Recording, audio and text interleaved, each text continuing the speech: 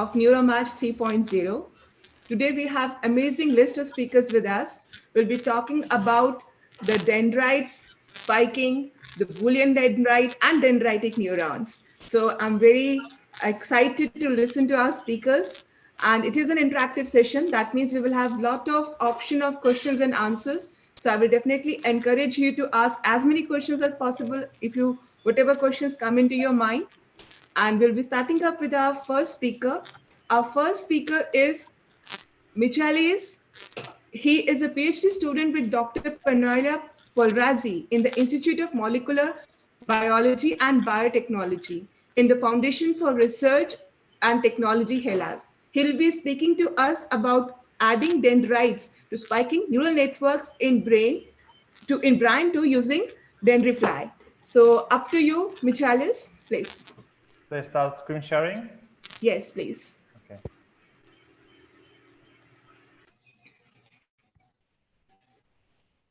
Is everything okay? Yep. Okay.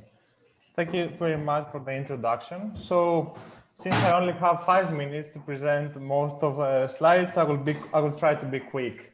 So, in short, I'm going to talk to you about why one might need to take dendritic properties into account when building spiking neural networks. Then how Dendrify can make your life easier in regards to point 1.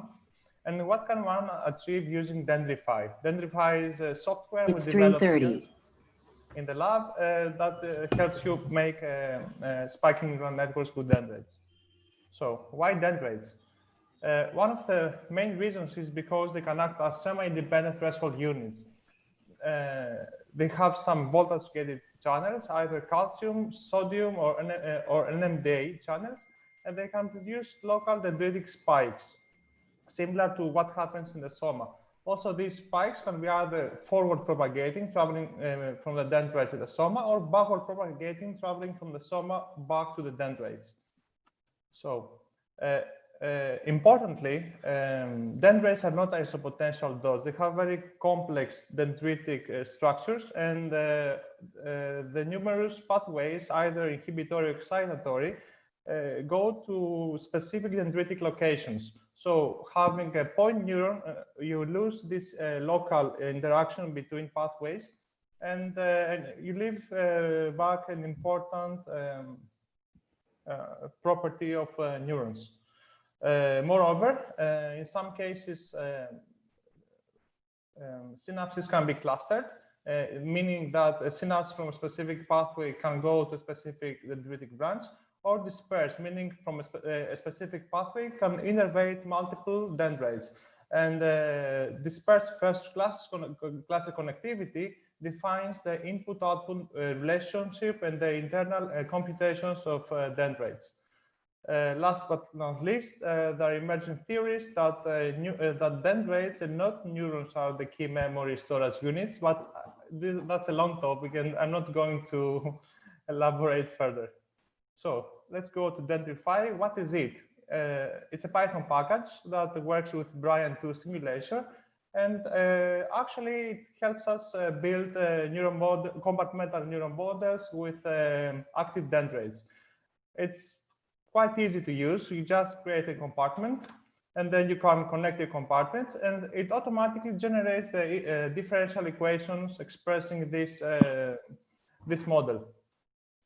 Let's say this is otherwise you will have to do this manually. I mean, if you are using Brian and you have to make compartmental models, you have to write equations like that manually. And if you want to have something more complex, let's say you have 3 compartments and 3 different pathways, either excitatory or inhibitory, you can add them with just one command. I mean, to add, for example, AMPA synapses, you just take the compartment and you type dot synapse, and then you have the equations for AMPA in this specific. And just for this very simple example, with 3 compartments and 5 pathways, you have all these equations that in the past would be really tough to and error prone to write. Okay, let's see this in action now. Let's say we have 3 compartments only, and some synapses going to the apical dendritic branch. just to see how it looks like, we apply some current injections in every compartment and see what happens. Also, every compartment is automatically connected to a noise source. Now, if we perform a classic test of input-output relationship, meaning that we activate a different number of synapses at the same time on the same dendrite, and we see what happens to the EPSPs here when you have only AMPA and when you have AMPA and NMDA. And we can see that models of this abstraction, so simple, can capture the NMDA-dependent dendritic nonlinearities. And further, apart from synapses, one can include dendritic spikes just with one command. So here we have this model. We have this. Here is a soma, and we have three apical branches, and this is the distal branch. And you can see when I have some burst activation of the distal branch, we get some dendritic spikes, and these are caused not by the Hodgkin-Huxley equations. We want to do it as efficiently as possible, so we made it phenomenologically.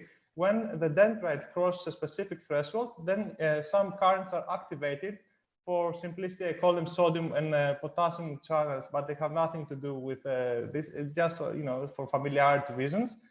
So threshold crossing is triggering the production of this, the activation of these currents.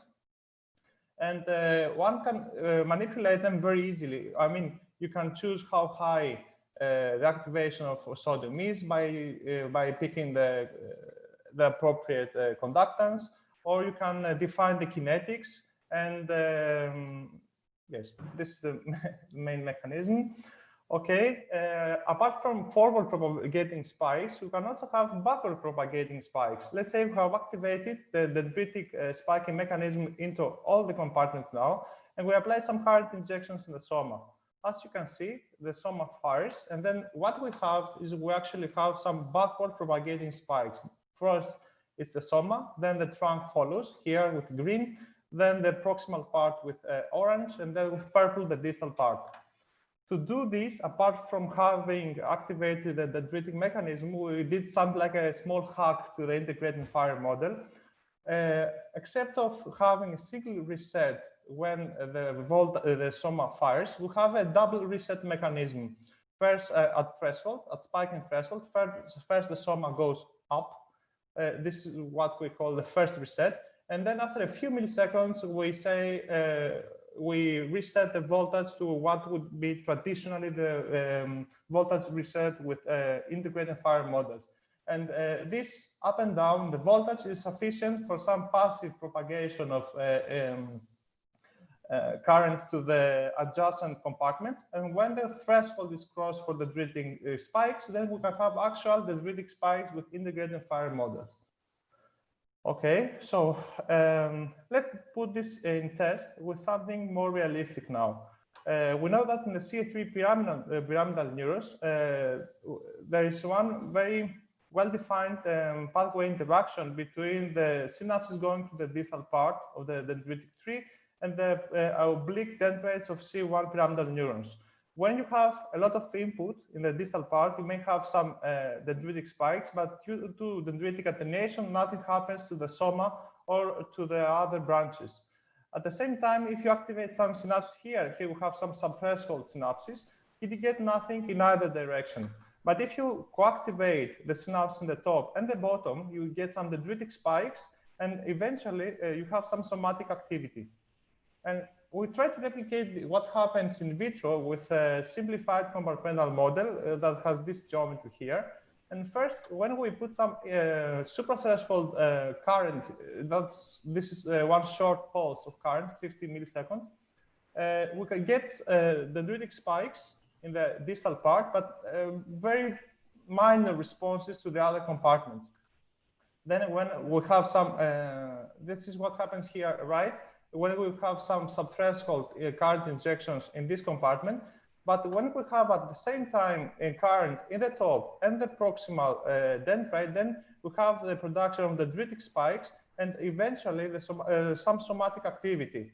And even more interestingly, when we apply, let's say, TTX, technically we just close the mechanism completely, the same input that previously gave us somatic activity now is, the same neuron now is silent, meaning that the dendritic spikes are really important in this specific scenario when multiple pathways interact. And it's like a coincidence detection mechanism so that the soma fires when both pathways are active. Okay. Would you like to answer a question, Michalis? There's a question for I you. would rather finish shortly in Okay, 1 fine, minute fine, and fine, fine, then fine, all fine. together. Okay. Yeah, Thanks. please go ahead. Yeah. How much time is left? You have about 2 minutes with you. Okay, I was really quick. Yeah. For model validation, I wish I had more time to discuss about these really nice papers, but here, whoever is interested to have some, let's say, realistic, a few compartmental models, I highly recommend these two papers here. That's what I use combined with Dentify to make my simple neurons as realistic as possible. And in summary, what is Dentify? Dentify is like a toolbox. It has some Lego style code that the basis of the code is, let's say, a compartment object. In each compartment, like little Legos, you can add extra properties, you can add synapses, you can activate dendritic mechanisms. So there's no need to know hardcore computational neuroscience or programming. It's simple as that, as I show you here. This is just for one compartment. When the complexity increases, of course, you have more code to write, but I think it's like Lego style, and it's scalable. And such piece of code automatically create all the equations for you, plus some custom Bryan events, plus some model parameters. And eventually, this code results in some realistic, as possible, actually, not super realistic, simplified models that have active dendrites. The reasons that we need them, that I didn't mention earlier, is that when you want to have spiking networks, you can't have super detail. I mean, if you go to full morphology models with 1,000 compartments or more, then you lose significantly in computational power. Here with just a few compartments, you may lose some biological realism, but it's far better than the point neurons used traditionally. And this is my last slide, literally. And special thanks to my supervisors and the lab head, Panagiotis Poirazi, and my co-supervisor, PhD in the lab, Spiros Havlis. Also special thanks to Dr. Doug Goodman and Marcel Stimber for their awesome feedback at the early stages of this project. Also, they are the creators of the Bryan simulator. If you haven't used it, go check it out. It's really awesome. And if you have some questions regarding the project or dendrites or modeling in general, you can find me here or you can follow me on Twitter. That's all from me. I hope I was in time. Thank you very much. There's a question for you from Daniel. He says, I assume the Bryan 2 backend takes care of the compilation. Is the performance good for very complex morphologically realistic models? You're asking about full morphology models, right? Complex, yeah. Basically for complex morphological realistic models. I'm not so sure how the internals of Bryan work, and all this project is not extensively tested in terms of performance.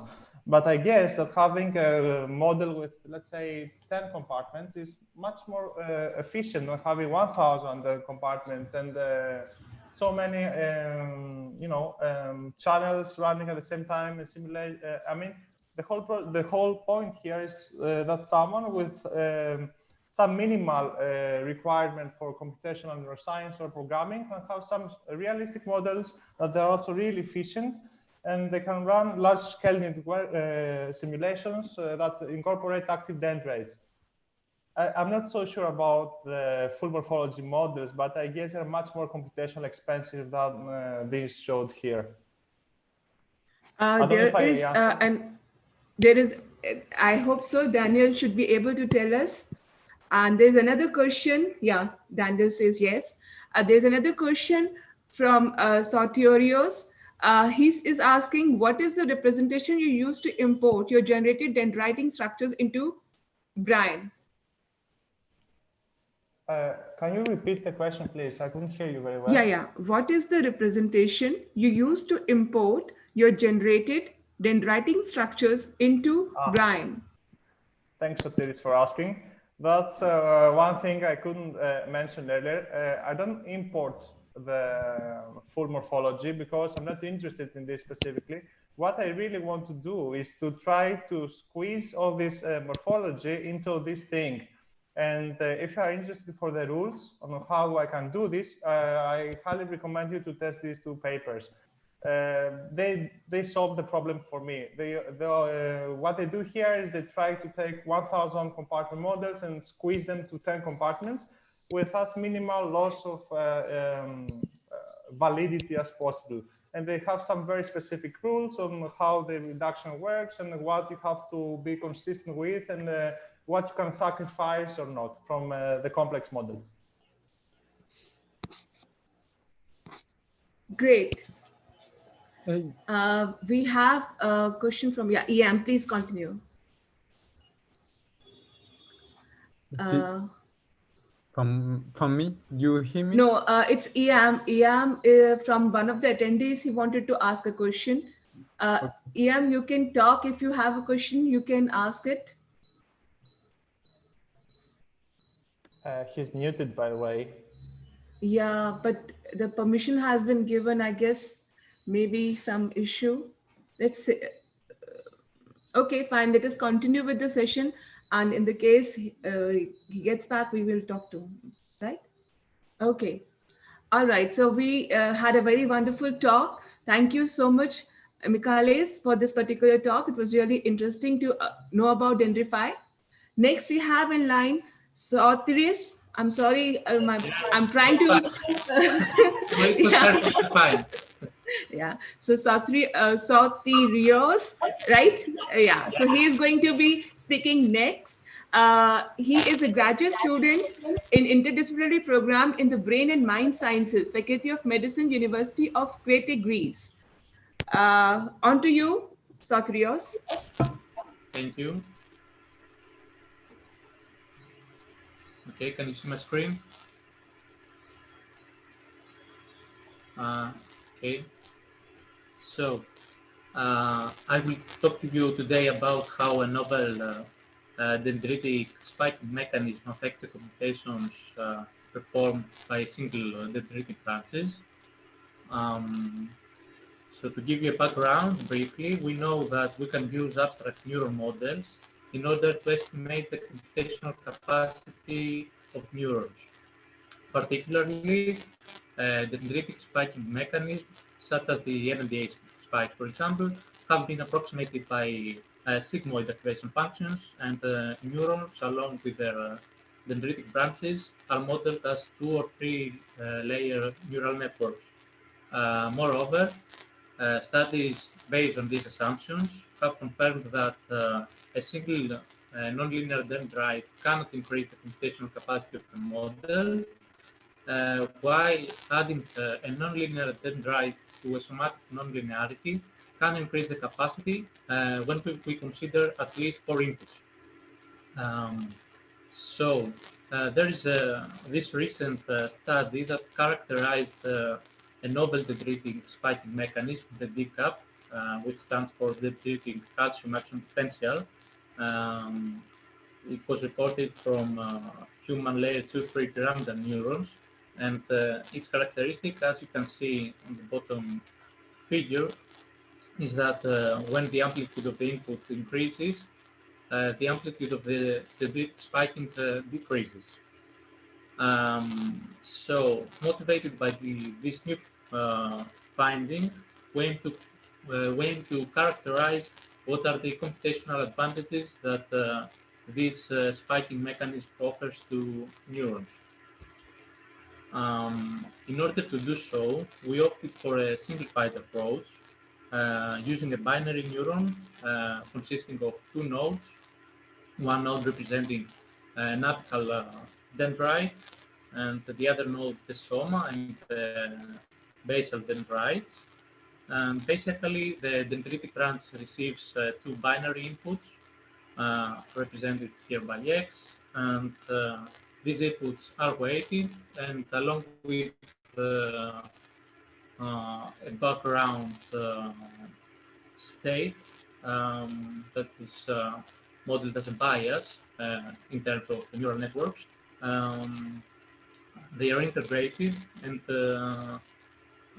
we try to see uh, how their presentations can be amplified in the dendrite and therefore the soma. I will focus here on our results for the dendrites. What is interesting is that this formulation of the problem allows us to study the computations performed by the dendrite in terms of Boolean algebra and specifically truth tables. Um, and this is advantageous because we can gain access to the simplest and most fundamental computations performed by dendrites and therefore the neuron as well. Moreover, this formulation allows us to characterize the synaptic strength and its type, meaning excitation and inhibition of the synaptic inputs that realize each Boolean function with respect to the background, the state of the membrane potential, if you like. So this is summarized in the figure on your left. From going from panel A to panel B, we have the pyramidal neuron, and basically we create its abstraction. The neuron receives at its apical branch two binary inputs, X1 and X2. They are weighted. A general background that defines the state of the membrane is also added to these two, and then um, we integrate these inputs through the function h of x, which represents an activation function based on the GCAP, which you see on your right. What is interesting here is that unlike the classic dendritic spiking mechanisms, which are represented by sigmoid activation functions in these terms, this activation function, let's say that it, it is characterized by an optimal subspace for the inputs, which is which permits the inputs to generate the spike, and this is the shaded area here. While uh, incrementing the inputs will make the dendrite stop firing. Um, so to wrap up, I don't want to say many details about the algorithm, but we can discuss about it if there are any questions. This figure summarizes our results. You can use panels A and B as a guide to decipher what's happening on figure C, and figure D serves as an example. You can see that in panel C, for different membrane states of the dendrite, we use different combinations of inputs.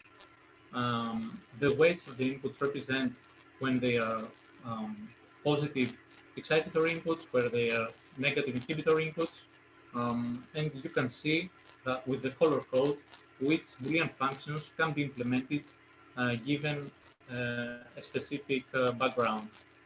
This background, with respect to U, as mentioned earlier, the shaded area here, corresponds to uh, a relatively hyperpolarized state, a relatively depolarized state on your right, and the in-between states in the middle. So what you can see, first of all, is that this non-monotone activation function is able to implement all Boolean functions, even the linearly non-separable ones, which are the XOR and XNOR. And this is interesting because Up until now, we believe that we need at least 2 dendrites in order to do this kind of computations, and now we can do it with just one. Moreover, what is interesting is that, as you can see uh, in this in panel C, um, you can use two inhibitory uh, presynaptic inputs, and they can induce excitation to at the postsynaptic level. And this is again something uh, that has not been described before. Um, and this brings me to my final point, which is that the state of the membrane um, is the crucial factor that determines what kind of computations the dendritic branch can perform. You can see here that different functions are performed given different dendritic potential states, and that going from hyperpolarization to depolarization, the same functions can be performed with different kinds of inputs. So this is something that is fairly new. We are still working on that. We hope we will have a published paper in the next month. That's it. I don't want to say anymore. If you have any questions, I'd be happy to answer. Thank you. Thank you so much, Sophrios. There is a, okay. All right, so we do have a question for you. Okay. There's an echo, I guess, somewhere. Can I see it somehow? I don't know. There's an echo, I guess someone has a speaker on. Okay, so there's a question for you from Lu Yehe. The question is, what role do noises play if they are in this model? And we do have a lot of noises out here. Good, interesting. The question is, what role do noises play if they are in this model? Um, I'm sorry. I, I didn't catch where the noise should be. Um,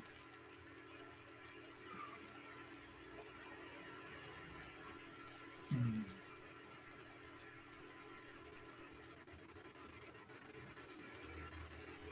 Okay, yeah. So now I see the question. Sorry about that.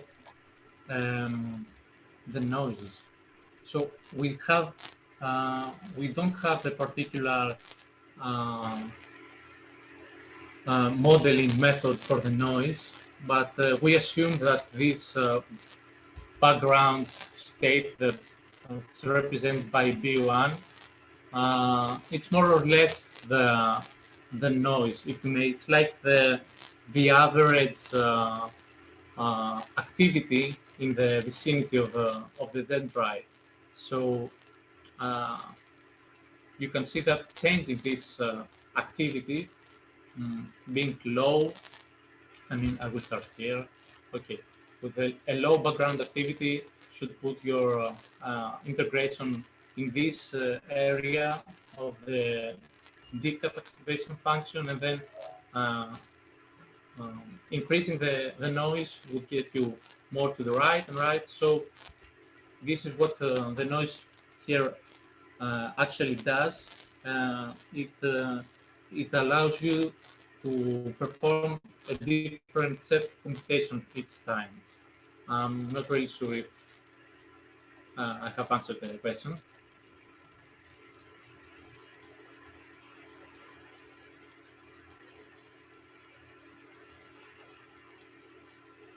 Yes.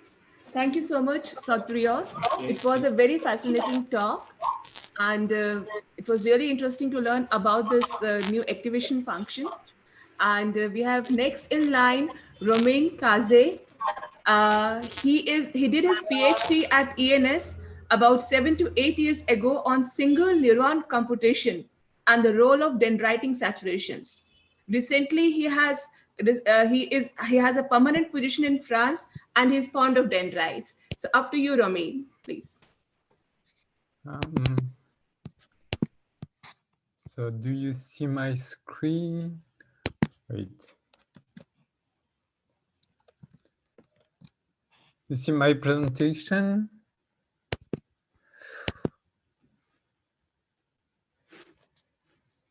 Hello? Do you hear me? We can hear you, yes. Okay, thank you very much. So I'm going to talk about how dendrites can help to implement computation that are possible by point neuron. We just saw in the previous talk that we can implement linearly non-separable function, but in fact, we can also implement a classical function. So this work is under review in F1000, and I hope to see you there. So I go slide. I mean, you can stop me as anytime as you want. So first, we started to do a systematic search to look at all the possible linearly separable function. And we look for a function that needed synaptic weights with high value. I mean, that 3-valued synaptic weights. So we have the classical coincidence detection. So you see the O, the NO, or the AND. And we found two interesting classes of function that we call the DO and the DAND. And so I would like to ask you a question is why do we call this function dominant, the DO and the DN? Do we have an idea of why we call this function dominant? If you look at the truth table, so that's the truth table of the input function. So you have the input here and the output of the DO or DN. And yes, is there any someone? No. Okay. So we call that dominant because there is a dominant input saying that one input will have a higher synaptic connection than the others. So for instance, here the DO, you will have the X3 that will be dominant, and the same for the end. You can implement, so that would be more clear when you see the linearly separable, how you implement this function in a point neuron. You see here that you have 3 inputs, and so the squares, you have the synaptic weight, and here the somatic threshold. And you see that here X3 will be the dominant input. So you have an implementation of the DO or D end. So here you need to have one of the input X1 or X2 with X0 that will be active together so that the postsynaptic neuron will be active. So that's would be one implementation of the first dominant function. And the other dominant function, you just need to have to lower the threshold, and you see that you fire as soon as X0 is active, or if both X1 and X2 are active together. Now that's the very interesting point, is how you can implement that in a dendritic neuron.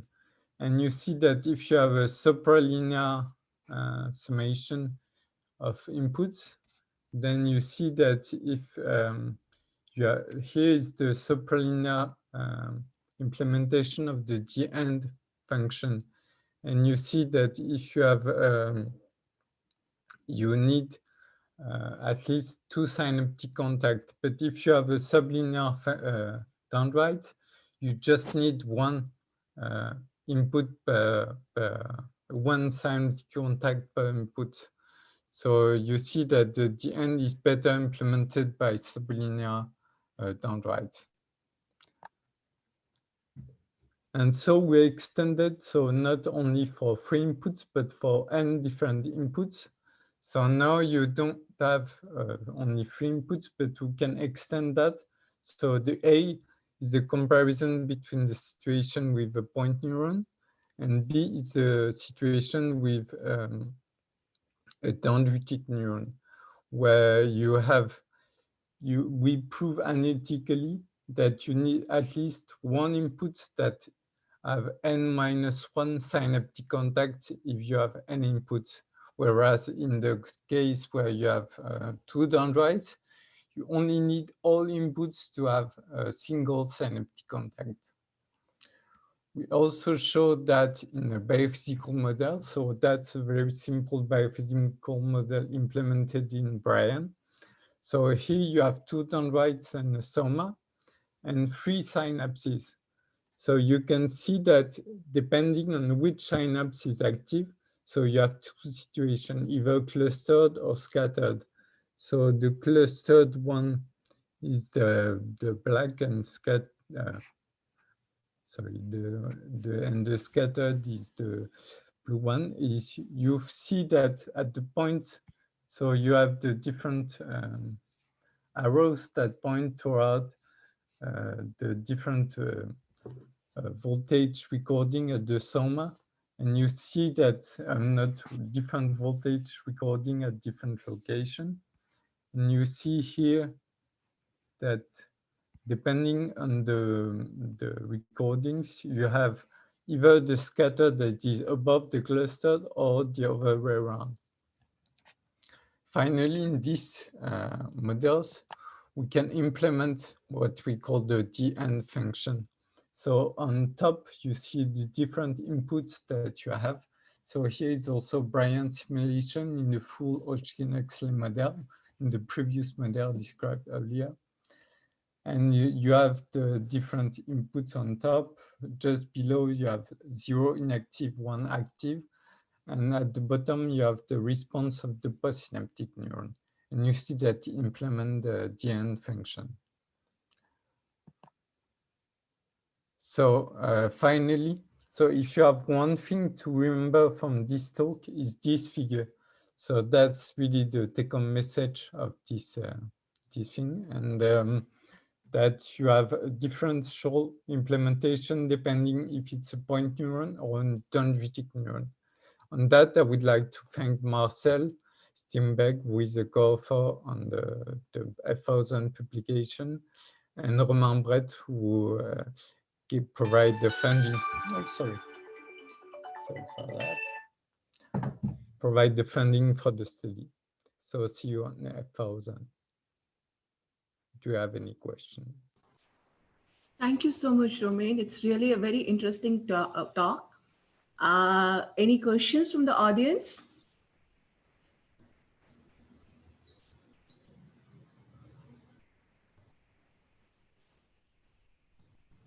Yeah, so there is a question where I would say it was my question also because I missed that point. Luju is asking what exactly is D and? D and? So the GN function. So you see here the truth table defining the GN function. Can you see it?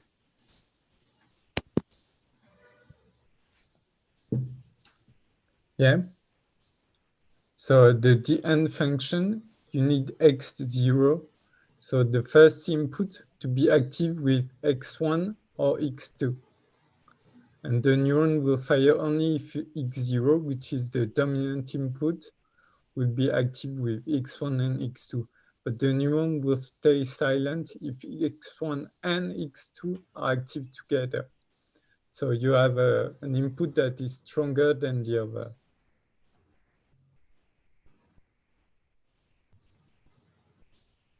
Hello? Yeah, hi. Okay, thank you so much. I guess, is it clear to you, Louis? Sorry? Just asking the audience if they have any questions.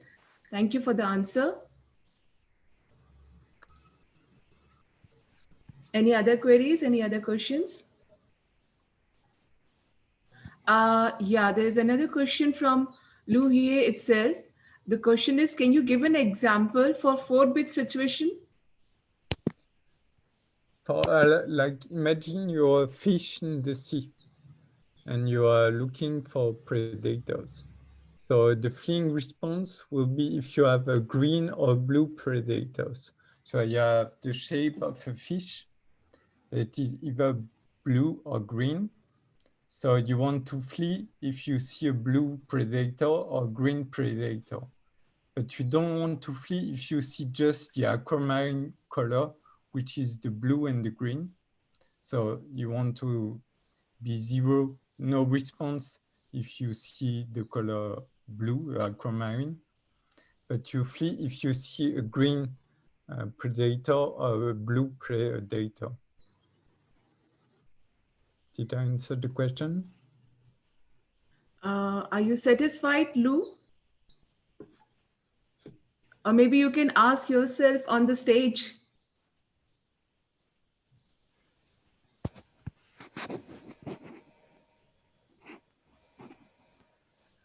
Any other question?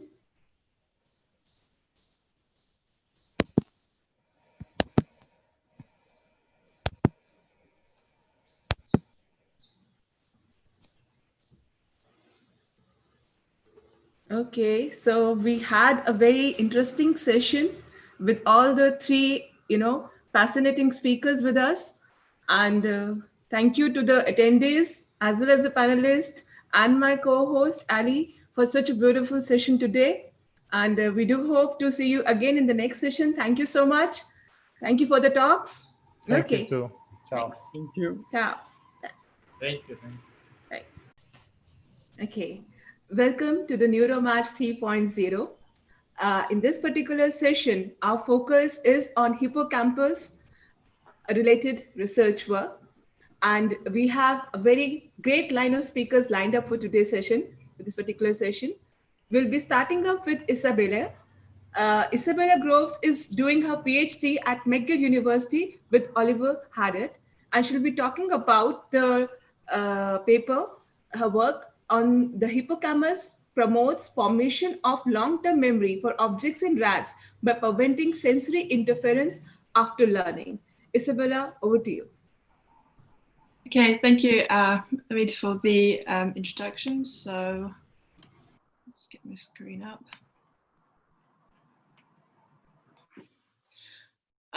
Okay, so yeah, my name is Izzy Groves and I'll be presenting my work here. The hippocampus promotes long-term memory for objects in rats by preventing sensory interference after learning. So damage to the hippocampus often causes anterograde amnesia for declarative memories, yet it remains unclear exactly how this condition arises. We've proposed a potential explanation in our recently described active decay theory of forgetting. So we predict as we go about our day that our brain automatically encodes and acquires long-term memory of our experience. We assume for each of these memories that there is a hippocampal component which links to neocortical contents, which is true for most memories, even those that can be acquired without a hippocampus. Now, depending on the structure of the brain areas involved in memory, this continuous encoding will lead to different effects in each area. So in the neocortex, where we have the layering of representations, we see this overlapping of traces. But in the hippocampus, we do not, which we predict is due to the pattern separation abilities of the hippocampus.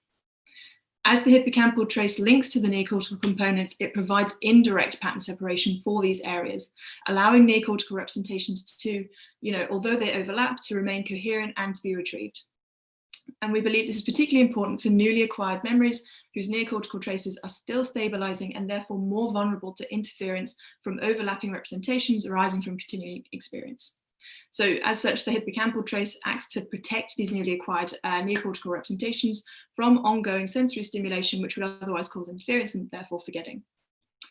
So therefore, in the case of hippocampal damage, that protection and separation is lost for new memories, so that the patterns acquired in the neocortex will overlap and no longer be individually identified. And this leads to states of catastrophic interference, which ultimately leads to anterograde amnesia. So my work here is essentially testing these predictions of active decay theory. And to do that, we use the novel object recognition paradigm in rats. So we chose this paradigm because long-term object content representations are housed in the perirhinal cortex, but the hippocampus is seemingly important for their acquisition. So essentially we have a model memory system where we can investigate the contributions of the hippocampus to newly formed cortical representations. To model anterograde amnesia, we infused the GABA A and B agonists muscimol and baclofen into rats with cannulas targeting the CA1 region of the dorsal hippocampus. And this effectively shuts down the hippocampus for 2 to 3 hours following infusions, which acts as our model for anterograde amnesia following medial temporal lobe damage in humans. And then rats that received an active vehicle acted as our controls. And for the novel object recognition paradigm, we exposed rats to 2 identical objects during our sampling phase, and then 24 hours later, we replaced one of those objects with a new one. And this paradigm capitalizes on rats' natural preference for novelty. So essentially, if the rat has a memory for the already seen object, it is familiar and boring. So it will spend more time exploring the new object. And by scoring the exploration, we can create a preference index where scores of around 0 suggest no novelty preference and therefore no memory, while scores above 0 suggest novel object preference and therefore memory. So in the first set of experiments, we impaired hippocampal functioning in rats prior to sampling and tested object memory 24 hours later. So what you can see here is that rats that received the inactive vehicle showed novelty preference, indicating object memory, while rats infused with muscimol and baclofen did not, suggesting amnesia for objects. And these 2 graphs here just show that any differences in exploration we see were due to novelty preference and not total exploration time during sampling or probe. We then also wanted to see if this effect occurred if we shut down hippocampus immediately after learning. So in other words, while the trace is still stabilizing. And as you can see, we found a very similar effect. So suggesting that the hippocampus is required both during and after the acquisition of long-term object memories. Next, we wanted to be sure that the memory disruptions we've just seen were deficits in long-term memory formation and not just memory encoding or recall. So we repeated our first experiment, except this time tested for memory 10 minutes later, so at a short-term time point. And as you can see here, rats with inactivated hippocampi do show novelty preference, suggesting that our infusions do not prevent rats from encoding object memories, and the memory impairments we saw were previously deficits specifically in long-term memory formation. Then we tested whether the hippocampus is required for the recall of object memories. So we infused just prior to their probe trial. And here again, rats infused with muscimol and baclofen show novelty preference, suggesting the hippocampus is not required for object memory recall. So finally, we wanted to test whether the amnesia seen in our first experiment was due to excessive interference as predicted by active decay theory. So we therefore repeated experiment 1, but this time placed rats in a low interference condition immediately after learning. For our low interference condition, we placed rats in a familiar black box for 1 hour after learning to reduce sensory stimulation. And next to it is just a picture of the kind of normal situation which rats would return to after sampling. So into their transport cages with a cage mate and normal visual and other sensory stimuli. So again, we repeated the exact same experiment as our first, where rats with inactivated hippocampi showed object amnesia, except this time we just placed them in this black box for an hour. And what we found was that when we did this, our rats that were infused with muscimol and baclofen now, in fact, show novelty preference, suggesting that they had formed a long-term memory for objects in the absence of a functioning hippocampus. So what we've shown here is that reducing sensory interference after hippocampal inactivation rescues object amnesia. So these findings confirm our predictions in active decay theory. Furthermore, our results establish that the role of the hippocampus is not to directly consolidate these memories. Instead, it protects newly acquired memory traces from interference arising from ongoing sensory stimulation after learning. And finally, we conclude that amnesia following hippocampal damage is due to excessive interference rather than a loss of consolidation capacity. So I'll just quickly say thanks to everyone who helped in this project, in particular my wonderful supervisor, Ollie Hart, and thank you all for listening.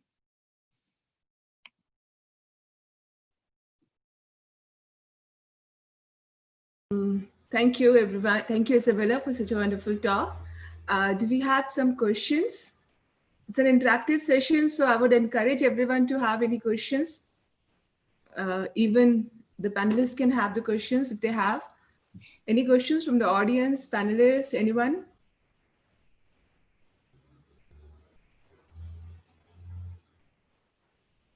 I guess not just yet.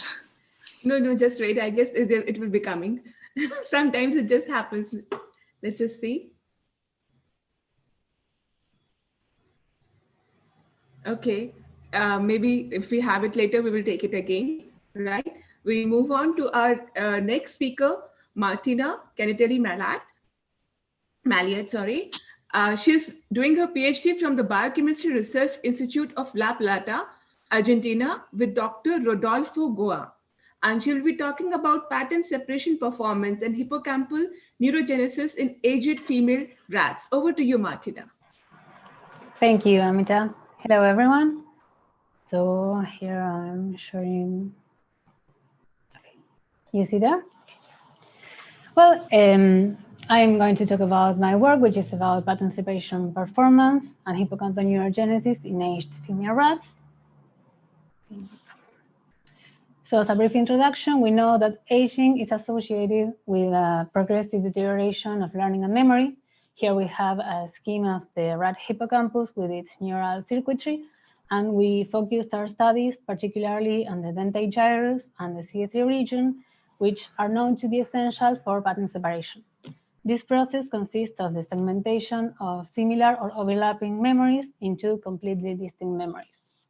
So in order to evaluate the effects of aging on the discrimination capacity of Sprague-Dawley rats, we assessed 3 age groups: young, middle-aged, and senile. The rats were submitted to 3 days of habituation and then a sample phase and a choice phase for each one of the behavioral tests. We started with the spontaneous location recognition task. In this task, in the sample phase, rats were exposed to 3 identical objects equally separated between each other. And in the choice phase, one of the objects was removed and one of the remaining objects stayed in a familiar position while the other one was placed in a novel position. So we analyzed the time that rats spent exploring each of the locations. And as you can see here in this graph, the 3 groups explored all of them similarly. For the choice phase, we expected the novel location to be the most explored. And what we found was a markedly diminished discrimination capacity in middle-aged and senile rats compared with the young ones. Then we performed the spontaneous object recognition task. In this task, we have 3 objects in the sample phase, with objects 1 and 2 sharing one feature, and in the choice phase, a novel object was made by combining the 2 non-shared features, and the familiar object was a copy of the 3rd object in the sample phase. We assessed the same parameters as in the SLR, but this time, for the choice phase, we found a statistically significant difference between senile rats and middle-aged rats, and between senile rats and young rats, but not between young and middle-aged rats. Once the tests were concluded, the rats were sacrificed, and we proceeded to study their brains. We assessed immature neurons in the dentate gyrus by double cortin immunohistochemistry.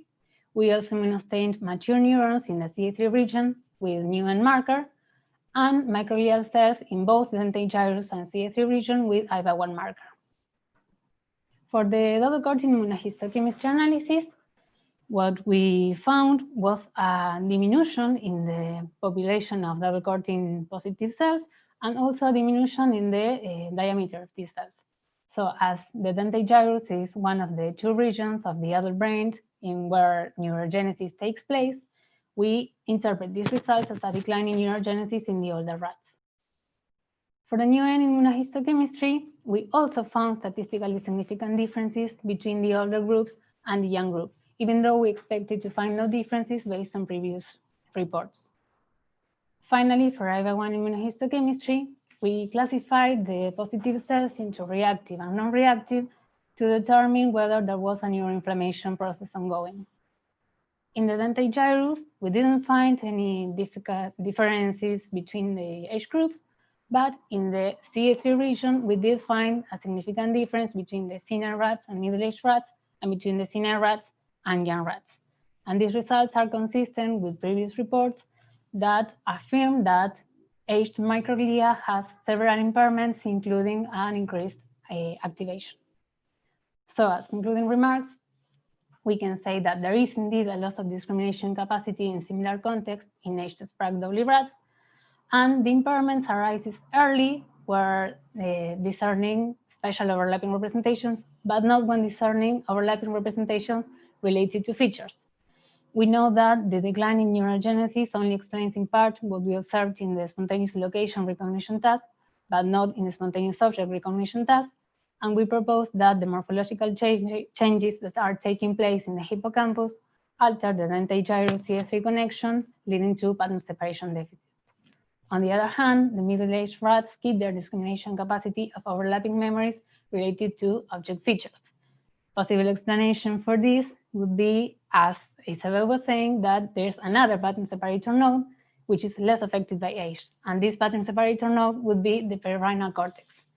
So as future perspectives, we aim at studying this region in order to evaluate age-related changes and confirm this last hypothesis. Thank you for listening. Thank you so much, Martina. It was really a very interesting talk. Do we have some questions? I can see one. I have a question actually, but I can wait. Yeah. Okay, I first asked Augustine and then Alicia, you go. Okay. Augustine is asking, the question is for Isabella. The question is, could you comment about the mechanism of memory recovery after sensory derivation? Yeah, sure. Sure. Memory recovery. Oh, so the fact that that we saw the recovery of the amnesia. Okay, so essentially what we've kind of decided or concluded is that you still are able to form these object memories with an inactivated hippocampus as long as you sort of prevent or you reduce the interference that happens after learning, so that retroactive interference. And our work has actually been supported by some human studies. So a study by Michaela Duar, I think in Edinburgh. She did a similar sort of study, but with amnesic patients who suffer from anterograde amnesia, where she taught them a piece of prose, and then thereafter patients either went into some sort of spot the difference game, sort of high interference zone, or they just sat in a dark, quiet room on their own for an hour. And what they found was that this boosted the memory for the prose, so that they had just learned, for not only like a short-term time point, but also like a long-term time point. So 7 days later. So yes, I hope that answers that question. Could I also ask a question, sorry, for Martina, just after that? So in your studies, just to double check, it was showing that the neurogenesis capacity sort of decreases as the rats aged? Yes, what we found was that there was a diminution in neurogenesis in middle-aged rats, and therefore there was any other changes, like it was maintained. So okay, how do you? Sorry, yeah. So how do you think that that fits in with the idea that you can get a lot of forgetting from neurogenesis, like neurogenesis-induced forgetting, and as you age, you tend to forget more, and sort of how your results kind of fit in with those two facts. How would we explain that neurogenesis affects the effects of aging? Would you say? Yeah, like, I guess what do you think is happening in the aged rats if they're not having this neurogenesis capacity? Yet there's a lot of evidence suggesting that neurogenesis. Yeah, I'm not sure if I understood, but I will try to answer. We think that the adult-born neurons have a different contribution to the pattern separation process and all the discrimination capacity in the female rats, and the adult-born neuron cells make this distinct contribution because of their properties. They are more excitable and other physiological and morphological properties that distinguish them from the mature neurons. I don't know if that was what you were asking. Sorry. Yeah, no, that's great. Super, thanks. Okay. Thank you. I'm a little nervous, sorry. Alicia, you had a question? Yeah, I think I understood correctly. Your project was done in female rats. Yes. Right. Yes. Why in females? Like, did you see before in males and then there's a difference, or? No, it's because it's the model that we have in the laboratory since years and years. So it's settled down with it. We didn't try with males, and we don't have any information with males. In fact, I presented some of this data in the FENS Congress, and they asked me the same. Why not males? But well, it's what we have. Okay. Thank you. Okay, thanks. There is one question from Sresht. He's asking, pattern separation has also been employed to explain differentiation between very similar complex orders in olfactory learning.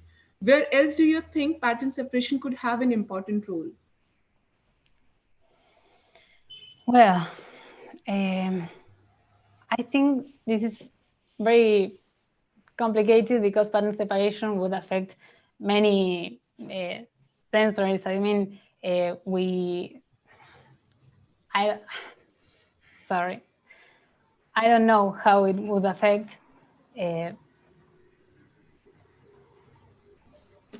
It's okay. It's Sorry, perfectly fine. sorry, Yeah, sometimes it's perfectly fine. No problems with that, Martina. Okay, there is another question for Isabella. The question is, granted that CA3 attractor network is deputed for building novel memories, binding object in space, are you implying it is continuously taking into account previous memories while encoding in order to minimize interference? Right, so let me just understand this question. So implying that continuous. I'm not sure. So in terms, so I mean, okay, so we're not kind of. I'm sure that you could argue that prior memories could be causing interference as much as the after memories. So in other words, proactive interference could be occurring, which is causing interference and disruption to these stabilizing recently acquired traces. But primarily what we're interested in and what we're kind of really predicting is the kind of effect of that experience happening after learning, so the retroactive interference. And the reason why we predict that you are continuously encoding these memories is because, I mean, if you imagine you're going through your environment and just through your day, like, you don't have time to decide, is this an important memory or is this not? You just need to keep acquiring information, and then at night we predict that's when you have these sort of like forgetting processes. You clear out and you decide what is important and what isn't. So that's what we mean by it's just like you just continuously are taking up information throughout your day. It's not necessarily the fact that you like have an experience and then maybe 2 seconds later it's like, okay, maybe we should start putting this into a long-term memory, just because you don't have the time. So I hope that answers the question. Or okay, well, I mean, if they ask again, yeah. Thank you so much, and thank you, Danieli, for the question. I guess he has, yeah, the question is answered. Thank you so much, Sabula. And now we have Alicia with us. I hope I'm pronouncing it correctly. Yeah, you do. Thanks. And she's soon starting her internship at AIX Marzelle. She's working with Pablo Campo at University of Madrid. It's a pleasure to have you here, Alicia. Please continue. Okay.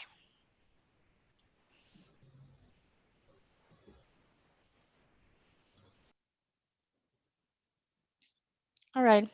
Good afternoon. My name is Alicia Comino. I'm going to briefly introduce you to my study that is called Mnemonic Discrimination and Integrity of the Hippocampal Complex in Temporal Lobe Epilepsy. So yeah, pattern separation is a fundamental aspect of declarative memory that defines the ability to transform similar memory representation into distinct ones, so they do not overlap when storing or when retrieving them.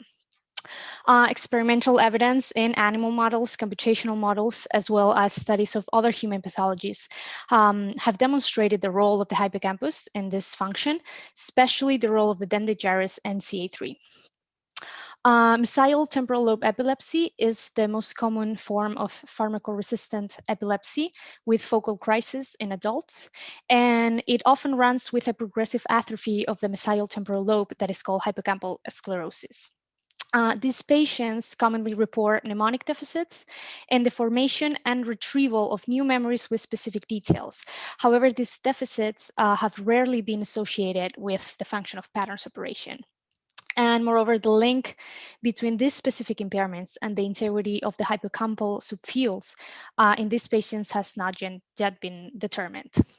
So the aim of this project was to characterize the mnemonic functions in patients with unilateral hippocampal sclerosis and explore where was the association between the impairments in these mnemonic functions and the integrity of the hippocampal subfield CA1, CA3, and the dentate gyrus.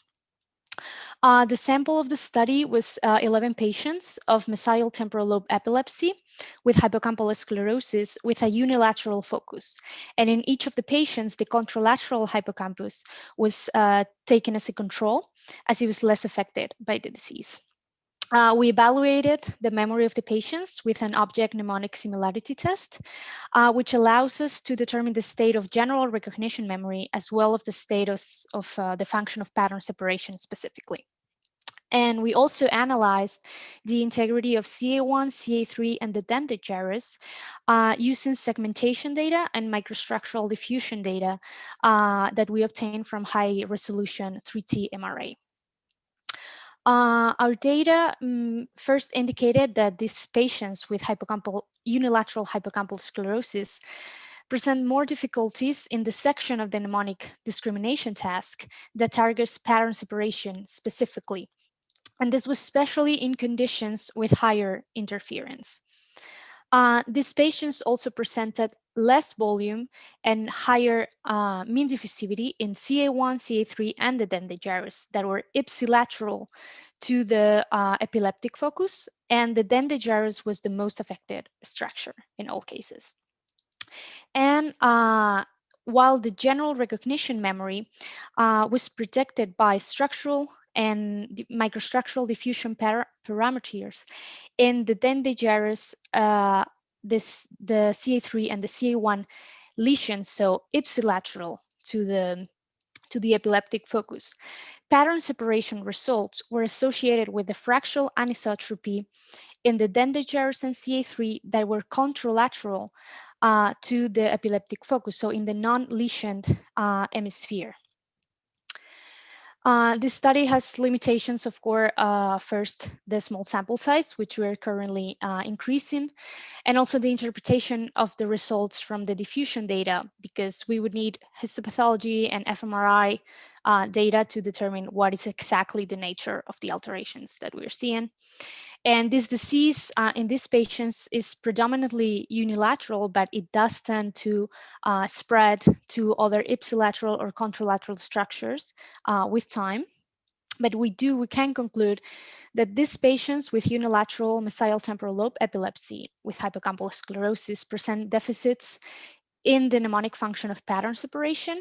And these deficits are higher in conditions of higher interference, where the demands over pattern separation are therefore stronger. They also present less volume, more mean diffusivity in the three structures ipsilateral to the epileptic focus. And the alterations in pattern separation correlate with the state of the white matter tracts in the subregions that dentate gyrus and CA3 contralateral to the epileptic focus, being this the first study that actually finds a relation between the mnemonic state of these patients and alteration in the specific hippocampal subfields. So thank you for your attention. I would like to thank my supervisors, which are Yasser Aleman and Pablo Campo. And if you have any questions, I will be happy to answer them.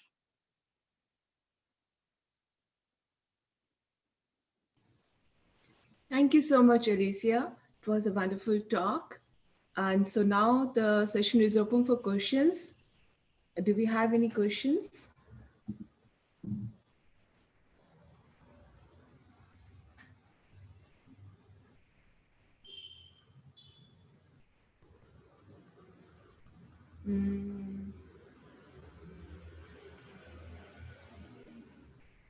I think I should be, will you just wait for a minute or two, or then we can again.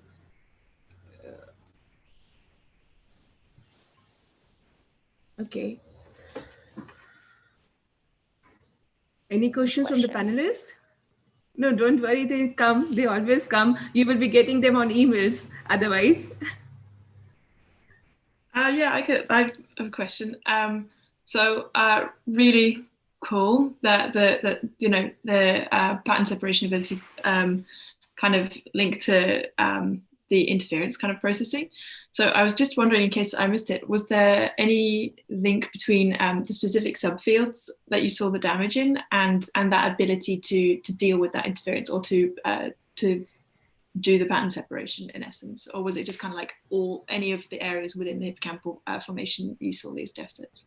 Yeah, Actually, the only results that we saw that the interference was kind of participate in was when we saw that they did worse as the interference was higher. But then when we related this data to the structural and diffusion data, the interference did not really took any place. Like because we had like many like a huge amount of data, and the let's say like the damage was related to the higher interference, like we had like 3 levels, so medium interference and higher interference, but there was really no trend on it's always related to higher interference. Like we didn't see it, but the sample size is small, so we are still analyzing it with the interference there to see if it counts. True. Perhaps maybe like rather than a graded effect, it's just like a ceiling or something. But anyway, Yeah. Super cool. Thanks. You're welcome. We have a question from Elbash. The question is, have you seen any difference between man and woman results? No, so far we have not. We analyzed it separately also, and we did not see any results so far in between groups. We see other parameters that might be affected, like age or the side that you have the damage on, what hemisphere you develop the damage, but no with male and females.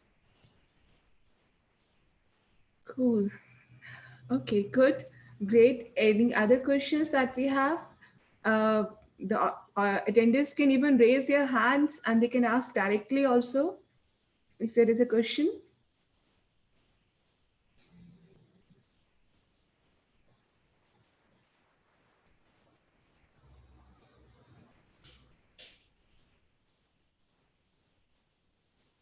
It was a very interesting session. We are still open for the questions if they come up. But in the meantime, I would like to say that it was really a very interesting session.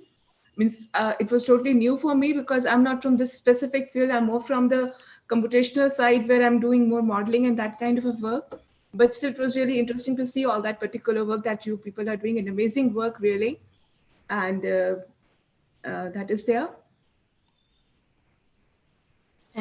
I actually have a question for Martina, if that's okay. It's just Yes, please. But first of all, like all three of you, super nice talks. It's also not my area, which is why I was probably a bit hesitant to ask questions. I need to like give it some time in my head. But you had this one slide where you were showing which cells were reactive. And I was wondering like how with reactive, like how it is defined. Like, did it mean they had like absolutely no activity, or like they were absolutely not responsive, or what does it mean in this context? Yes, all that we have is the morphological assessment. So what we did was classify the cells between type 1, 2, 3, 4, and 5, being the 4 and 5 reactive cells and 1, 2, 3 non-reactive cells. That's what you meant. Okay. Only based on the morphology of the cell itself. Okay, I see. Yeah, I was wondering whether it's about like activity. So okay, yes, thank you. Thank you. Great. Okay, so I guess it's time to say thanks to everyone. So I would like to thank our panelists, Isabella, Alicia, and Martina, for the wonderful talks. I would like to thank all our attendees for the interaction that they offered in this particular interactive session. And I would like to thank Ariana, our backend support, for seamlessly carrying on the whole task. Thank you so much, everyone. See you in the next session. Okay. Thank you. Thank you.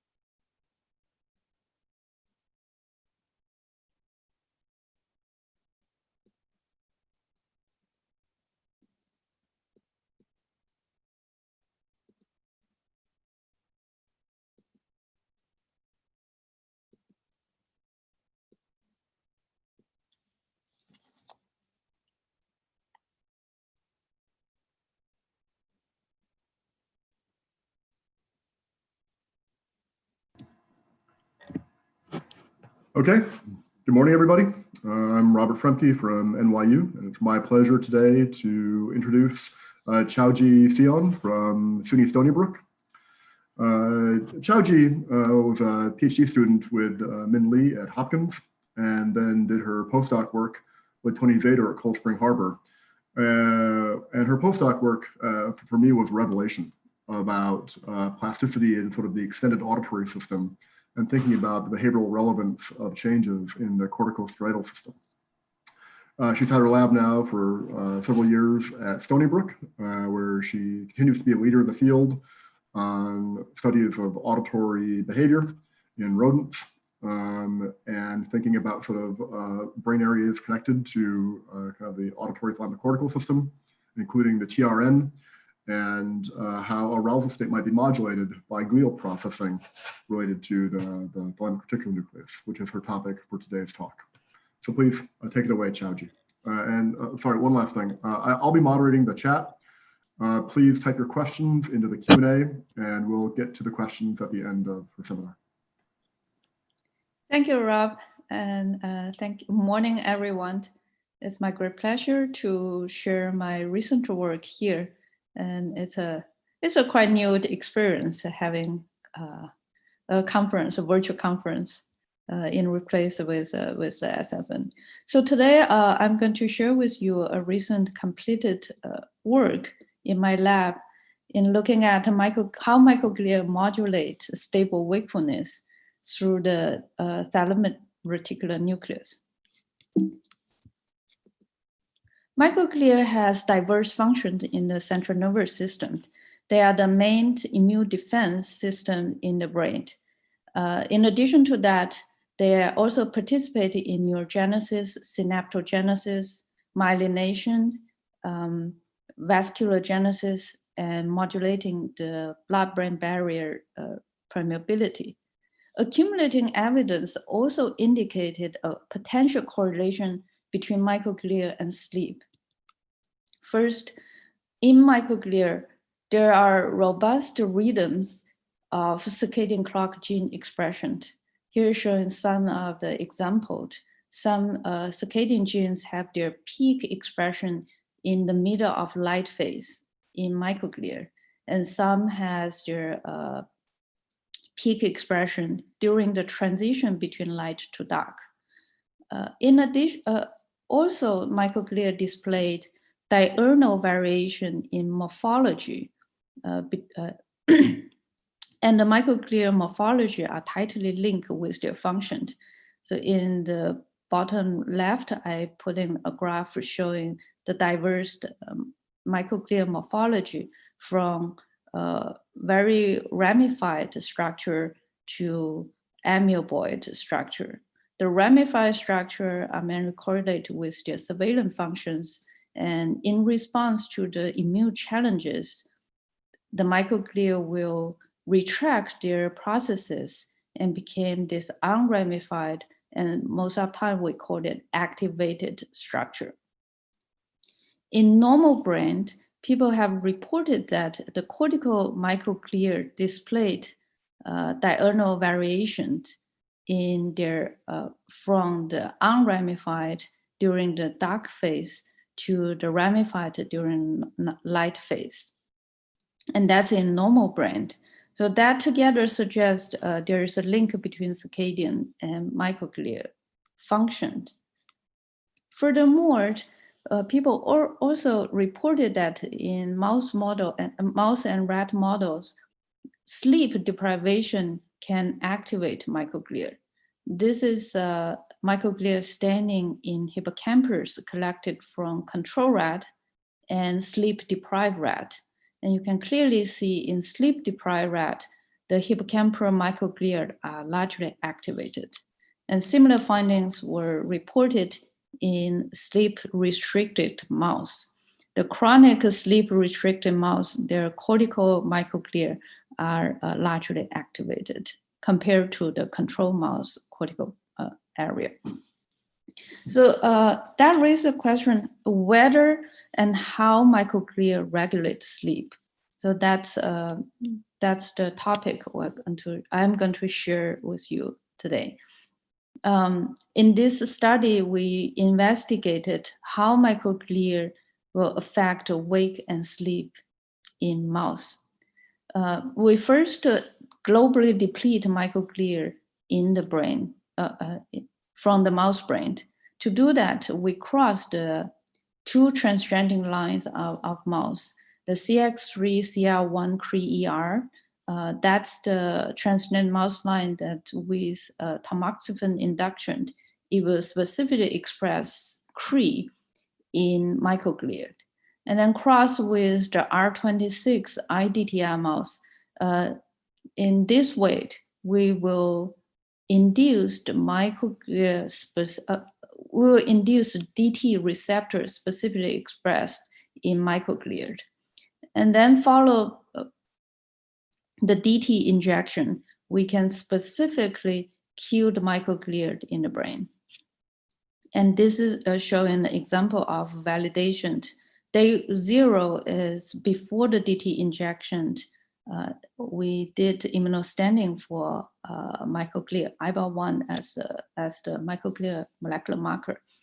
And by day 4, that's the first day after the 3 DT injections, we found in most of the tested brain regions, the microglia is gone. And then we performed EEG and EMG recording to analyze the sleep structure in these mice between before and after the microglia depletion. So this hypnogram showing one example recording from one mouse during daytime and nighttime, before in the upper panel, before and after the microglia depletion. So on the left, I labeled wake state, non-IEM, and IEM state.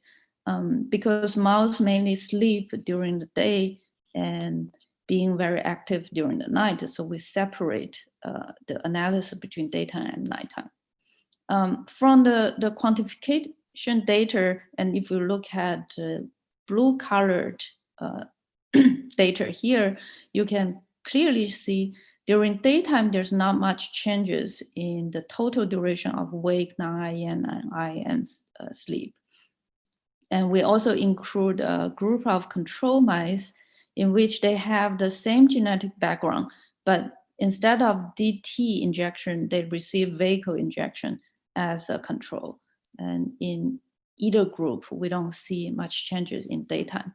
But in nighttime, there is a clear reduction, significant reduction of total duration of this mice spent in wake. And correspondingly, there is a significant increase of non-IEM sleep, not much change in the IEM sleep. And then we further looking at the bout duration from individual vigilant states. In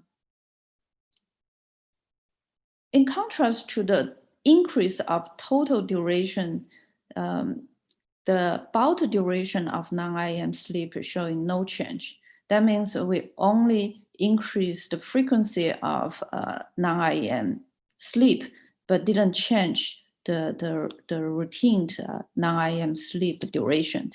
And for the wake period, however, we saw the dramatic reduction of the bout duration. And then we further dissect the wake bout duration into quick arousal and stable wake. Quick arousal, we defined it as any wake period less than 1 minute. And we group them into quick arousal.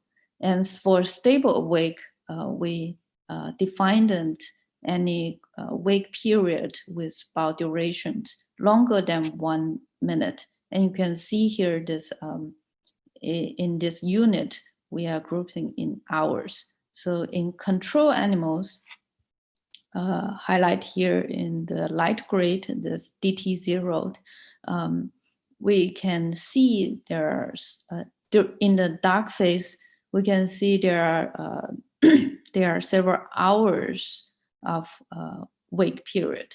But after the microglia depletion, we rarely see wake duration longer than 1 hour. There is a significant reduction of the long period wake time. And consistent with that, if we look at the transition numbers between wake to non-IEM, non-IEM to wake, there is a significant increase after the microglia depletion, but no much change between the IEM sleep with other states. So together in this global microglia global depletion experiment, we show that microglia depletion strongly affect stable wakefulness, and mainly through increasing the wake to non-IEM transition. So next, we want to see what's the systematic factors that mediate this microglia depletion for regulating the stable wakefulness. So we did a metabolic metabolomics screening. To do that, we collect the brain tissues from sleeping mice and awake mice, and perform the screening to compare what are the metabolites that showing the strong difference in concentration between day and night. We total find 155 metabolites showing strong diurnal difference. And in panel B here, I only list a subset of them because that display the major family belong to the lipid family. And among the sphingolipid, many metabolites fall into this sphingolipid family. And in this family, we identified the ceramide, which is a bioactive metabolite that have been shown before can modulate neuronal activity. So we further dissect the different species of ceramide and compare their day and night concentrations. And for the C18, which is brain enriched species of ceramide, there's a clearly difference between day and night concentration, with the nighttime with a lower concentration during night. And then we also test their diurnal changes in microglia depleted mice, and we find in these mice, specifically for the ceramide concentration, their diurnal variation is gone. More specifically, there is an increase of nighttime ceramide concentration. So that kind of suggests that maybe ceramide can mediate the microglia interaction with the stable wakefulness. If ceramide is the mediator, then by manipulating the ceramide concentration at nighttime, we should be able to see the changes, the same changes that we observed in microglia depleted mice. So to do that, we in a set of controlled mice, we inject camophor. This is a chemical to inhibit ceramidase function.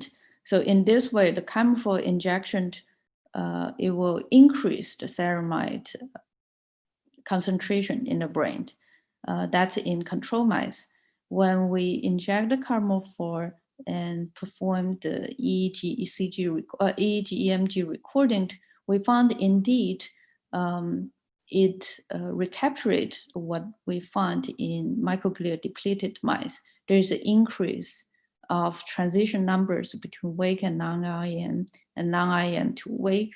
I didn't put it here. There's also a reduction of the total wake duration and increase of total non-IEM duration.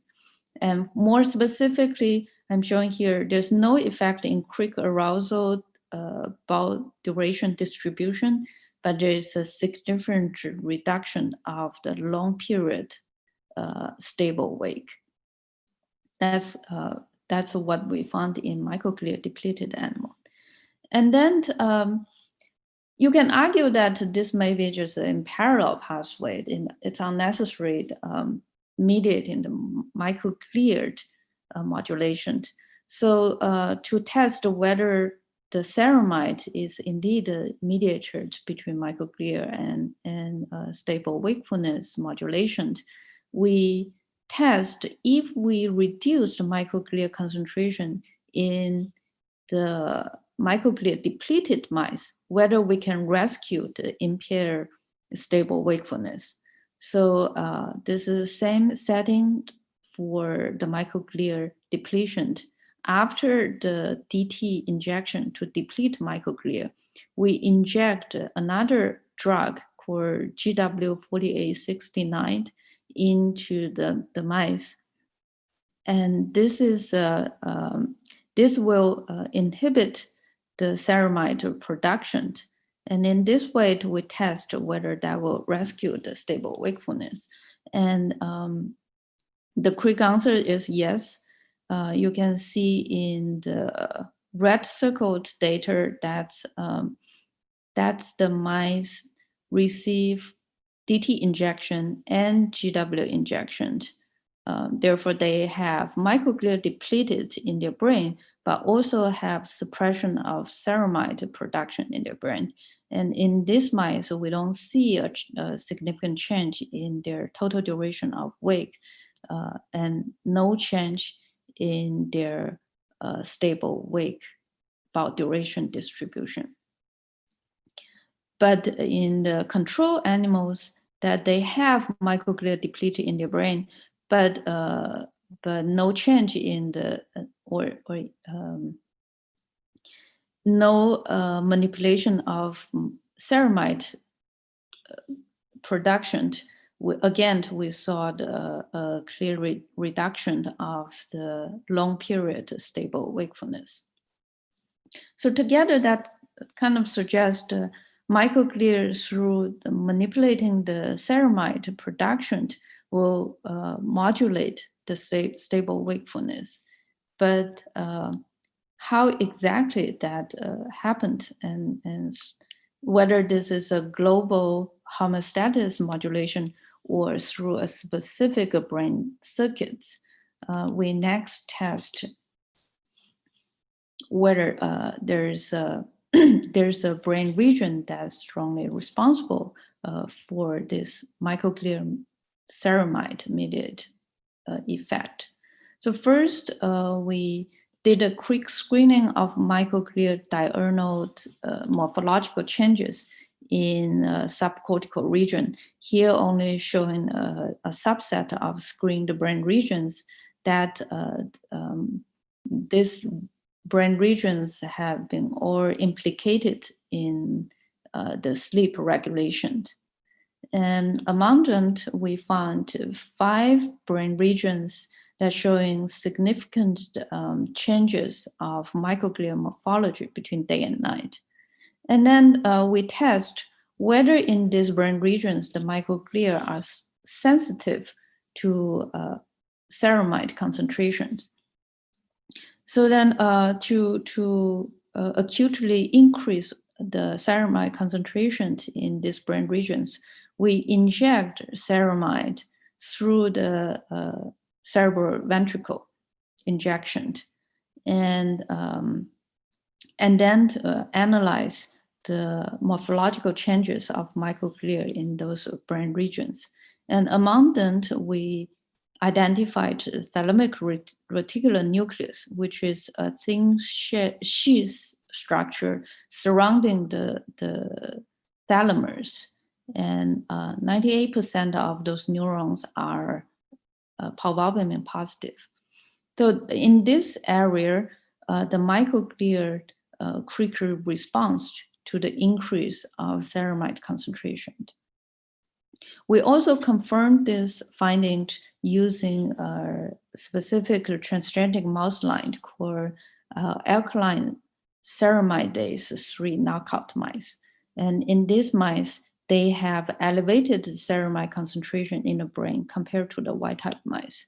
And we found again in these mice, specifically in TRN, the microglia are relatively more activated in the ASER3 knockout mice. So then that implicated that that suggests TRN may be the important brain region to mediate this microglia modulation to the stable wakefulness. To test that, we performed a local depletion of microglia by injecting the clotronate into the anterior part of TRN. The reason we chose the anterior part of TRN is because, first of all, it's a long spanning sheath surrounding the thalamus. And the injection is hard to target all the areas. And most importantly is because in 2014, there's a report from Matt Wilson's lab that the anterior part of TRN, which is more involved in limbic functions, they showed their activity are highly correlated with arousal. So then we pick this part of TRN and locally deplete microglia. And what we found is indeed, by locally deplete microglia in this anterior part of TRN, we found a strong reduction of total wake duration and strong increase in the non-IEM duration. And consistently, there's an increase of transitions between wake to non-IEM. And so that kind of putting together seems it's all consistent, indicate TRN maybe the important regions regulate stable wakefulness.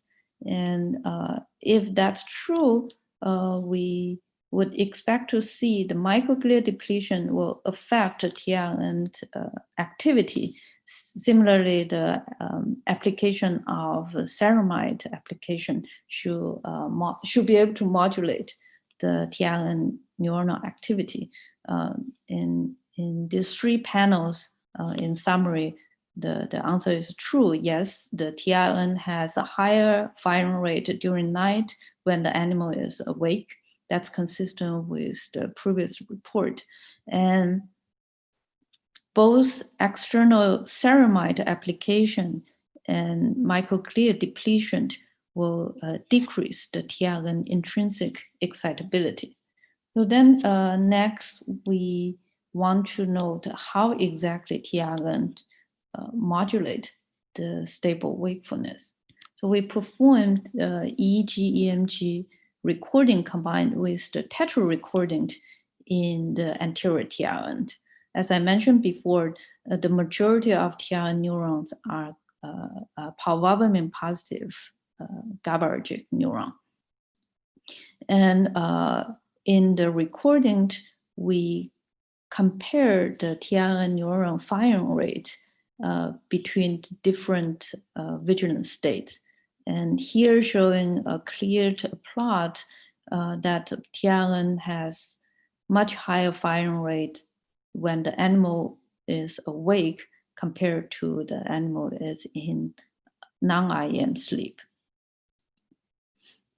And more specifically, when we aligned individual TRN neuron activity around the transition point between from wake to non-IEM sleep, we find a sharp drop of their firing rate and slightly preceding the wake to non-IEM transition. On the other hand, if we look at the transition from non-IEM to wake, again, there is a sharp increase of the firing rate, but for most of the neurons, they increase their firing rate around the same time of the non-IM to wake transition. So this firing drop preceding the wake to non-IM transition motivate us to test whether the Tiangen neuron actually regulate or controls the wake to non-IM transition. So to test that, we use chemogenetic tools bidirectionally modulate the Tiangen neuronal activity. So in panel E, I'm sure.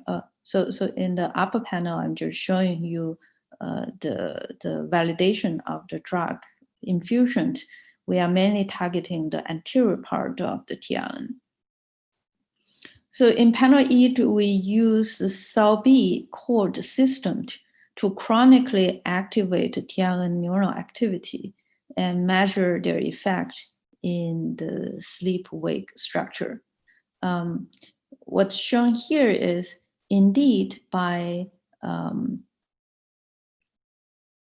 SALB and cord to inhibit the Tiangen neural activity. So by chronically inhibit the Tiangen neural activity, we significantly increased the wake to non-IM transitions. And this is the control animal where we don't express SALB receptor, instead just a control gene.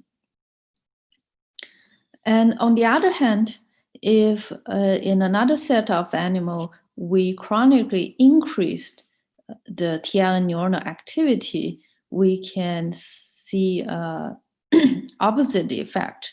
By increasing the Tiangen neuronal activity, we suppress the wake to non-IM transition and similarly suppress the non-IM to wake transition.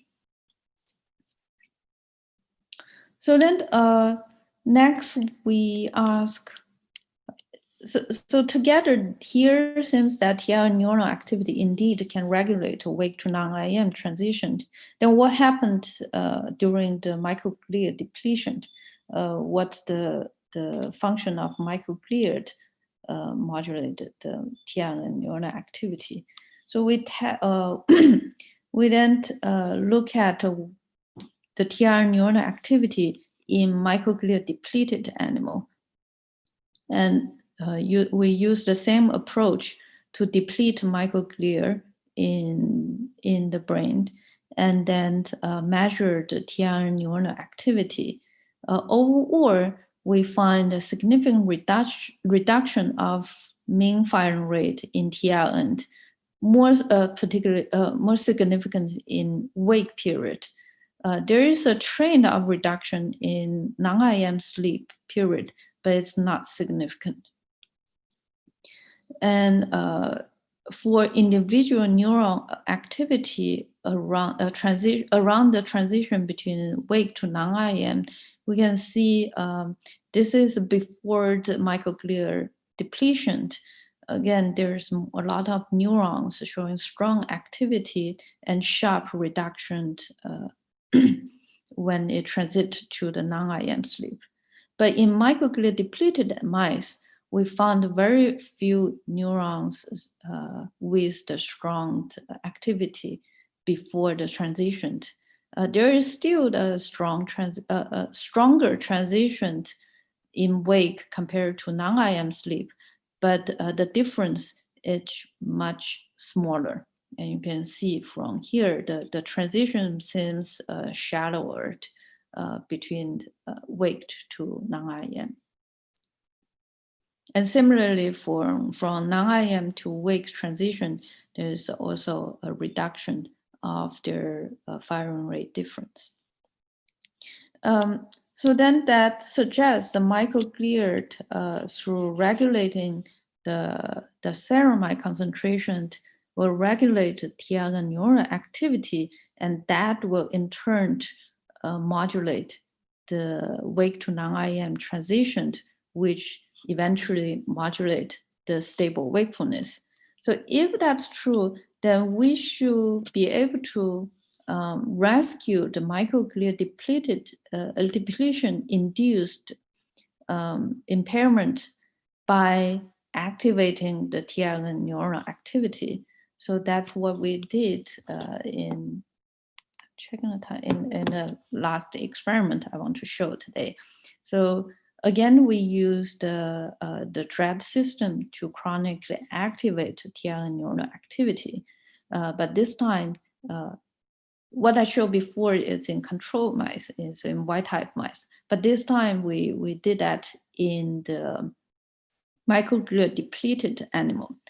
So, and then check the sleep structure. So what show here is in the control animals where we express just GFP and receiving the same CNO injection. Again, after microglia depletion, we saw the significant increase of transitions between the wake to non-IM.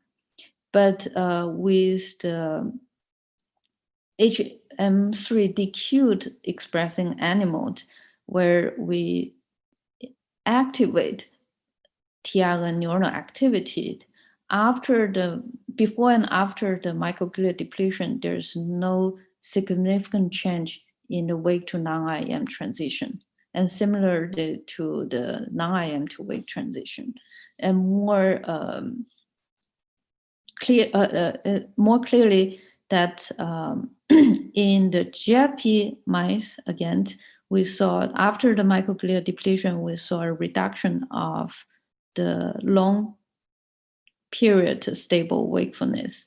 But in the DQ animals, we saw no significant changes in the stable wakefulness. That means by activating the TRN neural activity, we can rescue the impaired stable wakefulness from the microglia depletion. So I will end here. We show that the microglia depletion decrease the stable wakefulness during the nighttime, and ceramide can mediate this microglia modulation, and it's likely through the anterior TRN neuronal modulation. And this is our working model. During the wake period, the TRN neuron, there's lower concentration of ceramide in the environment, and there's a higher TRN neural firing rate. And during sleep, there's more ceramide and suppress the TRN neural activity, and the mice is mainly in the sleep. So I will end my talk here, and thank you for your attention. This is my lab and my collaborator, Saoyuki's lab, and my funding source. Thank you. Okay, thank you, Chaoji.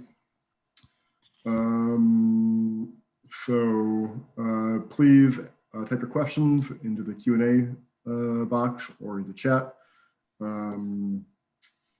We have a question on if you've checked microglia status and TRN activity in artificially induced sleep with anesthesia. Are there similarities or differences between? Oh, sorry. I was reading. Yeah, I was reading the question. Yeah. So, yeah. So for we didn't record the TRN activity in anesthesia, but there were Yeah, I will answer this question in two parts. So the quick answer is we don't know what happened during anesthesia because we didn't perform that recording. We only once we mount the tetra on top of the mice head, we never actually put down the animal under any method of anesthesia. They are just freely sleep or wake by their own. So if I need to make a guess, I would think in general, the anesthesia is not the same as sleep. So the microglia, the TRN activity may or may not have the same phenotype between sleep and anesthesia. Why I'm saying that, there's a hint from the literature that microglia morphology, they have less ramified structure in sleep, but they have more ramified structure in anesthesia, as both compared to awake condition.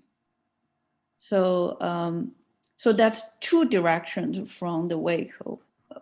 Compared to the wake condition, sleep, it seems that during sleep, it seems microglia are more active, but in anesthesia, the microglia are less active. So, so in that way, if putting together with our findings, I would guess the TRN activity will be more active in anesthesia compared to sleep. So what's the action of ceramide? How does ceramide decrease excitability? You showed that both microglial depletion and ceramide augmentation decrease the FI functions. What's going on there? Yeah, so ceramide by external application, it will decrease the TRN neuronal activity. We are in the middle of testing in vivo the spontaneous firing rate, but in vitro, through the whole cell patch recording, there's a clearly inhibition effect. Is that by opening potassium channels? What's the mechanism of the change in excitability? So molecularly, there's some hint from the literature. It seems that there's a specific receptor on the membrane surface, but we haven't tested whether this is indeed the mechanism mediating in our system. Yeah. And during, the normative operation of TRN, can you talk a little bit about how it is that you activate inhibitory cells? And even though you're upregulating this GABAergic system, you're waking animals up. Or conversely, if you then kind of shut it down, how do you lead to a drop in wakefulness? Yeah, so we are not sure the downstream. We're looking for the downstream target. One possibility is because naturally, like with the normal conditions, the TRN neuron, this particular anterior part of TRN neuron, has high firing rate during wake. So presumably they are inhibiting one of the downstream target, which release or disinhibit the modulation for sustained wakefulness. So our manipulation is trying to recapitulate what actually happened during the normal condition. But I'm not sure what exactly the downstream target yet. So the TRN receive input from hypothalamus. So I think, I don't have a direct evidence, but I think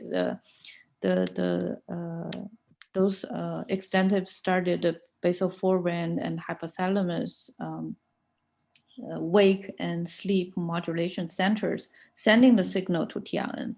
But from TRN mainly projected to the thalamus. But which nucleus that mediates this, we don't know yet. Okay. Well, thank you very much. That was a great talk. Thank you. And we'll close the session. Bye, everybody. Thank you. Bye. Yes. So Anne-Marie is an associate professor at the Department of Neurobiology at the University of Chicago. She just moved there recently in July 2020. And as she so elegantly describes it, most of her research has been driven by the quest to understand the relationship between synaptic dynamics and spike activity. She did her PhD in the laboratory of Leonard Mahler, focusing on coding of behaviorally relevant electrophysiology stimuli in patterns of spike activity. And then she did 2 postdocs, the first in the lab of Alex Ruiz at NYU, and the second one in the lab of Nathan Urban at CMU, where she dissected the cellular and synaptic properties of neurons in the auditory cortex and their communication with the olfactory bulb. In her own lab, which initially was at the University of Pittsburgh and now, as we said, at the University of Chicago, she focuses on inhibitory circuitry in the piriform cortex. She specifically investigates a microcircuit responsible for inhibition, disinhibition, and excitatory synaptic plasticity. Her goal is to ascertain the circuit mechanisms that underlie changes in spike activity during novel odor processing and olfactory learning.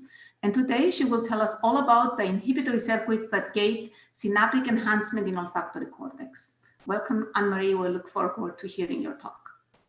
Thank you very much. And thank you for this invitation. This is a really exciting opportunity to talk about mostly our unpublished work. And so this is the newest work that's coming out of the lab. Hopefully some of it is available on the bioRxiv now, and hopefully some of it will be available, the rest of it will be available in the next year or so.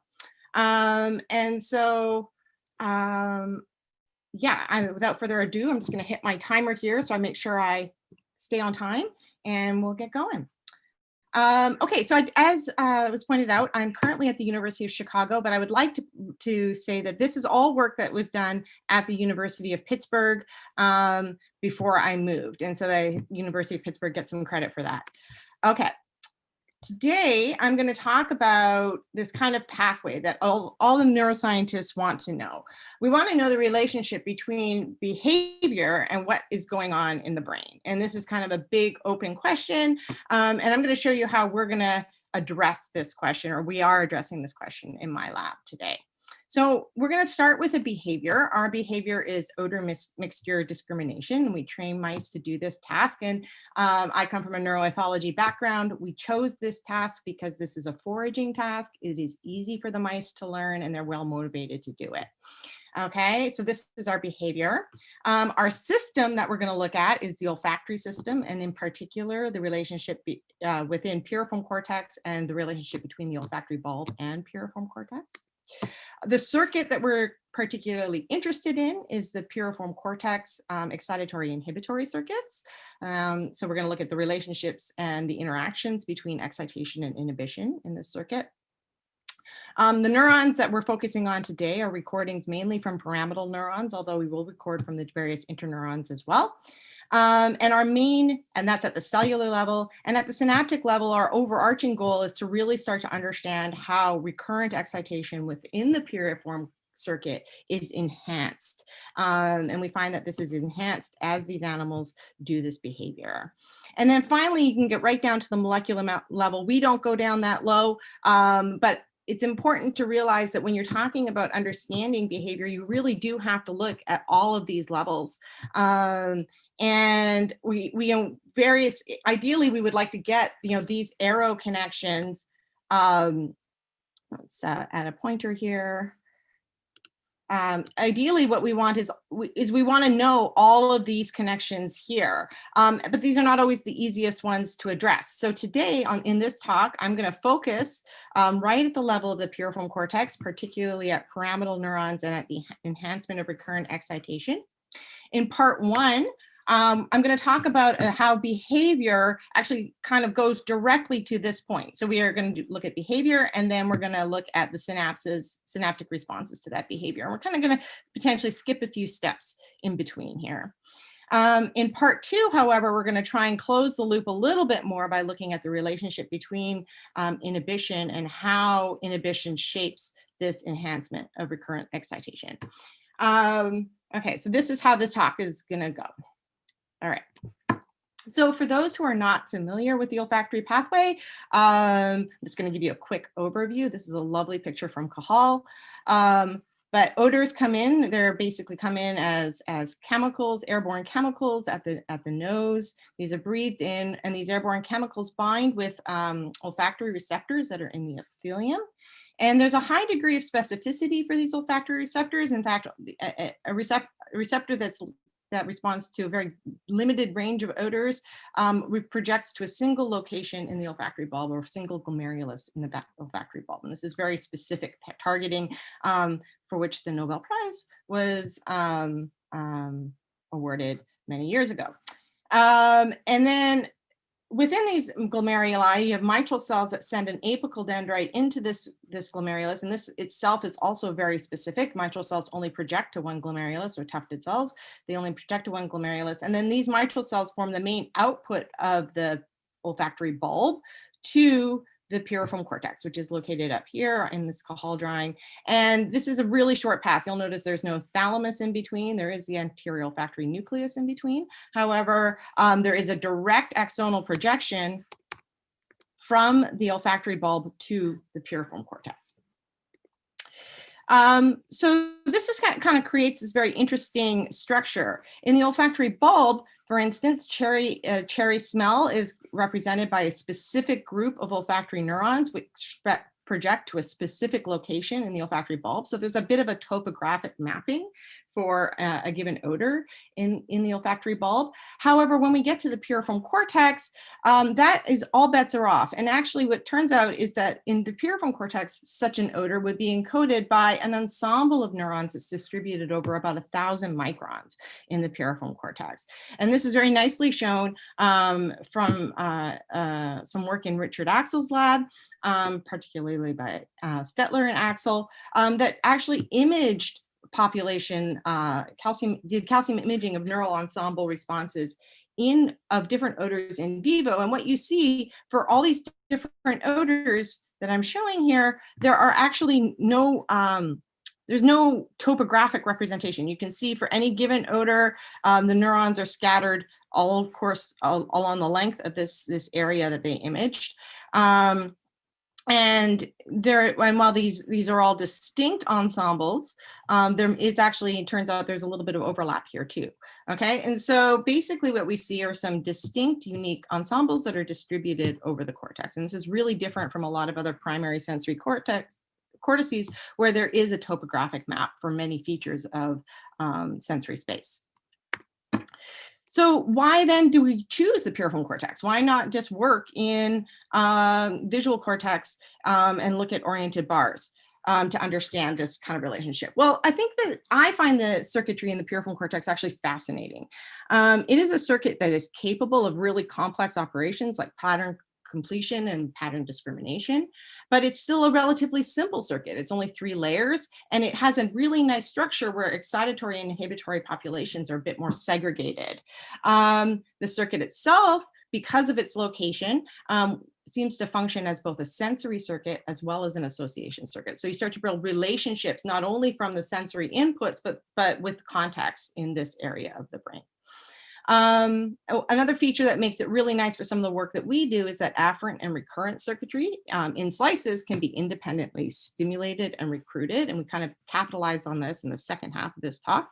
And that there's a well-characterized associative synaptic plasticity in this circuit that we know is strengthened with olfactory learning as well. For these recurrent synapses between pyramidal cells in layer 1B. So as I said, there's 3 layers here in piriform cortex, an afferent layer, and these are the axons from the mitral and tufted cells of the olfactory bulb coming in.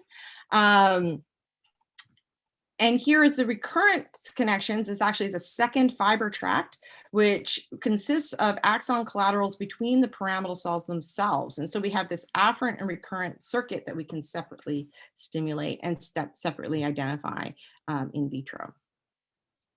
Okay.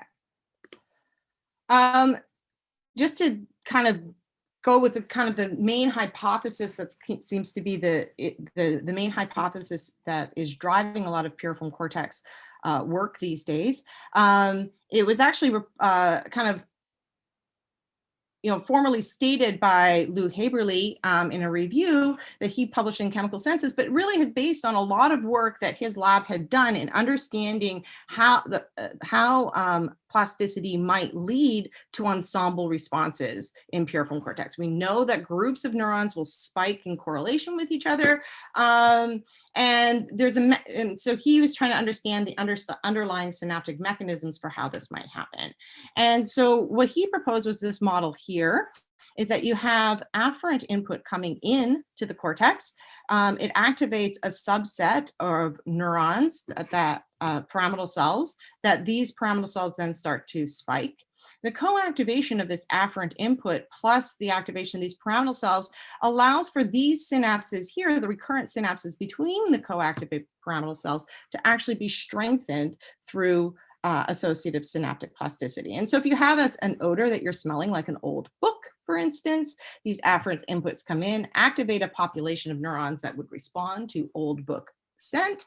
Those neurons become more strongly wired together, kind of according to Hebbian plasticity rules, that cells that fire together wire together. And so a little bit later on, if it turns out that you get a slightly different old book, or there's a slightly degraded version of the old book, that assembly can be recruited, provided enough of the neurons that were initially activated get reactivated because of the strengthening of these synapses. For instance, this neuron here, whose input is degraded, might still be recruited to respond because of the strength of these recurrent synapses. And this gives you some perceptual stability and allows you to recognize the old book assembly again. This is kind of a pattern completion algorithm.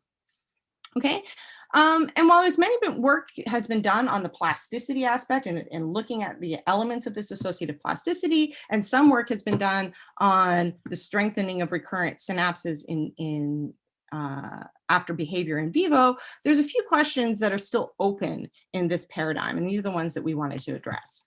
The first is that it really hasn't been shown that recurrent synapses within assemblies or ensembles are strengthened by training. We know that task learning increases intracortical strength and excitability, but we don't know if this is specific to a given ensemble or not. Is this specific to the odor evoked ensemble, for instance? And then the second question that we're going to address is, what is the role of the local circuitry within the AP, the piriform cortex, and particularly with respect to inhibition, and what role does it play in the gating, the modulation or stabilization of this potential synaptic enhancement? Okay, so how do we address this question? So the way we address this question is we have to first off identify a neural ensemble. And if you want to identify a neural ensemble but still look at synaptic responses, this is extraordinarily difficult to do in vivo. And so what we do is we use an in vivo preparation, but we start in vivo. So we use an in vitro preparation to start in vivo. So one of the ways we do this is by using what's known as trap or targeted recombination in active populations. And what these are mice that were developed that undergo a specific targeting of Cre-dependent genes when the neurons are active. In this case, in the mice that we use, when neurons are active or activated by, for instance, an odor-guided behavior, synaptic activity as well as spike activity, the conjunction of these two will increase the immediate early gene expression of the immediate early gene CFOS. In these mice, there's a special, there's an extra special step in that these mice, the expression of Cre recombinase is linked to the expression of CFOS, but the Cre recombinase is prevented from actually doing its job by unless tamoxifen is present. And so what we do is when the animals are doing their behavior, we give them tamoxifen. And this allows the Cre recombinase that gets expressed in active neurons to then recombine with a floxed element such as TD tomato, which is I'm showing here. So we can fluorescently tag these neurons or express something like channel rhodopsin in them, which we will do as well. Okay, so here's a picture of piriform cortex. Here are the different layers: the input layer, layer 1B, which is the recurrent excitation layer, and all the pyramidal cells that are lit up in response to during behavior. So this would be an ensemble, what we would call an ensemble here. Okay. Just to quickly look at what we do with respect to behavior. So we tag ensembles during rewarded behavior. So what we do is we train animals to discriminate two odor mixtures. They have a slight one odor difference between them. So this is a not super difficult task, but difficult enough. It takes them about a day to learn it. We tag them once they've learned it. And here's just some criteria for learning. We see that all of our animals are learning this really quickly. They, like I said, they can learn it within a day. Once we tag the neurons, we wait about 10 days before we record from them. But in the intervening time, we make sure that the animals can still do the task. So here we go in the trained group, we've tagged them on day 2 once they've learned the task. We test them 5 days later, they can still do the task. We test them 10 days later, they can still do the task. And then on the 11th day, we'll record from these neurons in vitro. And we do the same for the control group, except that in the control group, they don't get a reward. They just get exposed to the odor for the same period of time that the trained group did, and we re-expose them the day before. Okay, so these guys have not learned any task. And what we find is if we go into our slices and we look at the recurrent connections, and all we have to do is record from a red cell, and we record simultaneously from a non-red cell. And then what we do is we stimulate the intracortical fiber tract, which is stimulating these recurrent synapses. And what we find is when we look at control mice that didn't learn a task and didn't learn any relationship between odor and reward, we find that there's no difference in the intracortical inputs between the red cells and the non-red cells, meaning there's no specific synaptic enhancement happening in this pathway. However, in the trained animal, we see a strong difference. What we see is that in the red cells, you get much stronger intracortical inhibition than you do in the non-red cells. So presumably the neurons that are in the ensemble are getting stronger excitation than the neurons outside the ensemble, which are the FOS negative ones. This doesn't fully answer our question, however. This actually does nicely reproduce what has been previously shown in a different manner. The reason it doesn't answer our question fully is because when we stimulate this recurrent pathway, we stimulate randomly any axon that's in the pathway. And this could be from a FOS negative or a FOS positive cell. And so what this doesn't do is answer the question of whether or not excitation within an ensemble is enhanced. So in order to test that, what we did was we repeated this behavioral training with the animals, but these animals that were initially infected with channel rhodopsin as well as TD tomato prior to training. And then what happens in these animals is we train them for a day. We train them for 2 days so that they get really good at the task. And then on the day that we tag, we get them to re-perform the task, and we do it in one of 2 ways. We either do it where the only thing they get is they don't actually have to discriminate. Every time they go, both sides of the choice, both choices are the rewarded odor. So these mice seem that they think they're super smart. They're getting it right all the time because they only have a chance of getting it 100% correct. Then what we do with a different set of mice is we will only give them the non-rewarded odor. These mice will get really frustrated during the task and they'll bail out because they always get it wrong. But what this does is it allows us to independently tag and express the assemblies that were rewarded versus the ensembles that weren't rewarded. And then we do the same thing as we did before, where we record from the animals 10 days later. We have lots of time for channel rhodopsin expression. This is what the slices look like when we do this. Under IRDIC, we can record from these neurons. Their tagged assembly is red, and a subset of that tagged assembly is green and red, and also expresses channel rhodopsin. So if we record from these channel rhodopsin positive cells, we can drive them to spike. And so we know we can activate a subpopulation that is just part of our given ensemble. And we do one more control here too, just to make sure, because our FOS positive cells are could possibly express both channel rhodopsin and just plain old TD tomato. We wanted to focus on just recording from neurons that don't express channel rhodopsin, which would contaminate our synaptic responses. So in this case, what we do is we just leave the light on for a little while. And this is just a nice control while we record from, say, a FOS positive channel rhodopsin cell. We'll see a very strong channel rhodopsin current that continues for a long time. But in a channel rhodopsin negative cell, we'll see a synaptic response that decays and ends. And this is how we determine that we're only recording from these red cells, not red and green cells. And then what we do is we record from a red and a non-red cell while we shine light really briefly to just activate and get us about 1 or 2 spikes in our population of channel rhodopsin positive cells.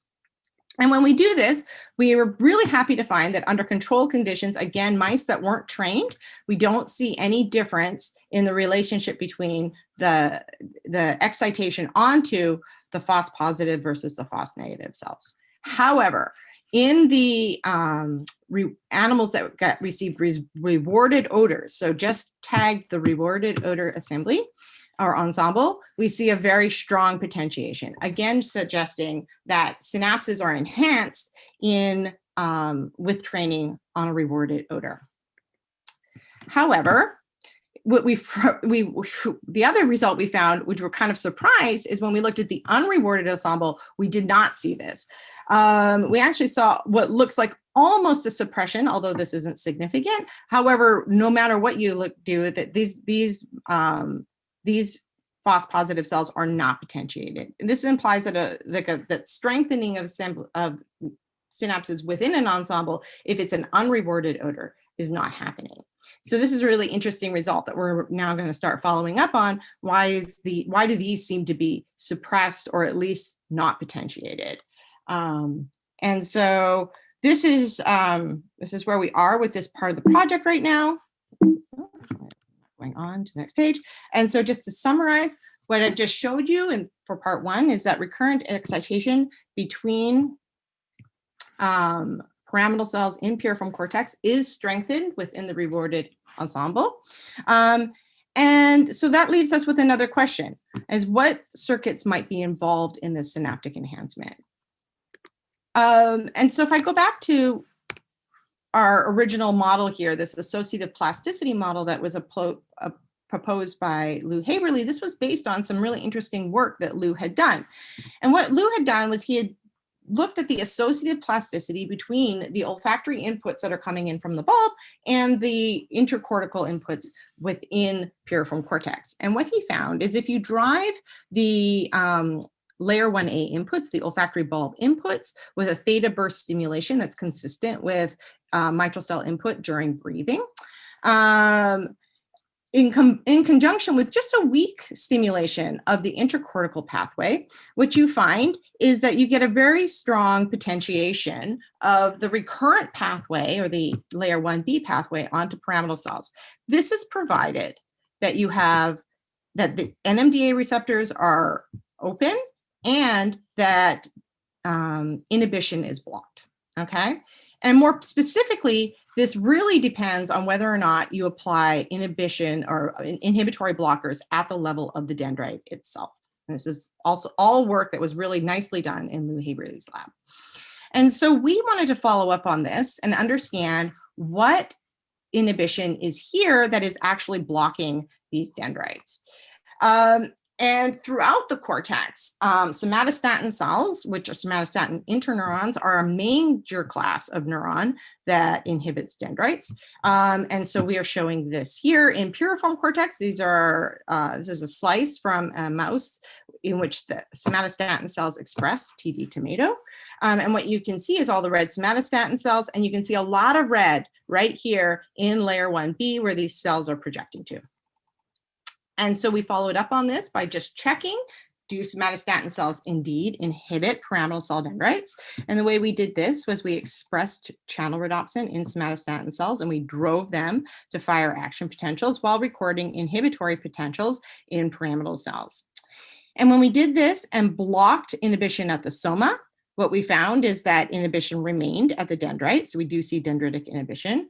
And conversely, when we blocked inhibition at the dendrite by just puffing on a little bit of gabazine, we also found that there was a little bit of inhibition at the soma. And it turns out to be about 50% of the inhibition that they supply is at the level of the dendrite. So this made us wonder if SST cells were actually activated by this theta burst stimulation during using Haberle's protocol for associative plasticity induction. And it turns out they are very strongly activated by this. So what we did was we recorded from a pyramidal cell that was expressing archirhodopsin, the inhibitory opsin. And what we did was we first drove the layer 1A at theta burst stimulation level. This drove robust spiking in the somatostatin cell that we could block by turning on the green light.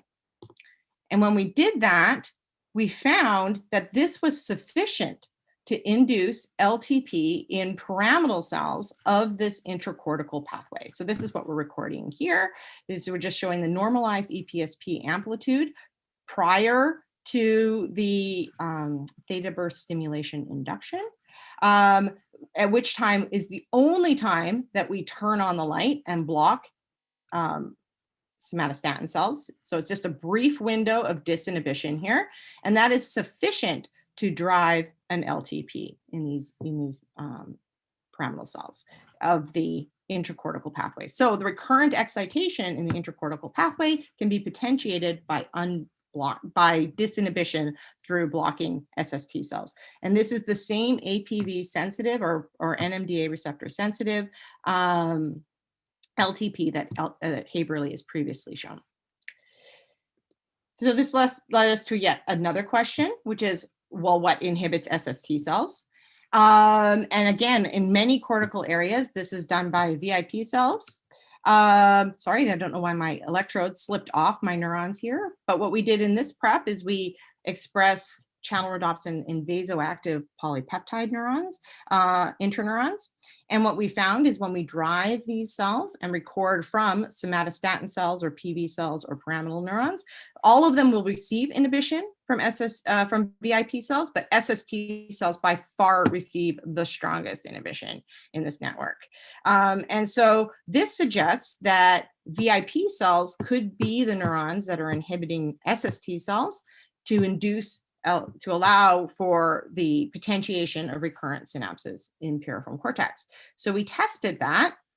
And the first thing we did was we looked at whether or not VIP cells themselves could block SST spike activity during theta burst stimulation, and indeed it can. So if we record from an SST cell and then pulse light on VIP cells at the same time, we find that we can robustly block SST spikes. And that's what we're showing here. The spike rate drops dramatically during the theta burst stimulation.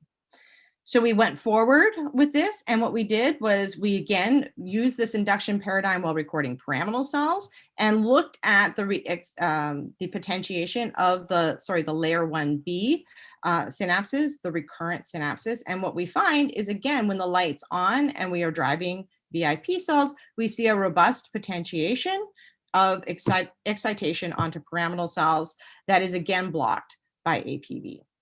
And so in summary, this looks like a circuit where VIP cells can inhibit SST cells. That disinhibition allows for the potentiation of the recurrent synapses onto pyramidal cells. And these are the same synapses that are potentiated with behavior. Okay, so that leaves, I'm just going to close out with some open questions. One of our major questions is what drives VIP neurons, and this is a new project that we're going to be starting in the lab.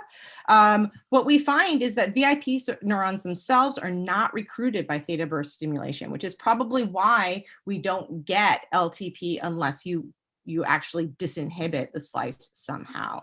However, they're robustly driven by our light stimulation. So we feel that there's got to be something happening when the animals are doing the task, such as a cholinergic input, that is allowing these neurons to start spiking and to allow for this gating of excitation to be the gating of enhancement of excitation. So this is a new project we'll be starting in the lab. And so this leaves me with a closing. So just to summarize, recurrent excitation is as I showed in the first part, is strengthened in rewarded ensembles following learning, odor learning. Recurrent excitation is also enhanced by associative LTP as long as you are disinhibited through one of our disinhibitory circuits. SST neurons in particular are the ones that are inhibiting PN dendrites, but inactivation promotes LTP at these recurrent synapses. And VIP neurons inhibit SST interneurons to disinhibit the PN dendrites. And so this might be at least one mechanism for this enhancement to be happening while the animals are learning. So I'm just going to close here with kind of where we were. I showed you some links here in this pathway, but what we really want to do going forward here is understand the relationship to spike responses, particularly what and when are these ensembles responding to. And then we really want to look at this kind of neat new suppression of excitation, or perhaps maybe it's inhibitory plasticity that is affecting the non-rewarded ensemble. Okay. And just to say, this is all work that was conducted and led by my postdoc, Martha Canto-Bustos, in conjunction with my graduate student, Catherine Friesen, and my two technicians, Connie Bassi and Sam Meehan. And again, my funding sources. And thank you very much. Excellent. Thank you very much, Anne-Marie. That was a beautiful talk and perfectly on time. The best one we've had. We have quite a few questions already, which is really exciting, and I would like to ask people to keep coming in. We have 15 minutes for discussion. So the first one is by Priscilla Ambrosi. I want to ask her whether she wants to ask her question live, or otherwise I can read it. Priscilla, she raises her hand. Okay, so go ahead. Hi. Thank you for the talk. I wanted to ask you, when you look at the opto responses, sorry, I'm going to read my question, even though it's not very well worded. Could a difference in currents in response to the optostim between rewarded and unrewarded groups be due to the total number of cells activated during the task? Because you have chondrodopsin, under control of CFOS activation. So I was wondering if there are more cells that are activated in the rewarded task. Yes. Let me just go back to that figure. So, all right. So if you, let's fix this here. So yes, that's absolutely true. And actually that is one of the things that we find in both the control condition and the unrewarded odor condition. It appears to be that there are just less red cells. But this is why we always compare a FOS positive to a FOS negative cell in the same slice. Because we assume that the kind of the effects of a population of kind of like the amount of channel rhodopsin that's expressed is going to potentially affect both the connections to both neurons in these groups. The way that the recurrent connectivity works in piriform cortex is that there's a relatively low, sparse, but uniform connectivity amongst the neurons over great distances. And so we're pretty sure that if there is a synaptic connection there, we're probably catching it. However, it is possible that the absolute strength of these synapses will depend greatly on the number of neurons that are labeled with channel rhodopsin. And so this is why we only do within slice comparisons and not across slice comparisons. Does that answer your question? Yes, thank you. Excellent, thank you very much. The next one is by Lina Ali Ibrahim. Do you want to answer live? Lina, are you here? Yes, apparently there is a raised hand. Where are you? Let me find you. Okay, go ahead. Hi, my question is whether you've looked at the inhibition from LAIR1 into neurons that could be driving this, because it's been shown that LAIR1 into neurons also can have both inhibitory and disinhibitory effects depending on which interneurons in LAIR1 are stimulated. Right, I agree. So we looked at there's two answers to this question. The first one is that when I've recorded from layer 1 interneurons and drive these kind of theta burst stimulations, what happens is that inhibition due to short-term plasticity depresses really quickly. And so if you give a train of theta burst stimuli, it'll respond really strongly on the first train, but not necessarily on the later trains. And so whereas the somatostatin mediated inhibition, if you drive those with theta burst, they're actually more likely to spike later on due to like a potentiation of excitation onto those, a short-term potentiation of excitation onto the SST cells. And so really kind of the more long-term inhibition here is really a recurrent inhibition that's being recruited by this strong stimulation. We haven't got, I haven't seen, although, and I'm not aware of a disinhibition within layer 1 itself. However, if you know of a paper, I'd love to hear it, where that is in piriform cortex. There's absolutely the case for this in auditory cortex, but I haven't seen it in piriform cortex. That doesn't mean it's not there, it hasn't come to my attention.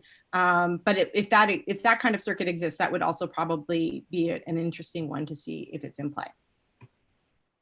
Cool. Very nice. Next one, we have quite a few, so I'm going a little bit fast. It's by Handlo.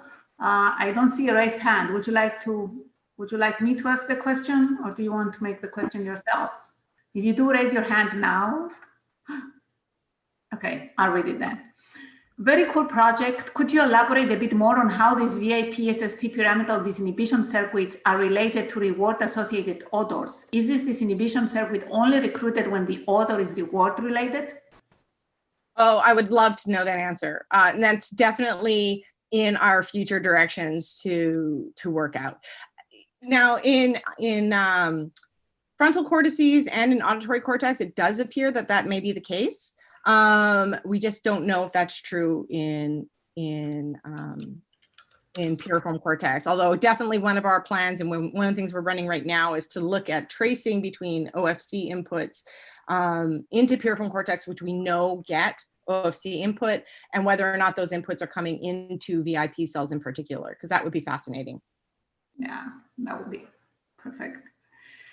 Okay, the next one is by Jan Hartung. Jan, I don't see a raised hand. Oh, yeah, okay. I see a raised hand. So let me give you the talk. Go ahead. We can hear you now. Hi, thanks a lot for the talk. It's a really cool work.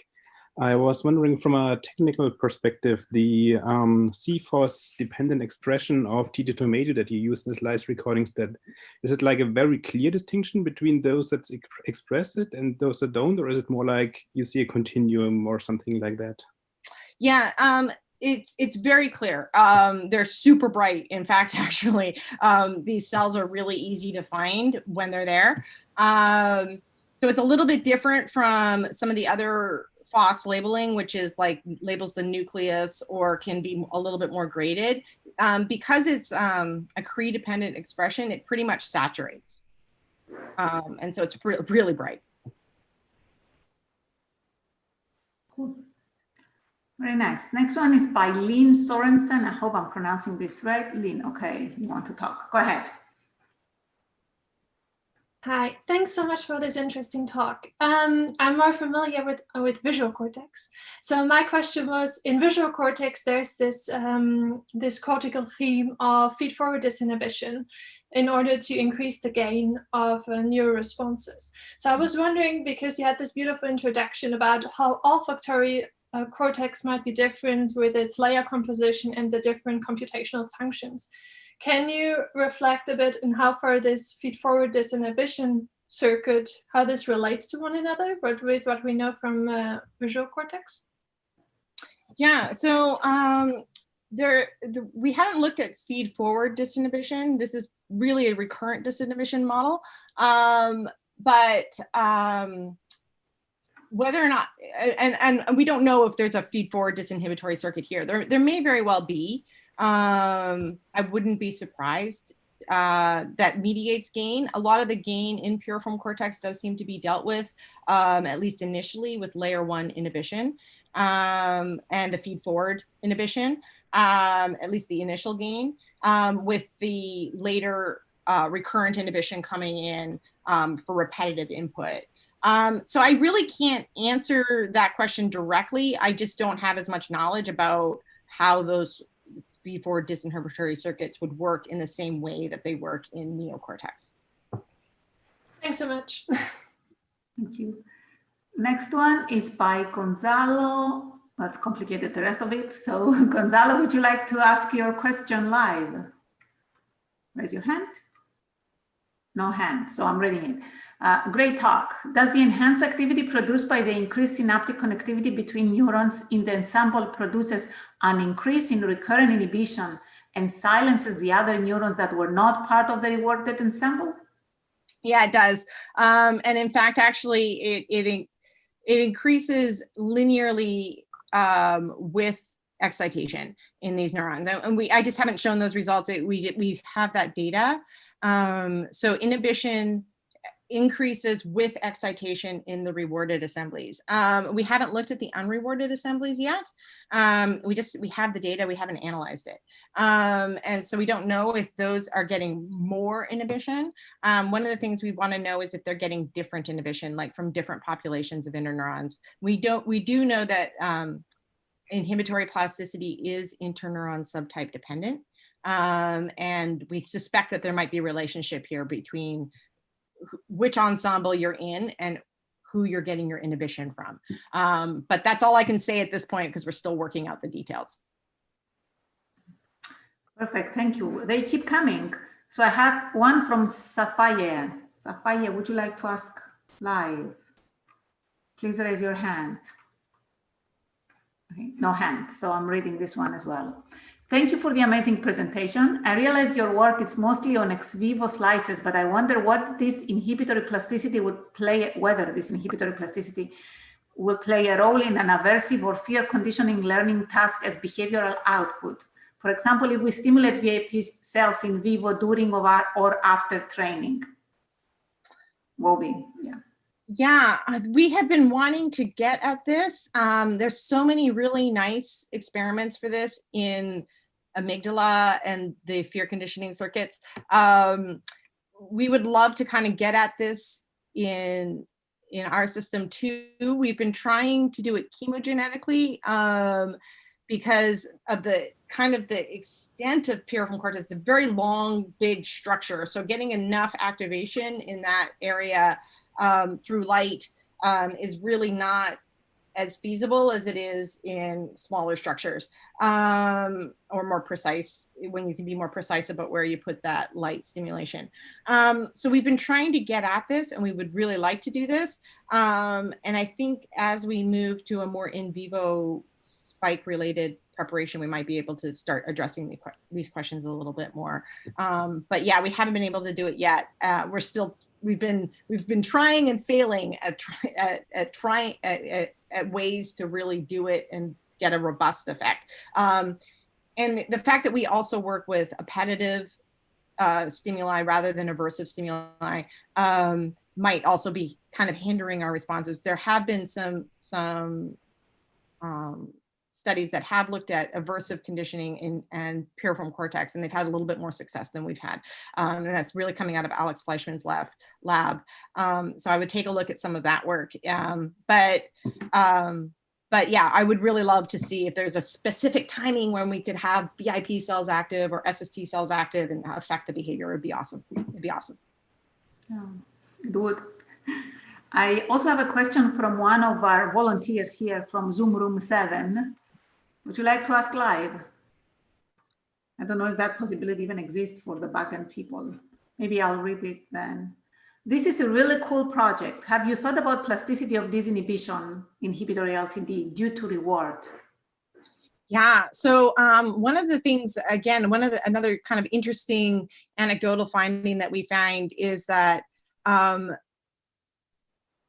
excitation onto VIP cells themselves intracortical excitation does seem to also be plastic, which would imply potentially that the disinhibitory circuit could be wired into the ensemble itself, which would be fascinating as well. Again, there's just so many options here, and the things that we found, it's like, come to my lab. You want to chase that down? You can. It would be great. You know, so yeah, I think the disinhibitory circuits themselves could be plastic. Many of the inhibitory circuits are also plastic, and so I think we're really at the tip of the iceberg here with when we look at synaptic plasticity and its relationship to the formation of ensemble activity and assemblies in any cortical area, to be truthful. Absolutely. Great. I think we have to shut down now for the next panel to prepare, but there is one last question. So maybe one last minute, which is from Hyung Law, second question. Can you tell us a bit more on how you differentiated between deep and superficial neurons as they have different amounts of recurrent inputs? Yeah. So we really focused on the superficial ones, the ones that were really quite close to layer 1B for two reasons. One, we knew that the plasticity, the LTP, was the strongest and most likely to happen because the superficial neurons get the afferent as well as the recurrent input, like both of them fairly strongly, whereas the deeper neurons don't get a ton of afferent input. And so that was why we did that. And then in vivo, when we did our behavior, we also focused on those neurons as well. So we kept it more superficial than deep, to be truthful. Yeah. Excellent. So now I think we have to finish. It was an amazing talk. Thank you very much, Anne-Marie. I hope everyone enjoyed it. And thank you for joining NeuroMatch. And I wish you all a wonderful afternoon. There are more to come. Bye, everyone. Bye.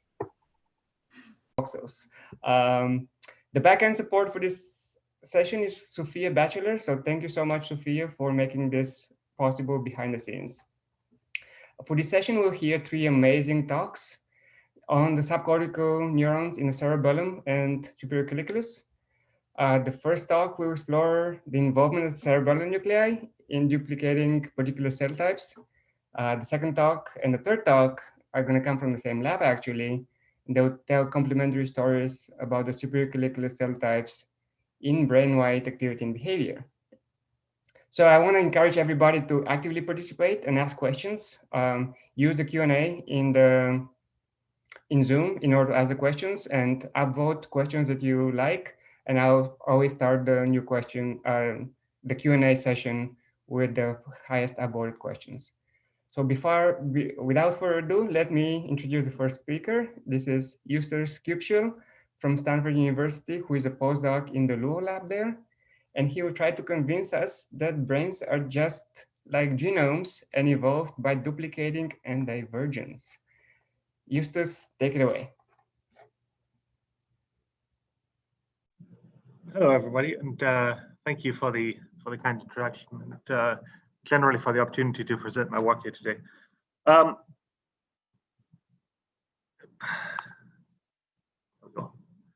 a pointer. Yes. So the general question I'm interested in throughout my career at postdoc is, how did brain circuits, brain regions, and the cell types contained within them evolve to give rise to these incredibly complex brains that we see in the world today? To make any progress towards answering this question, I think it's critical to pick the right system. And when I say that, what I mean is that obviously we want the system to be important, right? We want there to be clear orthologs across species and clear paralogs within species, so we can do both between species comparisons as well as within species comparisons. We want the system to be evolutionary plastic so that things have actually changed and we have the delta to compare across. And ideally, we want the system to be small enough, at least in some species, to allow for exhaustive coverage so we don't just miss things. One such system is the cerebellum, in particular the deep cerebellum nuclei. So the cerebellum is this hindbrain structure, right? Is evolutionary ancient, present in all jaws vertebrates, and is famous for its motor-related functions and for its function in controlling fine movements and things. At least in mammals, however, it seems to have picked up more roles in higher cognitive function as well. Now, when people talk about studying the cerebellum or the cerebellum itself, they generally talk about the cerebral cortex, this big folded sheet here on top. Basically, the only thing you see when you look at the, say, a mouse cerebellum. And the cerebral cortex is incredibly well studied and is famous for this crystalline circuit motif of granule cells making the parallel fibers going to the Purkinje cells, right? But none of the computations happen in this entire, cortex reach the brain, have any influence on the rest of the brain-wide computation before they get integrated in the cerebral nuclei here embedded in the white matter underneath this circuit, underneath the cortex, and then get routed to a whole bunch of different target areas, about half the brain. Now, while the cerebral cortex has this crystalline circuit motif just kind of expanded over evolution, the cerebral nuclei have been very plastic. So in jawless vertebrates, we have stuff that kind of looks like cerebral cortex, but nothing that resembles the cerebral nuclei. Then cartilaginous fishes and amphibians, there's a single pair of cerebral nuclei. In reptiles and birds, we have 2, and in mammals, we have 3. In the human, one of the 3 nuclei got really, really big compared to the other 2. Now, so you have this nice system where we seem to have gone from 1 to 2 to 3 cerebral nuclei, all rising from the same ancestral brain area. Now, I think it's fair to say that given their circuit position, the cerebral nuclei are probably important. They do have these clear homologs across species that are easy to pick out because it's right there in the white matter.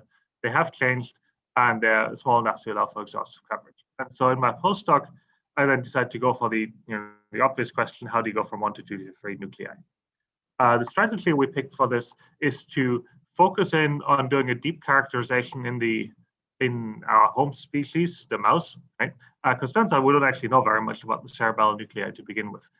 So we looked at cell types, their spatial organization, and then also brain-wide projections, and then compared between the different cerebral nuclei in the mouse, come up with hypotheses about how they might have evolved, and then test those hypotheses by looking at the chicken with 2 cerebral nuclei versus the 3 in the mouse, and then the human where one of them got really big. For time reasons, I'll mostly focus on the sequencing work in the mouse and then the chicken comparison here. But I'm happy to talk about anything else. So what did we find? So we looked first at the mouse, did single nucleus RNA sequencing of all the neurons in the different cerebral nuclei. And so we find exciter and inhibitory neurons. We just look at the inhibitory neurons to begin with. What we find is that they're relatively not particularly diverse, fall into these 3 large classes of neurons, and each of these classes is present in each of the 3 cerebral nuclei. So it doesn't seem to be like nucleus-specific expression, they're nucleus invariant. In stark contrast, the excitatory cells are way more diverse, so we find 15 separate clusters, and each of these different cell types seems to only originate from a single cerebral nucleus. So we have these nucleus-specific excitatory neurons. Now, to try to find some structure in this mess of cell types, we thought, well, maybe if the cerebral nuclei arose all from one single ancestral area, then we would expect to find equivalent cell types in the different cerebral nuclei, right? So that you could match up excitatory cell types that arose from the same ancestral cell type and the so-called sister cell types. So we just did simple hierarchical clustering of the excitatory cell types here, and this is the result. You see this dendrogram, and what's immediately obvious is that you have this deep split across the dendrogram, where like about half the cells fall into this what we call class A, and the other ones into class B. Each of these 2 classes has cell types that originate from each of the 3 cerebral nuclei. So it turns out that actually these, like E5 here from the interpost nucleus, is more similar to E7 from the lateral nucleus than to the other, like E12 from its same nucleus. So we consider all the members of class B as beautifully sister cell types originating from the same kind of cell type over evolution of the ones in class A. Now, as you can notice here, there's several representatives of each of the classes in the different nuclei, which made us think that maybe there's some organizational unit that is smaller than the 3 cerebral nuclei that we see in the mouse. So to check this, we did StarMap in situ sequencing of the cerebral nuclei. That's just fancy, highly multiplexed in situs. And what you get, so we probe for what, a couple dozen genes. And so here you're looking at a coronal section of the mouse cerebral nuclei. We have drawn in these dashed lines, so-called subnuclei, so subdivisions of the cerebral nuclei that we can distinguish by their cytoarchitectonic boundaries, like the different fiber bundles running through them. And so for each cell, we can then look at what genes is expressing and match it against our single nucleus RNA sequencing data set and classify them as cell type. So here you have the same section, just the cells colored in different ways. Here first for all the 19 different cell types we discovered. So if you look at these class divisions here, what you can see is that each of the different subnuclei contains representatives of both class A and class B, as we would have maybe expected. Where it gets interesting is when you break down these different classes, class A or class B, into their into their cell types. And so what you can see here immediately is that each cell type seems to be specifically confined to just one subnucleus. So the purple ones up here, the dark blue ones are down here, the pink ones are over here, right? And so this just popped out of the data, suggesting that actually it's not the nucleus that's the organizational unit of the cerebral nuclei, but it's the subnuclei, each of which contains this backbone of nucleus invariant inhibitory, 3 inhibitory cell classes, and then representatives of the 2 classes nucleus-specific excitatory cells. In data that I'm not showing here, we also looked at brain-wide projection patterns and found that similar to the excitatory cells that are related across nuclei but have changed and diverged, we see that the projection patterns of the different cerebral nuclei are obviously different, but in a lot of areas they have just shifted relative to each other, not actually picked up a completely new projection and look completely different. Now, thinking about what this data means for the evolution of the cerebral nuclei, we came up with the idea that maybe what we're looking at is just a duplication and divergence of this set of the cell type set of 3 classes of inhibitory neurons and 2 classes of excitatory neurons. So you just like pick and duplicate till you reach the number of subnuclei that you want. To test this, we figured we'd look at the chicken that has 2 cerebral nuclei and some unknown number of subnuclei. And so our prediction for what we would like to see, or what we would think we should see in the chicken, if this duplication and diversion hypothesis is true, that we should see 3 classes of inhibitory neurons that correspond to the mouse classes, and then some number of subnuclei that each contain class A and class B excitatory cells. So we went in, got chickens, did single nucleus RNA sequencing of the neurons, just the same way we did in the mouse. And looking at the inhibitory cells there, what we see again is a very similar picture. We have 3 classes of inhibitory neurons, relatively homogeneous. And if we correlate these chicken cell types to the mouse cell types, we find a nice one-to-one correspondence at the class level with some expansion and contraction of the cell types within these classes. Now, as I mentioned, we don't really know what's going on with the subnuclei in the chicken. So what we did is we took the excitatory cells that we found in this data set, and because we had noticed that in the mouse, subnuclei cells kind of clustered together, we took the chicken ones and did a coarse clustering of those, and averaged these cells by their coarse clustering, and built a dendrogram with the mouse cells averaged by the subnuclei. So what you can see here is then that these mouse and chicken subnuclei cluster nicely together, where we seem to have things in the chicken that corresponds to the mouse medial subnucleus, the lateral medial nucleus, the posterior interpost nucleus, but then nothing that corresponds to this 3rd nucleus of the mouse lateral nucleus. And then we have this intriguing additional population, which we call INT-X in the chicken. Well, this is inferred from just single nucleus sequencing data to check that these are actually physically separate structures we did in situ sequencing in the chicken. And indeed, we find here's just coronal section, sample coronal section. We find that the medial, medial, in-P and in index regions are actually physically separated structures within the cerebellar nuclei of the chicken. So we do have 4 cerebellar subnuclei in the chicken. When we cluster the same excitatory cells in a much higher resolution to match the resolution that we looked at in the chicken, in the mouse, what we find is that we got a lot more cell types, about 17.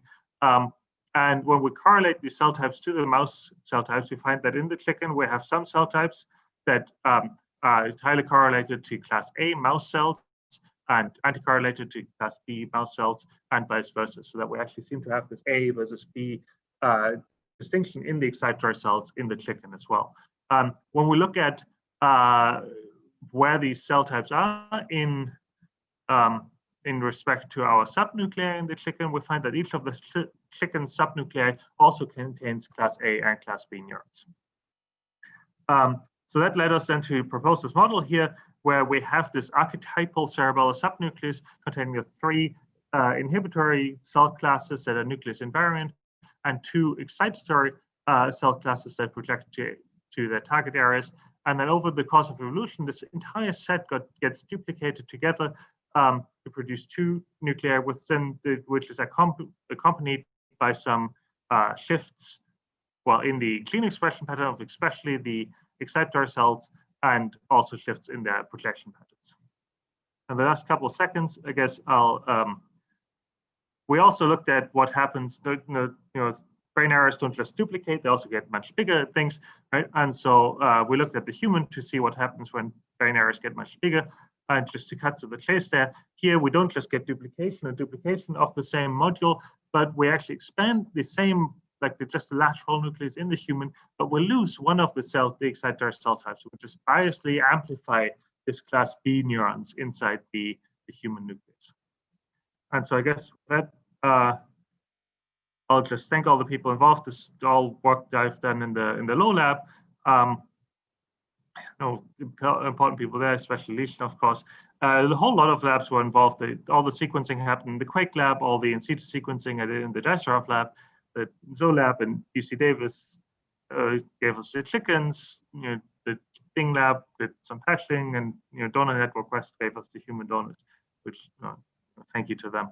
And I guess finally, shameless plug. I'm opening my lab at Hopkins in January, so if anyone likes this kind of work or barcodes or anything, just reach out to me. I'm looking for people to join me on this journey. With that, I'm happy to take any questions. Wonderful. Thank you, Justus. There's some applause from everybody in the audience. Unfortunately, we're actually out of time. There's a number of really good questions, and I encourage you to actually answer them yourself, just in the Q&A. While the second speaker is talking, but we have to move on. So there's no time to actually take the questions online. All right, so for the second talk, we have Arnaud Sans-Dublanc from the Neuroelectronics Research Flanders. And he will try to convince us of the great complexity of networks that mediate innate behaviors. So Arnaud, take it away.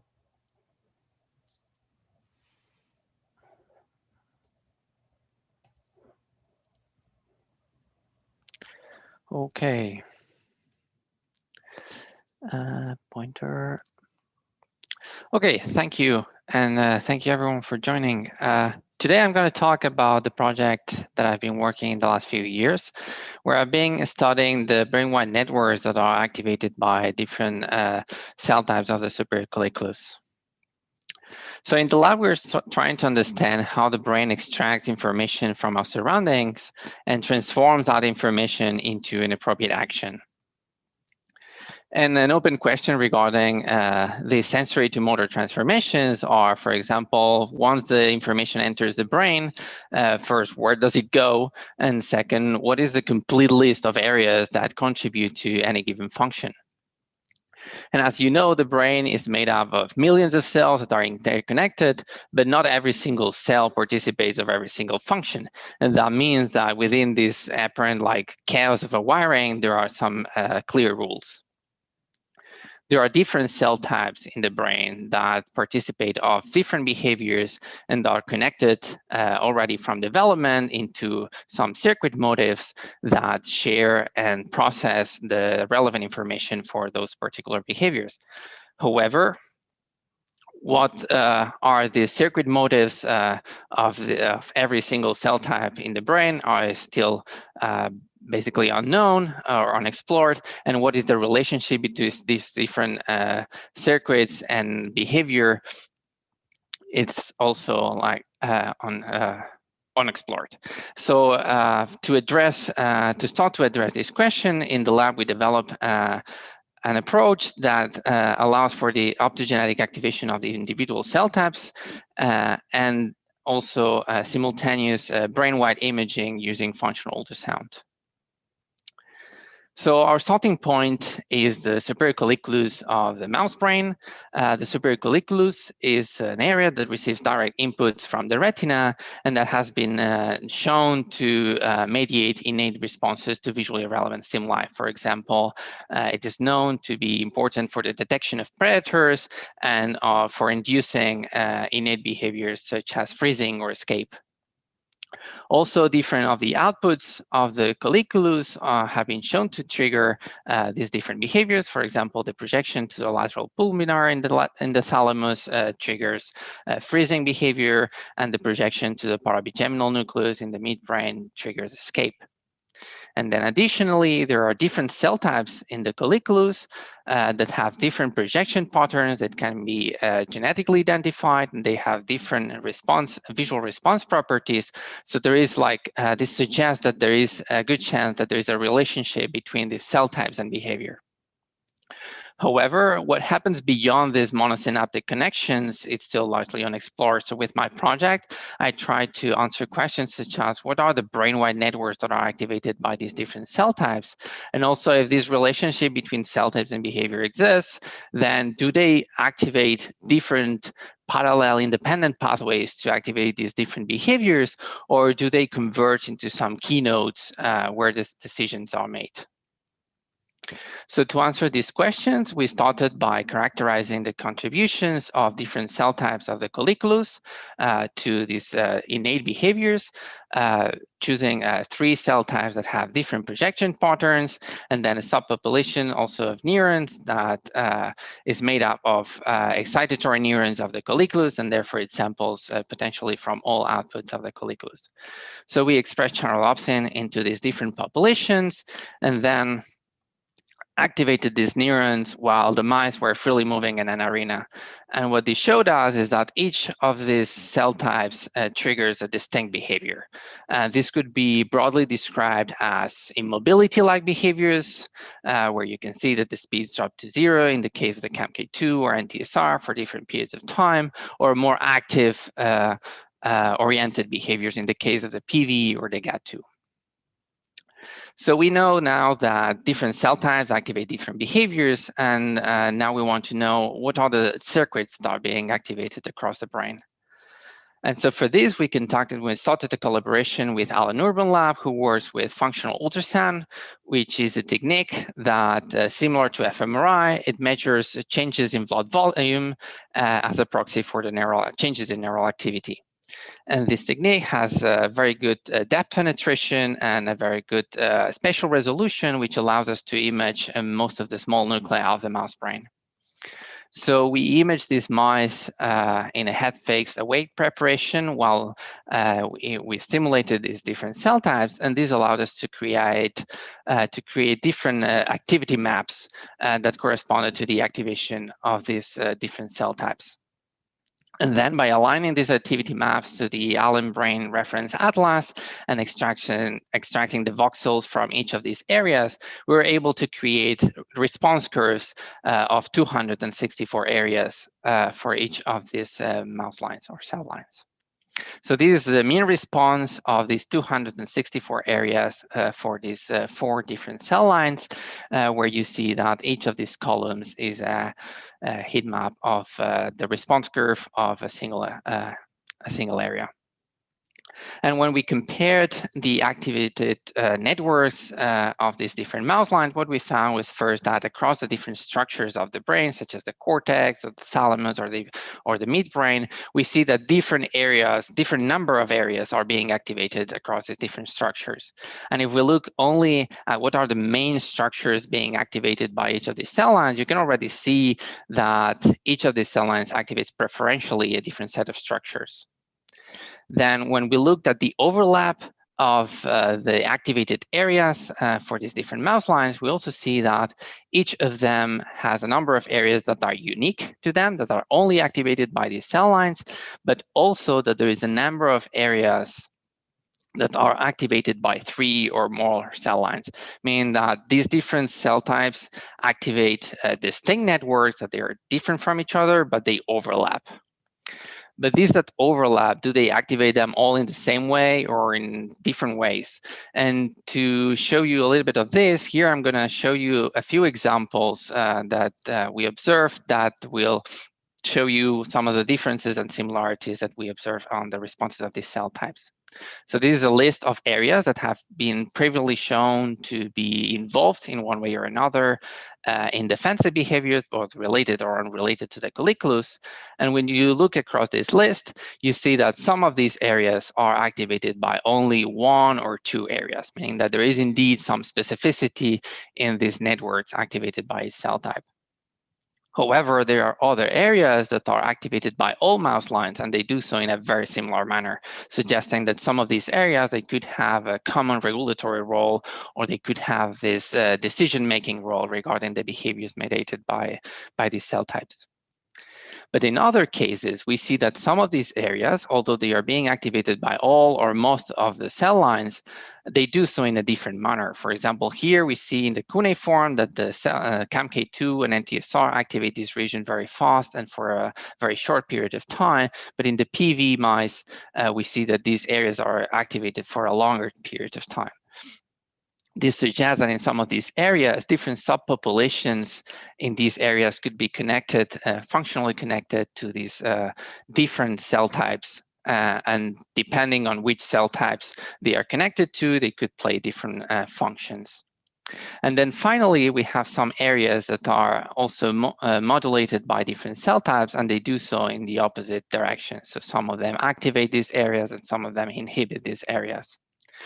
But you might be wondering, like, oh, that's very nice, but all you've shown us are hemodynamic responses in the brain. So how does that correlate, or how does that correspond with the neural activity in these areas? And for this, we next did some electrophysiology recordings with neuropixel probes, focusing on the NTSR cell line. So in this case, we activated the supracolliculus NTSR cell line in the colliculus, and then simultaneously recorded from a number of areas across the brain where we had previously seen some hemodynamic responses with a functional ultrasound. And what we found is that in all these areas, we found a very good correspondence of this neural activity with what we had observed with the functional ultrasound. And this was not only true for the positive responses, but also for the negative responses, as you can see here in the dorsal hippocampus or in the somatosensory cortex. So all in all, what I've shown you is that in the colliculus, there are different cell types that trigger different behaviors, and they do so not by activating independent pathways, but instead through complex, different networks that share a common set of nodes. And this is only the first step, of course, to know the complexity of these networks. Next, we need to know how relevant are all these nuclei that we found, and what are the roles of these nuclei. How far does the information reach through these networks? And if you want to know some of this, make sure to watch the next talk from Anya, or to look at the preprint that we have on bioRxiv that you can also access through this QR code. Thank you. Thank you, Arnaud. That was great. Here's the applause from everybody in the audience. So we have a first question. If you have more questions, please type them in the meantime. And the question is, how did you avoid the blocking of the ultrasound by the optical implant? This is a matter of angle. So we put the fiber on an angle coming from one hemisphere, and it stops on the midline. And then since the superior colliculus is close to the midline, it touches the midline, then we activate basically the contralateral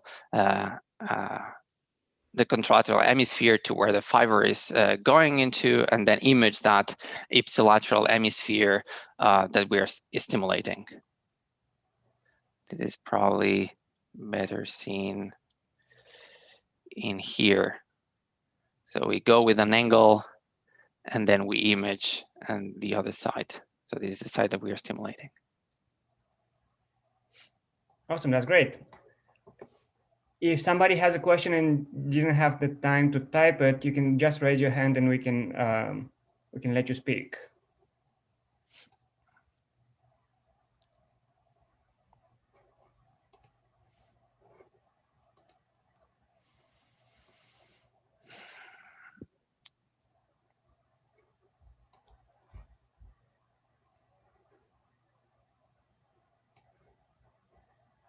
All right. So I think maybe we can then move on to our last talk. Thank you now once again. And last but not least, we have Anna Shanowska from the same lab as Arnaud in the New Electronics Research Flanders. And Anna is going to try to convince us that it's worth using different cell types for studying behavior. As somebody who studies behavior on a very different level, I'm looking forward to being convinced.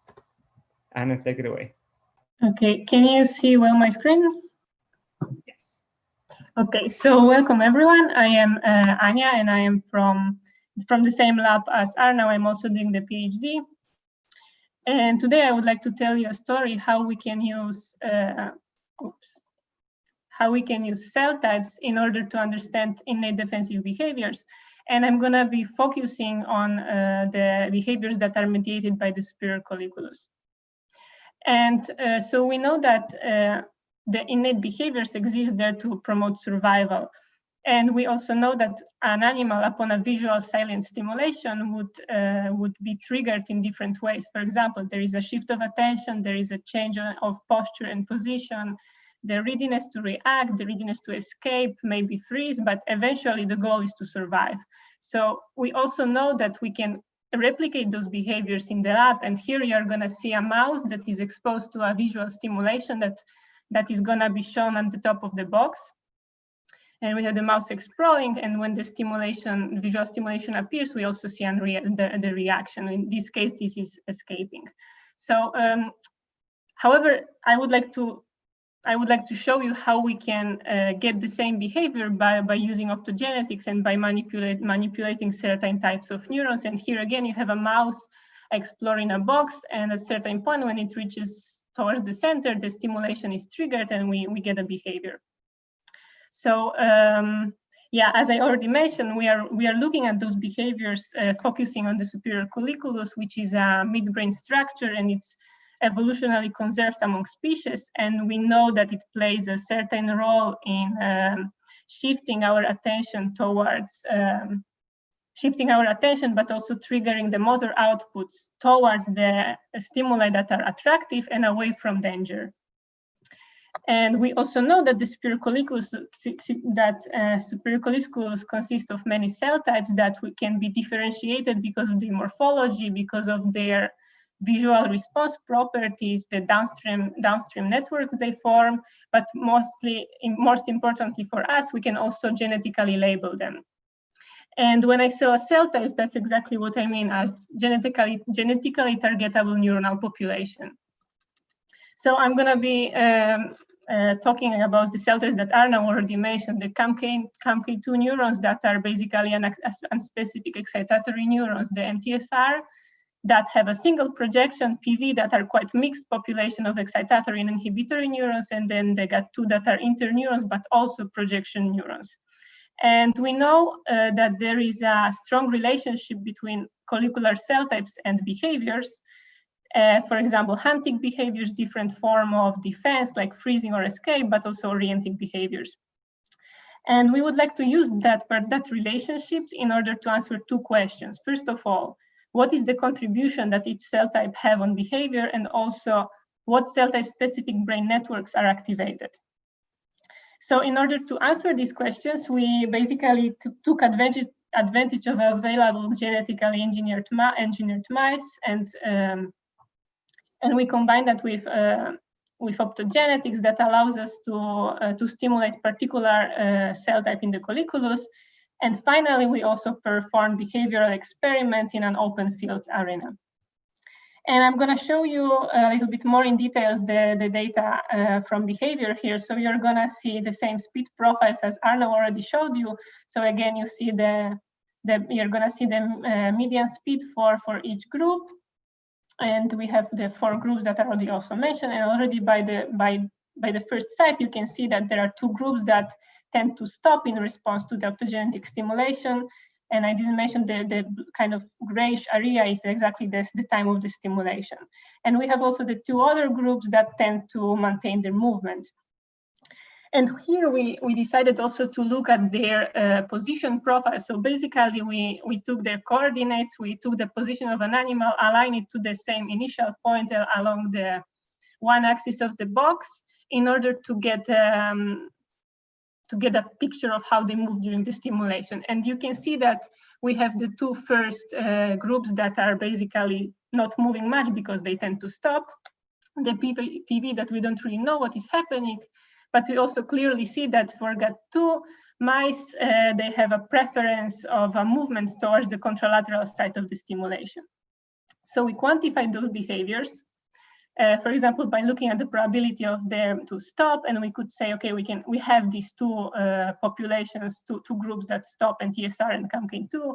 We also looked at the preference of going to the corner, and we saw that this behavior was particularly present for PV animals. And we also quantified the contralateral movement by looking at the change of the angle of the body position angle at the onset of the stimulation and offset of the stimulation. So at this point, we have some more understanding of how the collicular cell types contributes to behavior. However, this picture is still very incomplete.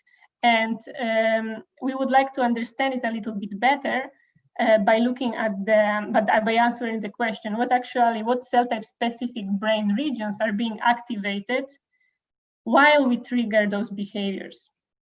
And here, yes, so we combine the optogenetics with functional ultrasound that basically detects changes in the neuronal activity by measuring the blood flow, and this allows us to obtain whole brain activity maps. And we did so for 264 brain regions, and eventually we were able to get to identify the hotspot, the areas that were particularly active for each cell type.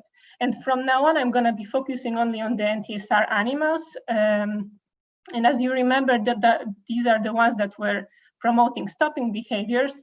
And we had 4 regions that were particularly active for these cell types. And from now on, I'm going to be talking about only about one, the PPNT, which is basically a thalamic structure that consists of different areas. And we also know that it has been reported as playing a role in some peer extinction, associative learning, but have not been reported to play a role in defensive collicular behaviors. So again, we have the collicular NTSR neurons that promote stopping, and we also know that the only target of those neurons is the LP in the thalamus. And we also know that our structure, PPNT, was active in the functional ultrasound imaging. So we hypothesized that there is some functional connectivity between the PPNT and this circuit, and we would like to see how these connections, which role they play in behavior. So in order to do that, we first asked ourselves, okay, but is the ethologically relevant information still present in the PPNT? And in order to answer that questions, we did some experiments with the visual stimulation. So basically, we showed a visual stimulus, an expanding dot to a mouse and this stimulus would reassemble the approaching predator. And we checked the electrophysiological activity of neurons in 3 regions, in the colliculus, in the LP, and also in the PPNT. And you can see the response of cells over time, and the black bar is basically showing you the duration of the visual stimulus, which was 300 milliseconds. So, okay, we know that there is an information of the visual stimulation present in the PPNT, and now ideally what we would like to do is to activate this projection from the colliculus and TSR neurons to LP while inhibiting the PPNT. And the activation can be easily done with optogenetics, as we already mentioned. And in order to inhibit the PPNT, we used chemogenetics, which basically we introduced by using virus, we introduced a receptor that would be selectively activated by the drug that is the CNO. And when this happens, then we shut down the activity of the PPNT. Then we would perform behavioral experiments when the CNO was given only during the first experimental session. And here are the results from this experiment. So basically, you see again the speed of animals. These are the data just from the session when the CNO was given to the animals, and we see that between the experimental group when the PPNT was inactivated and between the control group, there is no difference basically in the speed. However, if you look at the last trial, we already see that there is an increase in the variability of the optogenetically evoked response. And what was also interesting was that this effect was persistent over days. So even though we gave the CNO only during the first experimental session, and the animal didn't regain the response during other days, even though the CNO was not given there. So we conclude that there is a functional connectivity between those NTSR circuitry to the PPNT. And we also, and these experiments also suggest that the PPNT plays role in adaptation to optogenetic stimulation of the NTSR neurons in the colliculus. And I would like to conclude here by saying that we use this optofuzzy combination of optogenetics and functional ultrasound imaging. And this method enabled us to have an unbiased view of regions that are activated and that would be relevant for behavior. And this is important because this is a potentially could be transferred into different cell types, different behaviors, different regions, so and also different small mammals. And we also showed that indeed we can identify some regions that might play a role. In one of them, the PPNT seems to play a role in habituation to stopping behavior. And I would like to thank to all members of the Faro Lab, or mostly to people engaged in the project, and also to Arnaud that let me participate in this project, and also to people from Alan Urban's lab. And if you are interested, just you can check the paper, and thank you for your attention. Thank you, Anya. That was wonderful. That was super interesting. Thank you. Applause from everybody in the audience. All right, if you have a question, please type it in the Q&A, or if you want to just ask it online, just raise your hand and we'll unmute your mic.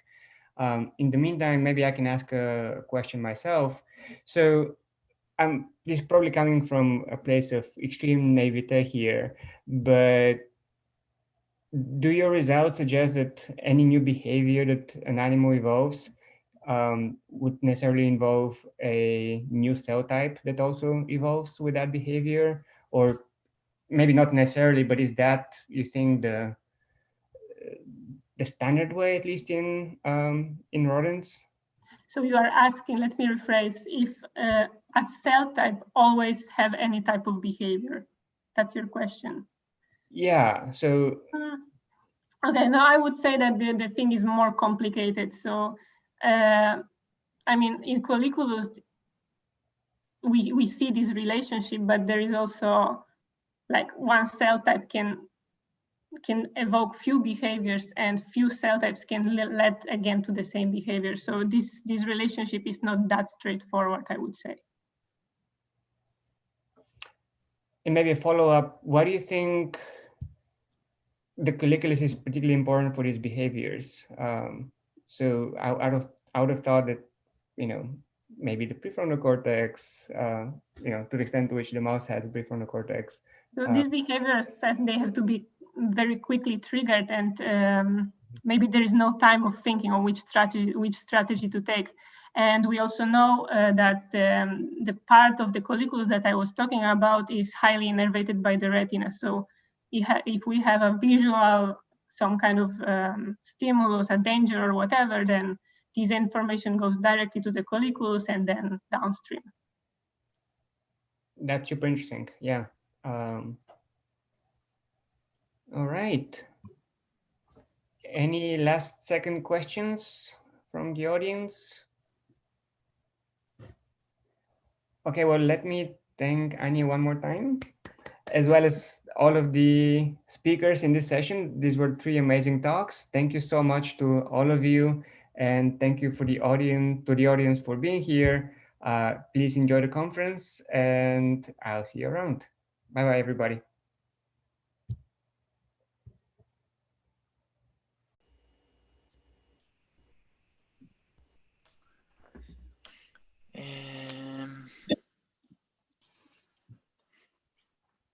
Great. So we'll just give a second for, it takes a couple seconds for the participants to come in while the Zoom is loading. So I'll use that time to introduce myself because no one needs to know that. Hey everyone, I'm Adam Steele. I'm a postdoc at Dartmouth College in Hanover, New Hampshire, USA. I've been told that we have a few moments as people trickle in, so I'll use that time to say, for everyone who's in the US, please make a plan to go vote next Tuesday. If you have a plan or you are not able to vote in the US election, make sure that you call somebody else and tell them to vote because it's super important. So with that said, we'll move on to the science. So we've got 3 great thought-provoking talks this session about the contribution of cortical structures to skill learning. So I'm really looking forward to hearing them. As a reminder, we've got the chat where you can post messages and ask clarification questions. Just make sure that you've got the messages set to panelists and attendees so that way everyone can see what you're saying. If you'd like to introduce yourself in the chat so that way everyone knows who's here, now is a great time to do that. And also, we have the Q&A tab for questions. You can post questions at any time and upvote your favorite questions. For those on Twitter, please tweet about this session using the hashtag NMC3. So with that, I'll move on to our first, I'll introduce our first speaker. We have James Murray, an assistant professor at the University of Oregon. He'll be presenting work related to his recent bioRxiv paper, which we'll share a link to in the chat. And his work is titled Remembrance of Things Practiced, Fast and Slow Learning in Cortical and Subcortical Pathways. Okay, thank you very much, Adam. Okay, so I recently started just this fall as a new assistant professor at University of Oregon. In my lab, we're very interested in issues related to motor control and learning, and especially the intersection of those things. And what I'm going to talk about today is a theory of practice. So when we practice a behavior, multiple things are happening. Most obviously, our performance improves, but maybe less obviously, we also form habits. And in experiments, this can be defined as a reduced sensitivity to goals and rewards. Behaviors become more automatic. This can be thought of as a reduction in cognitive load or an increased ability to multitask. In experiments, this might be probed by having participants do a sequence of finger movements while counting backwards from 100 by sevens or something like that. And the questions I want to ask today are these all different things, or are they just different facets of a single underlying process? And second, how might they be implemented in the brain? So in order to probe these questions, we've teamed up with the Olvexky lab at Harvard University. We'll actually have a talk on some of this work by Stefan Wolf later in the session. And in a recent series of papers, they've been training rats to perform this relatively simple task in which the rat has to press a lever twice with a precise time delay between presses in order to obtain a water reward. And here's what learning looks like. After 10,000 trials or so, the rat finally gets this and can produce this target interval reliably. And the group has been asking what is the involvement of different brain areas, different parts of the motor circuit in this particular behavior. In particular, they focused on three areas. The first is the sensory motor striatum, dorsolateral striatum in rodents for aficionados. The second is the motor cortex, and the third is thalamus, namely the parts of thalamus that project to sensory motor striatum. And they asked what happens, in addition to other things, they asked what happens when you lesion or remove one of these three sources of input. And starting with striatum, if you remove sensory motor striatum in a trained rat, then the rat loses the ability to perform the behavior and never regains it, indicating that the striatum is important for producing this behavior, we think via projections through brainstem and onto spinal cord. If you do the same thing in thalamus, then the same result is obtained, namely the animal loses the ability to perform the behavior and never regains it. If you do the same thing in motor cortex, however, the effects are a little bit more subtle. So first, if you take a trained animal that's already learned and you remove motor cortex, and for technical reasons, the lesion has to be done in 2 stages, then the rat is perfectly able to perform the behavior just as well as before, which may be surprising if you think of motor cortex as playing the role of producing movement, as we often do. If, however, you take a naive animal and you lesion motor cortex, then the animal is never able to learn the behavior no matter how much it tries practicing. So together, this suggests that the motor cortex is important for learning the behavior, but not necessarily for executing it after it's been learned. So this is our minimal model of the motor circuit inspired by these experiments, where the experiments show that the thalamic pathway is always necessary, that the motor pathway is necessary only for learning, but not for execution.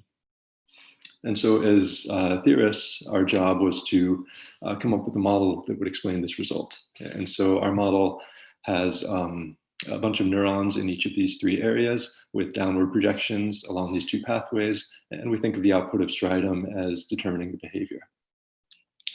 And the model that we developed invokes different forms of synaptic plasticity in these 2 pathways in order to explain this asymmetry in results between the cortical and the thalamic pathways. Namely, we have supervised learning in the first pathway, supervised meaning that its job is to minimize errors or to maximize rewards. If you want to know about how this generalizes to reinforcement learning, you can ask me about that later. And then we have associative learning or Hebbian learning in the second pathway. And this is blind to information about errors and rewards. Its job is just to reinforce associations between the input and the output neural activities. So this is work that was done together with Shauna Scola at Columbia University. It's on bioRxiv now, and it'll be coming out soon in print. So let's start with the very simplest version of this theory. This is a perceptron, basically. It's a single neuron in striatum with a binary state, and it's getting inputs from cortex. And the task we want to solve is, let's take a random pattern in cortex and ask striatum to produce some output, either 0 or 1. And we will update these synaptic weights in order to make striatum produce the correct output for pattern 1. And then we'll move on to the next pattern and the third pattern and so on. And we'll train all the patterns sequentially which means that there's potential for overriding of old information as new information is acquired. And then after training on P patterns, we will test on all of those patterns. So we can quantify the behavior with a forgetting curve. And so this is going to plot the error rate. So how likely is this neuron to be wrong in the output that it produces as a function of which pattern we're looking at. So we expect the error rate to be low for recently learned patterns over on the right, and to be close to chance level for old patterns that have been overwritten by subsequent learning. And so we can simulate or calculate this curve, and it looks something like this, like what we'd expect. I'll just mention that the mathematical theory for calculating this turns out to be rather rich. It's a drift diffusion model in a high dimensional space of synaptic weights. If that sounds like fun to you, then please see the appendix of our paper for details. So that is with just the first pathway. What do we get extra if we add the second pathway in this model? So still just considering a single neuron, let's present a random input pattern, and then we're going to make updates in the first pathway in order to produce the right output. And in the second pathway, we're also going to make updates just in order to strengthen associations between the input and the output. And so we make updates in both pathways initially, but then if we present the same pattern again, we don't need to update the first pattern anymore because it's already done its job. But the second pattern is going to keep beefing up this association the more times that the pattern is presented. And so that's what makes these two pathways different. And we can ask what happens to the forgetting curves. So here, I'm going to present most of my patterns just one time during training, but for a few patterns, I'm going to present them 10 times in a row during training. So those patterns are going to be special. And we see that for most of the patterns, the forgetting curve is the same as before. The curve from before is the black dotted line here. But for these special patterns that were presented many times, we have a big enhancement, which we can think of either as an improved error rate if we read this vertically, or as an improved memory if we read this horizontally, where patterns are retained much longer than they otherwise would be with a low error rate. And that's because of this beefing up of synaptic weights in the second pathway through practice. And so that's how practice, the concept of practice enters this theory. In our theory, practice corresponds to sort of consolidating these behavioral memories in this thalamic pathway. So let's now move from a single neuron in striatum to a population of neurons described by some population activity vector Z, which is determined by its inputs along the first pathway and the second pathway. We'll call those vectors M and H. And we can think of these as three vectors in this high dimensional space of neural activities. And two things happen if we think of it in this way. The first is what I'll call input alignment. And that means that all of these vectors are going to become aligned with one another as I repeat a particular pattern multiple times. And that's because of this reinforcing associations in the second pathway that it causes these vectors to align. And so what that means is that these two input pathways become sort of redundant after practice has happened a lot.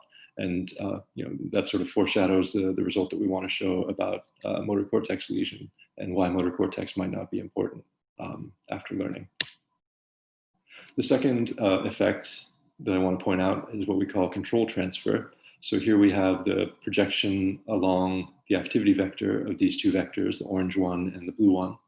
And if they're normalized so that they sum to 1, we see that the orange vector is increasingly responsible for driving the activity in striatum as a pattern is learned more and more. So we say that there's a transfer of control from the first pathway to the second pathway as a pattern is repeated. So that after you've repeated a behavior many times, it's really your thalamus that's running the show, not your cortex anymore, according to this theory. So let's go back to our forgetting curves.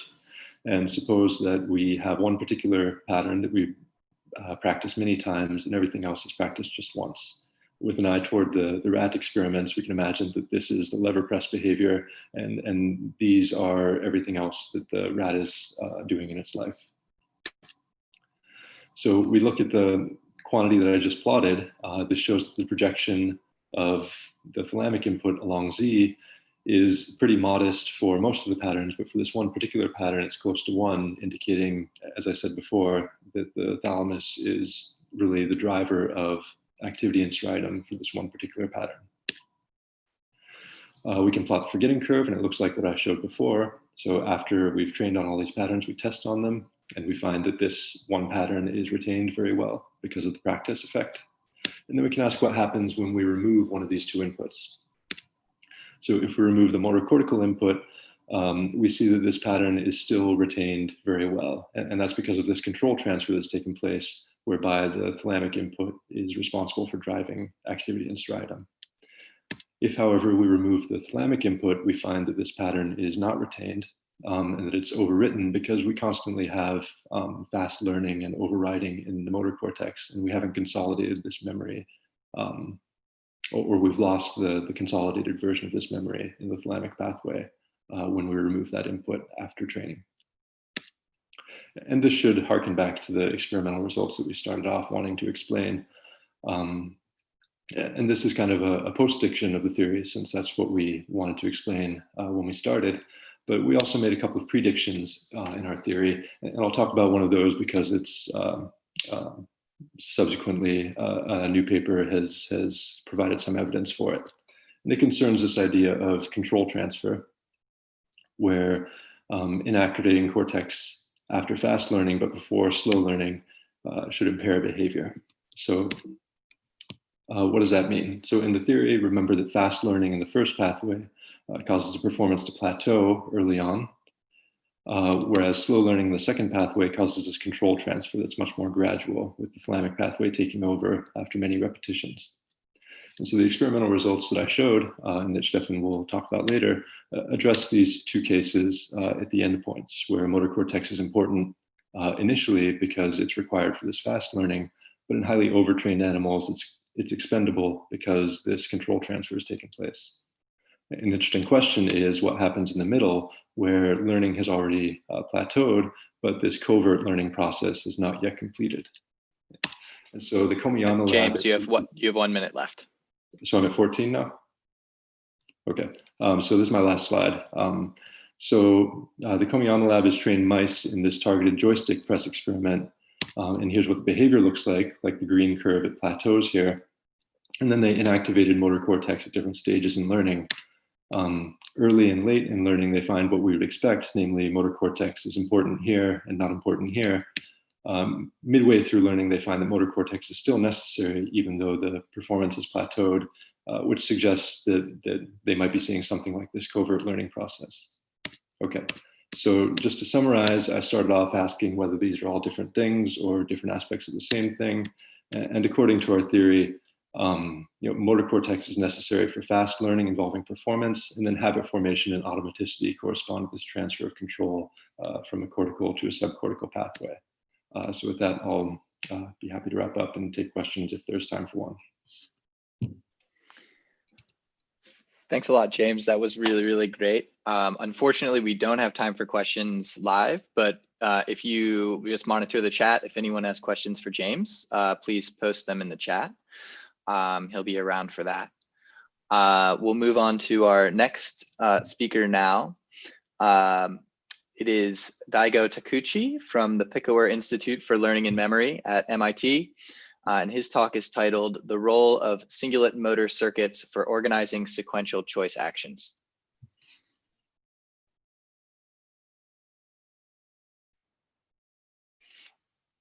Daigo, just be sure to unmute yourself.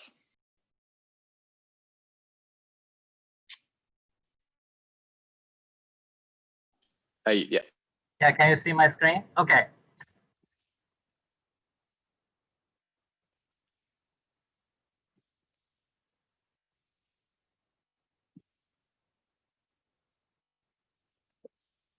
Okay, so first I'd like to thank all the collaborators and fundings.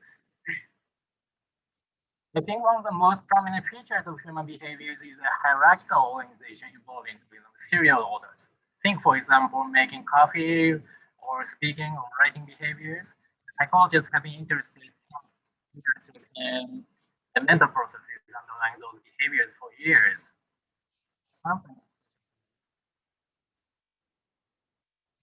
And sometimes those behaviors need an adjustment when the route changes. And flexible behaviors Behavioral adjustments are known to be disrupted in patients with frontal lobe damages. Indeed, testing the flexibility of behavior has been used in assessing frontal lobe functions. So, what brain-sucking mechanisms?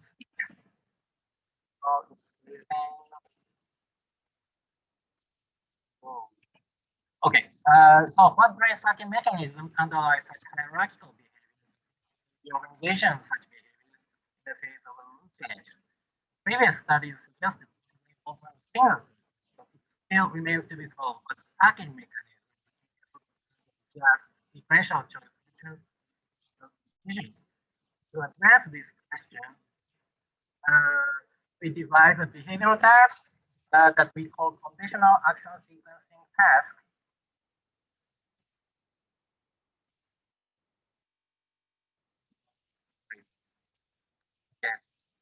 For CAS task, in this task, in each trial, rats were required to make sequential choice decisions to obtain a reward. In every 30 to 100 trials, there is a change of task rule, and the number of choice steps are switched between the two steps and single steps shown here. We put this block as a first block, sequence trials, and rule switch block. So here's a task structure in two steps task choice condition. When the rats enter the center level, a tone cue stimulus is delivered from a speaker at a high frequency tone or low frequency tone. Then animal is required to choose left port or right port, depending on the presented tone cue. For example, if tone A is delivered, animal needs to go to left to obtain the reward.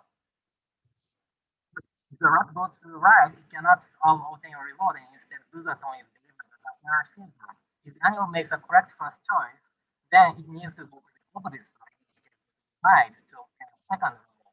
If the animal returns to the second reward, right, a loser tone is delivered as an error feedback, and no second reward is delivered.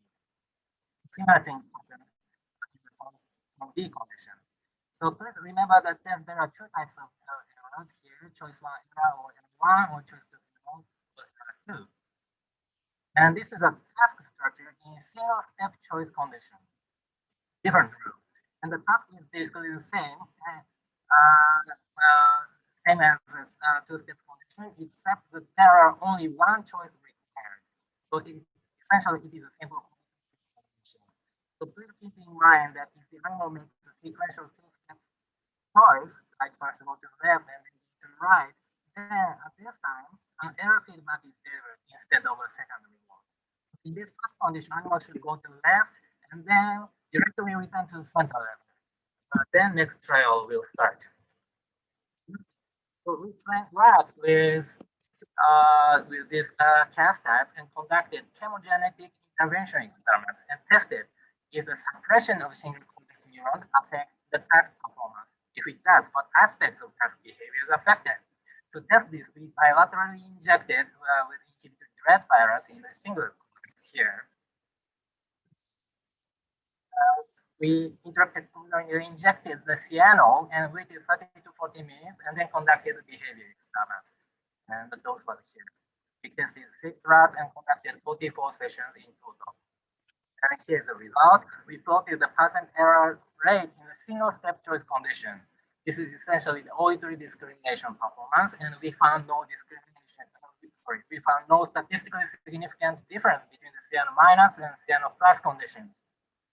In other words, chemogenetic suppression of single neurons did not affect the first choice auditory discrimination performance in single step condition. So similarly, we plotted the percent error rate in the first choice of the two steps rule condition. Again, we found no statistically significant difference between the two conditions. In other words, chemogenetic suppression of single neurons did not affect first choice performance in two steps rule condition. Then we plotted the percent error rate in the second choice of the two steps rule condition. Here we did find a statistically significant difference between two cyano conditions.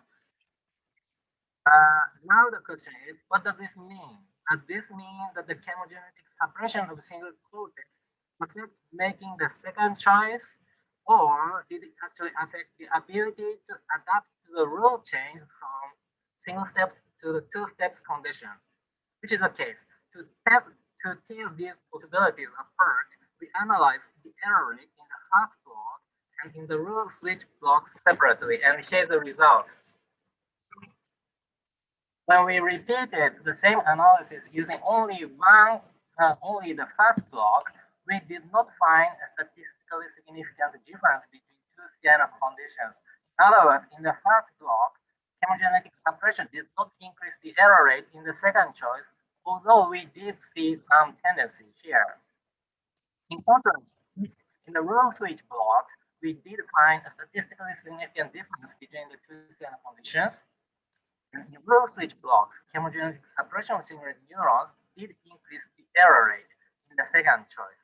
So this result suggests that single cortex circuit is necessary to make correct sequential choices, specifically when the task rule switches. So the next question is, how can the single cortex do this? What is the circuit mechanism? To address this circuit question, we next investigated projections from the single cortex anatomically. We did two virus experiments, one is rabies virus and the other is virus.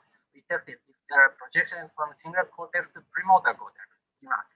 In both experiments, we could confirm retrogradely labeled cells in single cortex, here in the rabies experiments and here in the CAP2 virus experiments. And we could confirm that premotor received projections from single cortex.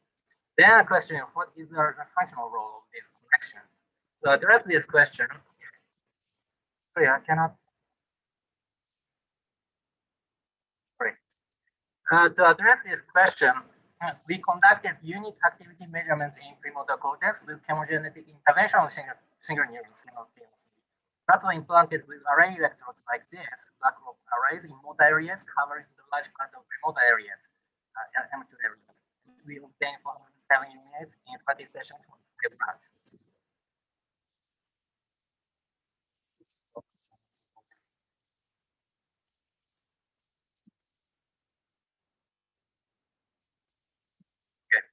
Then for each unit, we constructed a per-event time histogram and calculated firing rate in each task bed.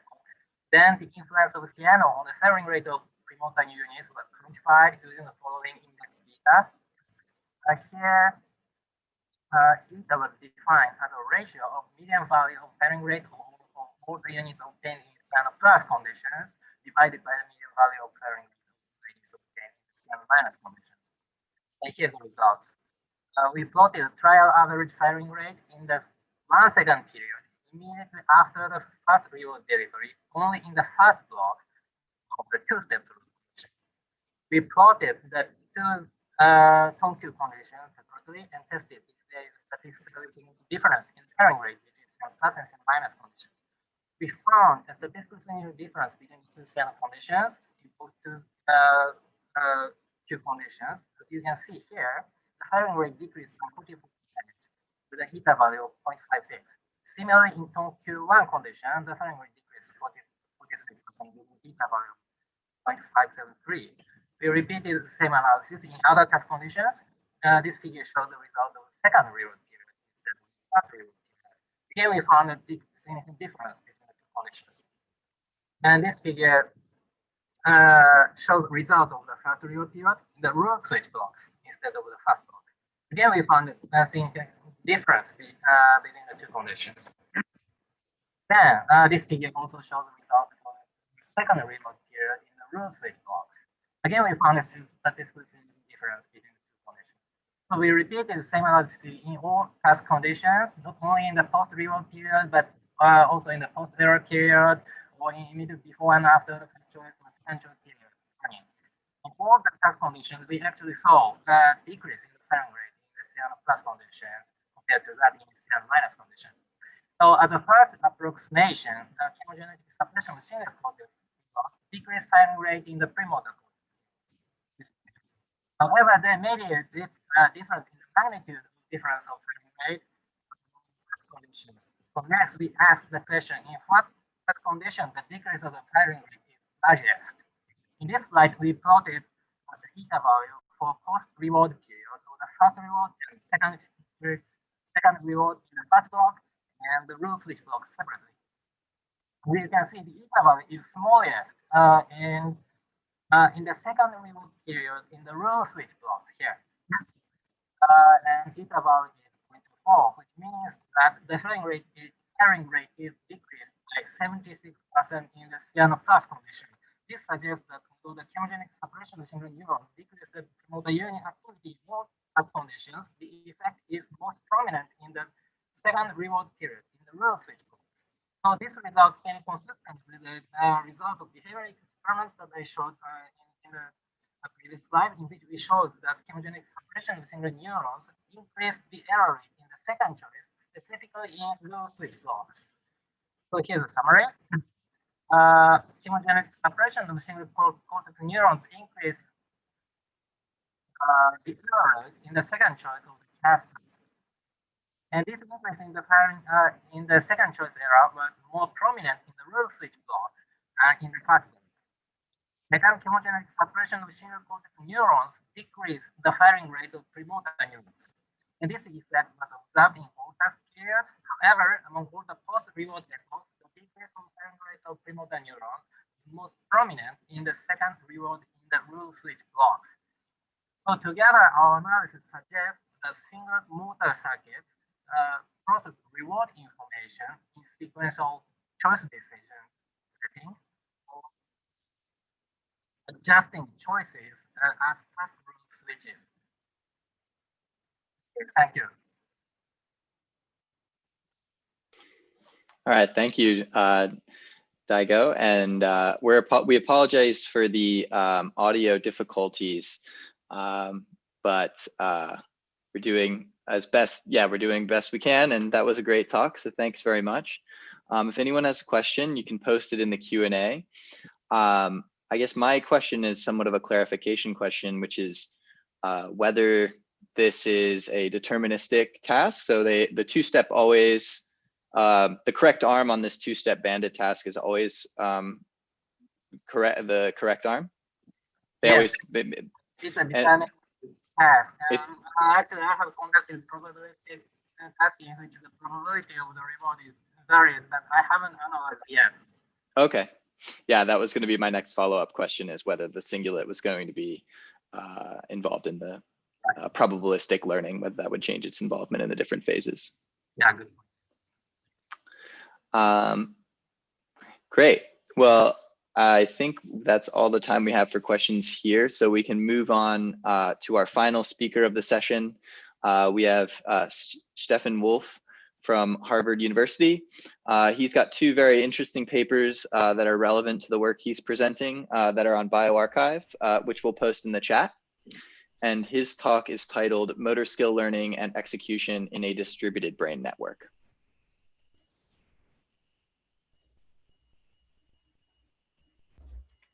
All right, can you hear me? Is it good?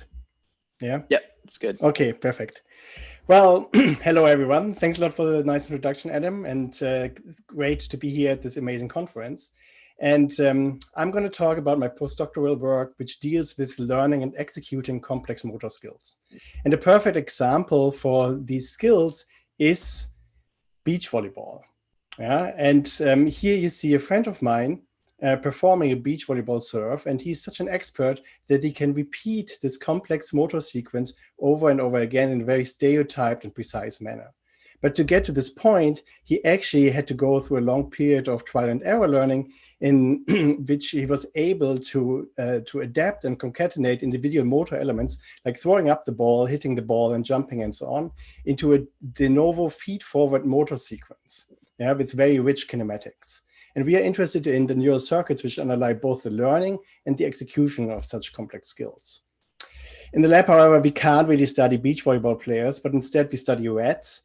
And it turns out rats are actually horribly bad at playing beach volleyball. And therefore, we developed a different task for these rats. And James has introduced this task already. Yeah, but let me explain again what is actually happening here. So in this task, our rats have to press a lever 2 times with a specific time interval in between the presses. And the more precisely they do this, the more reward they get. Yeah. what happens now during over a long period of trial and error learning is that these animals do not only learn to press the lever 2 times, but they also develop a de novo feed-forward motor sequence, which happens to fill this time gap in between the presses. And they do this by, again, adapting and concatenating individual motor elements into the sequence. And importantly, the more precisely and the more stereotyped this sequence becomes, the more reward the animals actually get. You're going to see an example now, and this rat here is going to rear up, press the lever once, then it's going to perform some stereotyped movements with its forelimbs, press the lever again, and then go down to get the reward.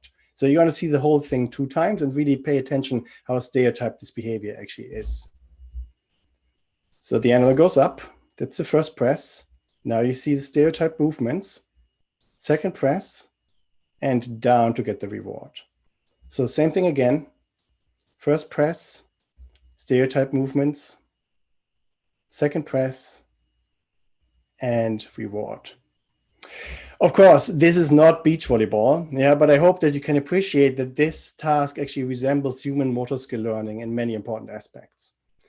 We can look at the behavior now a bit more in detail by looking at this interpress interval itself, which is a great proxy for the performance and for the precision of the animal. Here I'm going to show you such probability density plots which show the development of the IPI over the period, over the course of learning. And you can see here I marked 700 milliseconds. That is the target on which these animals are trained. And you can appreciate that in the beginning, these animals are pretty bad and the IPI is very variable and too low. But then in the end, they really are precisely on point, just around 700 milliseconds. And we can study now the neural circuits which both underlie the learning and the execution period in this behavior. In a classical model, we would assume that motor cortex really underlies the control of these learned behaviors, and that learning happens via interactions between motor cortex, the basal ganglia, and the thalamus, and then the memories for these behaviors are stored both in motor cortex and in the corticostriatal projections. So we tested how well this model actually applies to our behavior, and we did this by lesioning motor cortex. And not surprisingly, we found that motor cortex is indeed necessary to learn these sequences. But to our big surprise, we found that it's not necessary to actually execute them once they have been learned. This suggests that motor cortex does not play the role of a controller here, that the memories are not stored in motor cortex, but instead that motor cortex rather plays the role of a tutor, guiding and instructing subcortical circuits to learn these sequences, and once they have been learned, these subcortical circuits can drive the generation and execution of these sequences. And a prime candidate in the subcortical circuitry to assume a control function in this process are the basal ganglia. The basal ganglia project to brainstem and midbrain motor circuits and could thereby drive directly the execution of these behaviors. And they receive massive input from motor cortex and could thereby be tutored directly during the learning phase.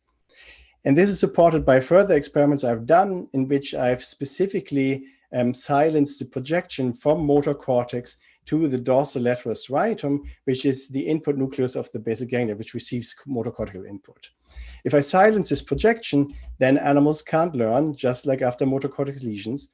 And also, if I lesion the DLS itself, these animals can't learn the task. So this is all consistent with this idea that during learning, motor cortex tutors the basal ganglia, and then the basal ganglia take control. But how can they take control? This is a bit surprising because usually the basal ganglia are usually seen a little bit like a jukebox. A jukebox where you can select a song and then you change the volume of the song if you would like to. So what I mean by that is that 2 of the dominant theories about basal ganglia function are that they're involved in action selection or in vigor modulation. And for both of these different possibilities, you're just selecting what you do or modulating how fast you do that or with what amplitude. That works well for relatively simple behaviors, just like saccades or ballistic arm movements. But that might not work so well if you actually try to control more complex behaviors like the one we train with very rich kinematics. In this case, the basal ganglia might have to take more of a really control function. And while these 3 different possibilities look very different from each other, if you view them from the general point of view of the framework of reinforcement learning, you can imagine that these are just 3 different variants of the same function. Yeah, reinforcement learning suggests that what the basal ganglia actually do is mapping specific behavioral or environmental states to specific rewarding actions. Yeah, and you could now imagine that depending on the behavior you want to learn, this state action mapping can be increasingly complex. Yeah, and with increasing complexity both in the states and in the actions. So, yeah, and then you could have like these 3 functions on the left being essentially just more increasingly complex variants of state action mapping. If this is the case, then we would expect that the basal ganglia have information both about the state and about the action which is performed, and that this is continuous to actually be able to control these complex motor sequences, and that this activity is actually necessary for the control.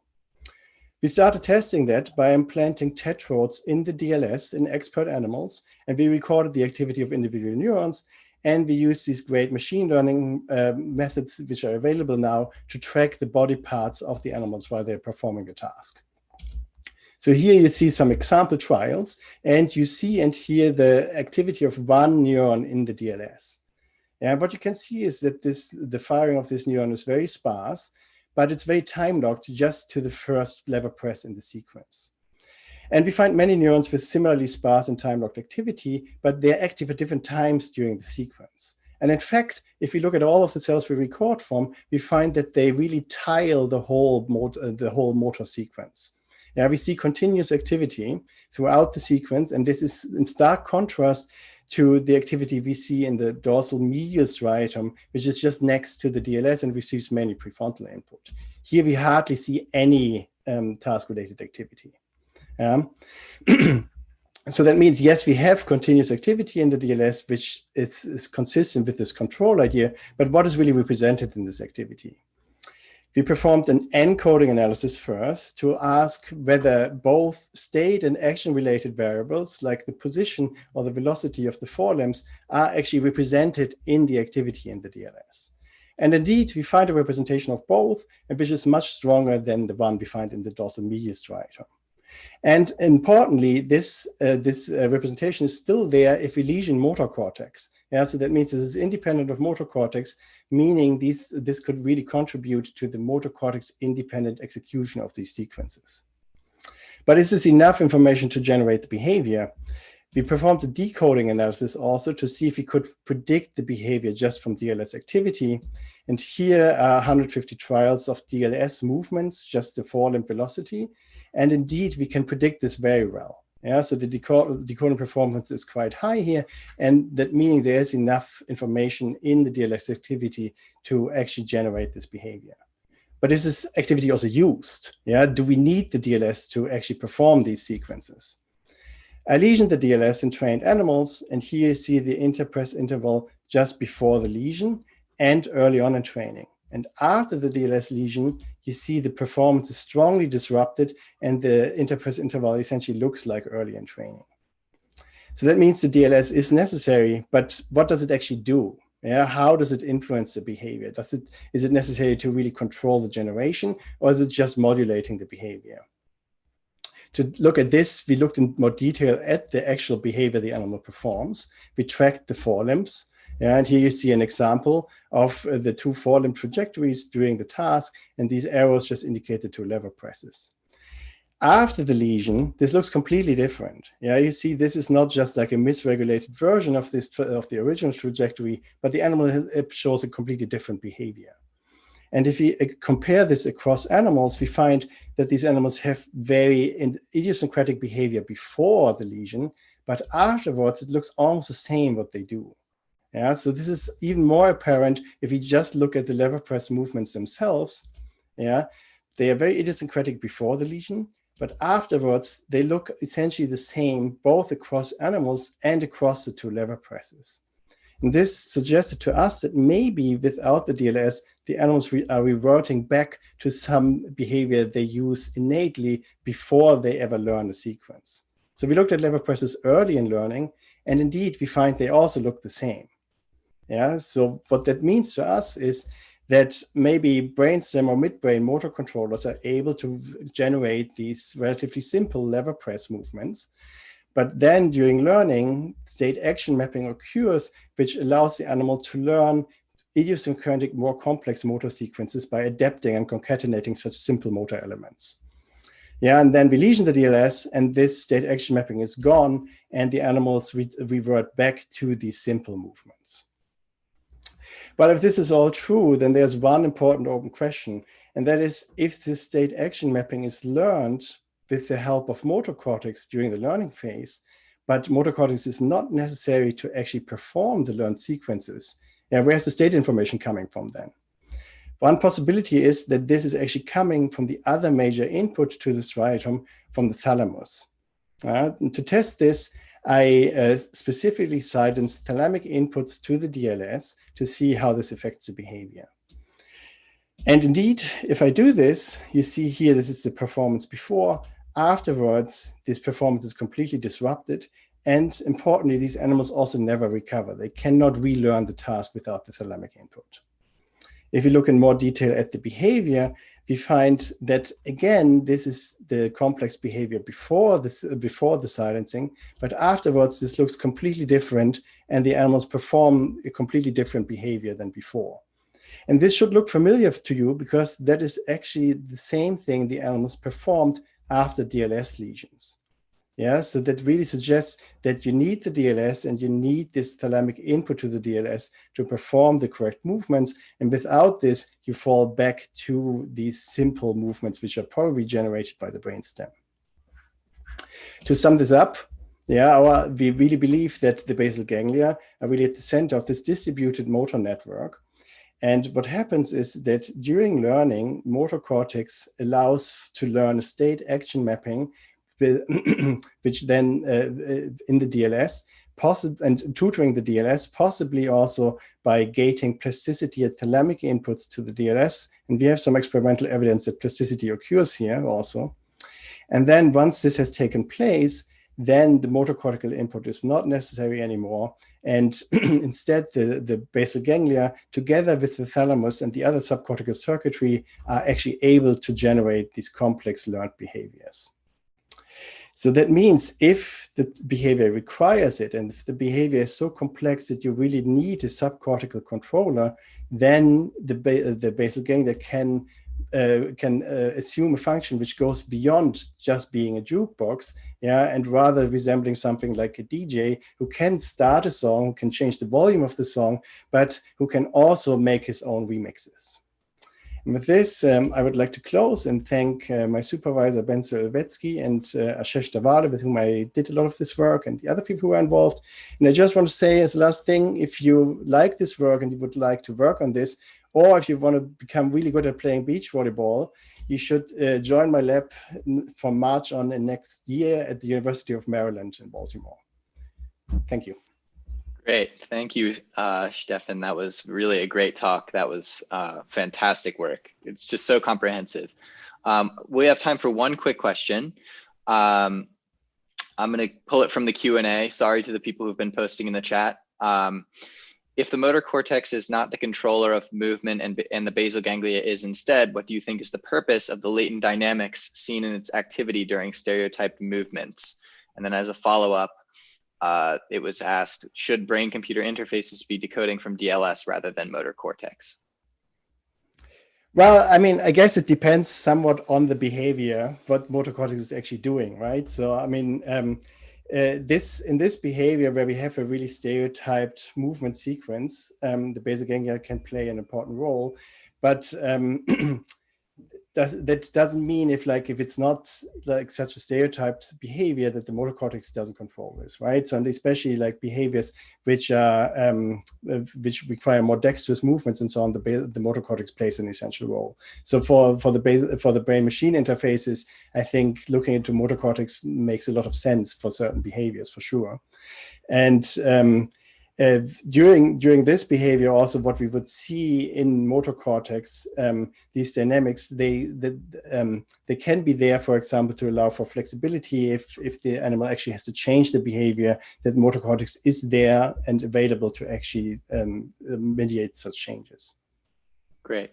So that's all we have time for. Thank you again to the panelists. This was really fantastic. And we hope you have a great rest of NeuroMatch and see you in other sessions. Thank you. We'll see how it goes. I'm going to go quiet for 2 more minutes and then I'll do Okay, sounds good. Good to see you, Rob.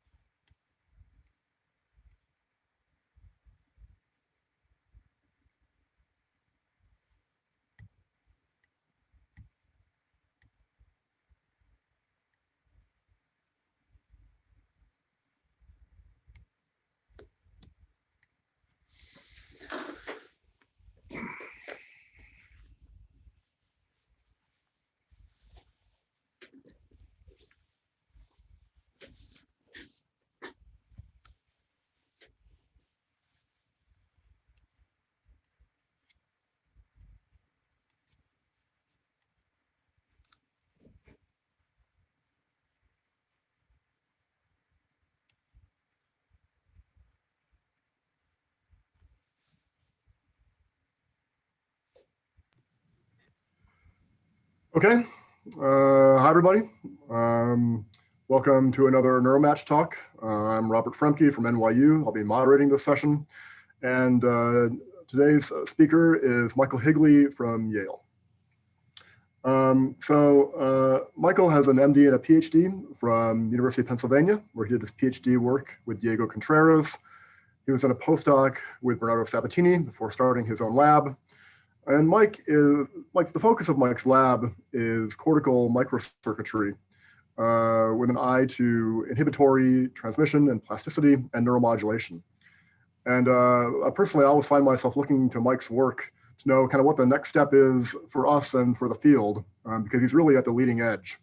Mike's consistently adopting new methods, pushing the field forward to try to understand the role of cortex and cortical dynamics, especially in vivo in behaving animals. I'll remind all of you that we'll have questions at the end, so please put your questions in the Q&A section or type them into chat, and we'll take them at the end. And Mike, take it away. Cool. Thanks, Rob. It's an enormous pleasure to be here. Certainly this meeting, this conference is a fantastic example of the field continuing to push boundaries, and I love the fact that we can we can get our science out to a broader community, and I hope everybody's enjoying the meeting. And like I said, I'm certainly thankful to be here, and thank Rob and all the organizers for putting this together. I'm sure it's been an enormous amount of work. So I will tell you today about some new work from the lab, some published and some unpublished, about state-dependent cortical dynamics and how they relate to visual processing and visual perception, at least in the mouse. So let's see. There we go.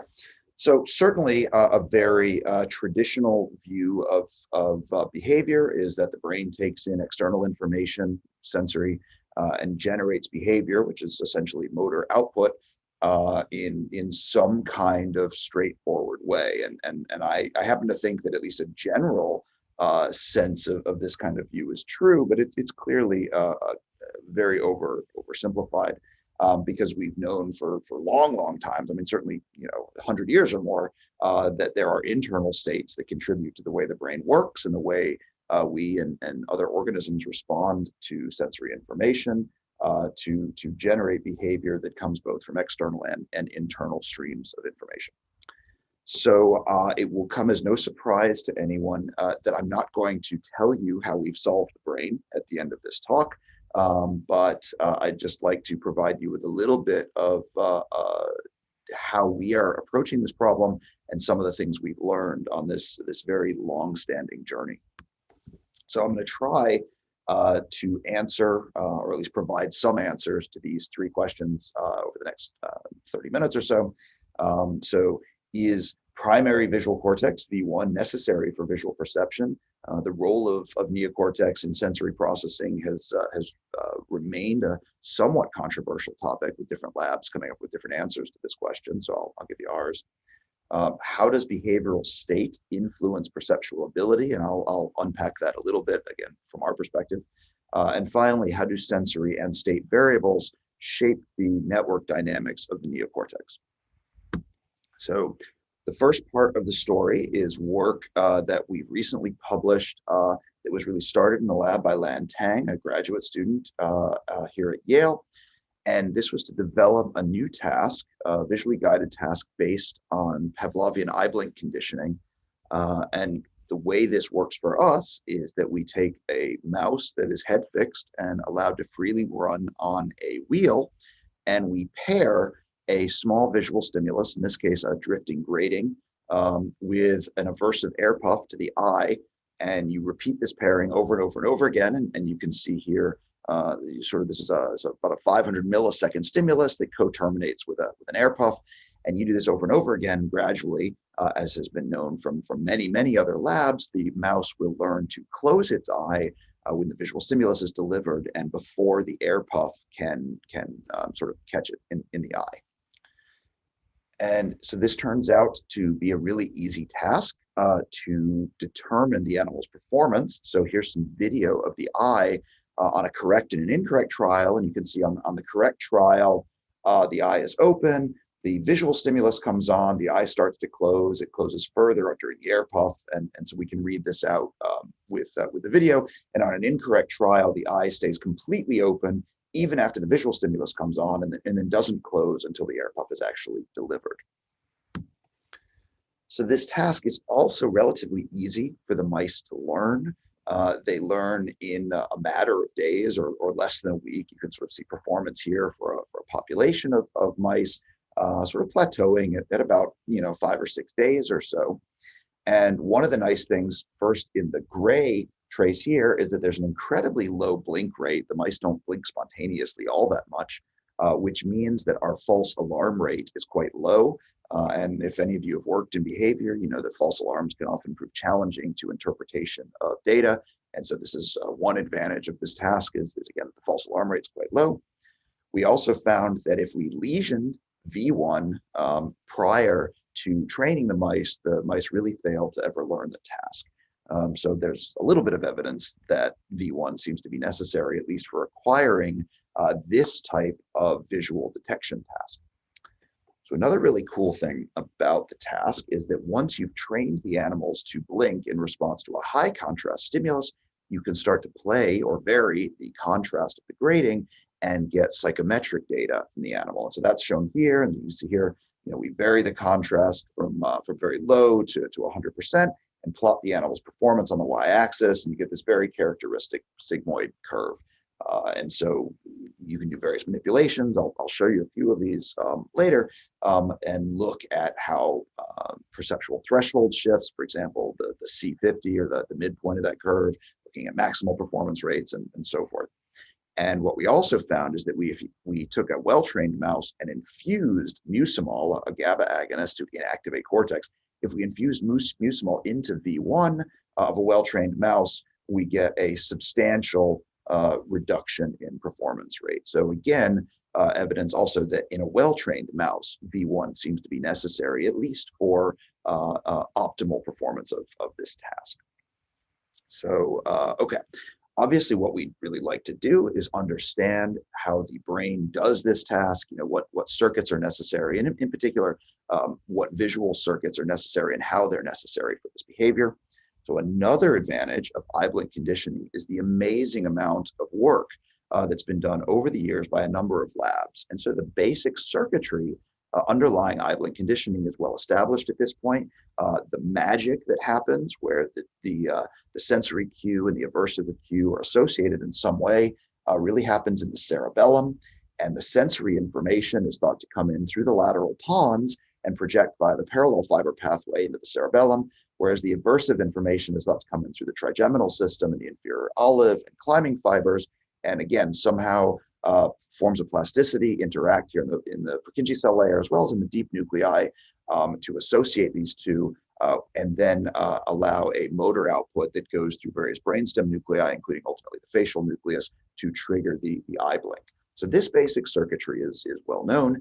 And so we might ask, well, okay, how is the visual information making it to the lateral pons?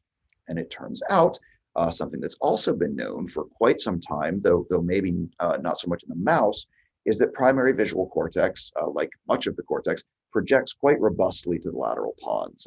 And this is data from a number of labs as early as the 1960s, primarily in cats, but again, well known for quite some time. So we did some basic anatomy in mice and found similarly, if we drove GFP expression off of an AAV injection into V1, you see very robust labeling of fibers into the pons. So, again, also true in mouse. Also, for a comparison point, I'll point out that there's also dense axonal labeling in the dorsal striatum from V1 as well. So we wanted to know what the cells were in V1 that were forming this projection to the pons. And so we did some retrograde labeling just using fluorescently tagged cholera toxin. And we injected two different colors either into the pons or, again, as a comparison point, into the dorsal striatum. And what we found is with dual injections in the same mice, we get primarily layer 5 cells labeled here, but pretty much non-overlapping populations. So the corticopontine cells are a little bit biased to slightly deeper layers, and the corticostriatal cells are slightly more superficial than layer 5. And this dichotomy of layer 5 cell types is also something that's been studied for many, many years, as early back primarily as the 1990s, showing that the anatomy, the electrophysiology, and some of the functional properties of these cells differ in this characteristic duality, these two populations. And we actually did some of this work. Guri Lur, who I know is in the audience right now, did some of this work looking at visual response properties of these different populations in the lab a few years ago. So we wanted to know whether or not these different populations might contribute differently to sensory processing and to ultimately this behavior. And so to monitor the activity of these different layer 5 groups, we used an intersectional virus approach where we took advantage of a new, relatively new retrograde version of AAV developed by Alla Karpova's lab at Janelia. And so we expressed pre-recombinase from this retro AAV by injecting either into the pons or into the dorsal striatum. So that's going to label all of the cortical neurons that project to one of those two places with CRE. And then we injected CRE-dependent GCAMP directly into V1. And so what you see here is sort of an example of those, in this case, corticopontine cells labeled with GFP, with GCAMP, I'm sorry. And of course, we can then put these mice on the wheel under the objective of a 2-photon microscope. And I'm sorry, this video will almost certainly be a little choppy to you guys over Zoom. But basically, we can get really, really nice 2-photon imaging of the activity of these targeted cell populations in the behaving mouse. All right.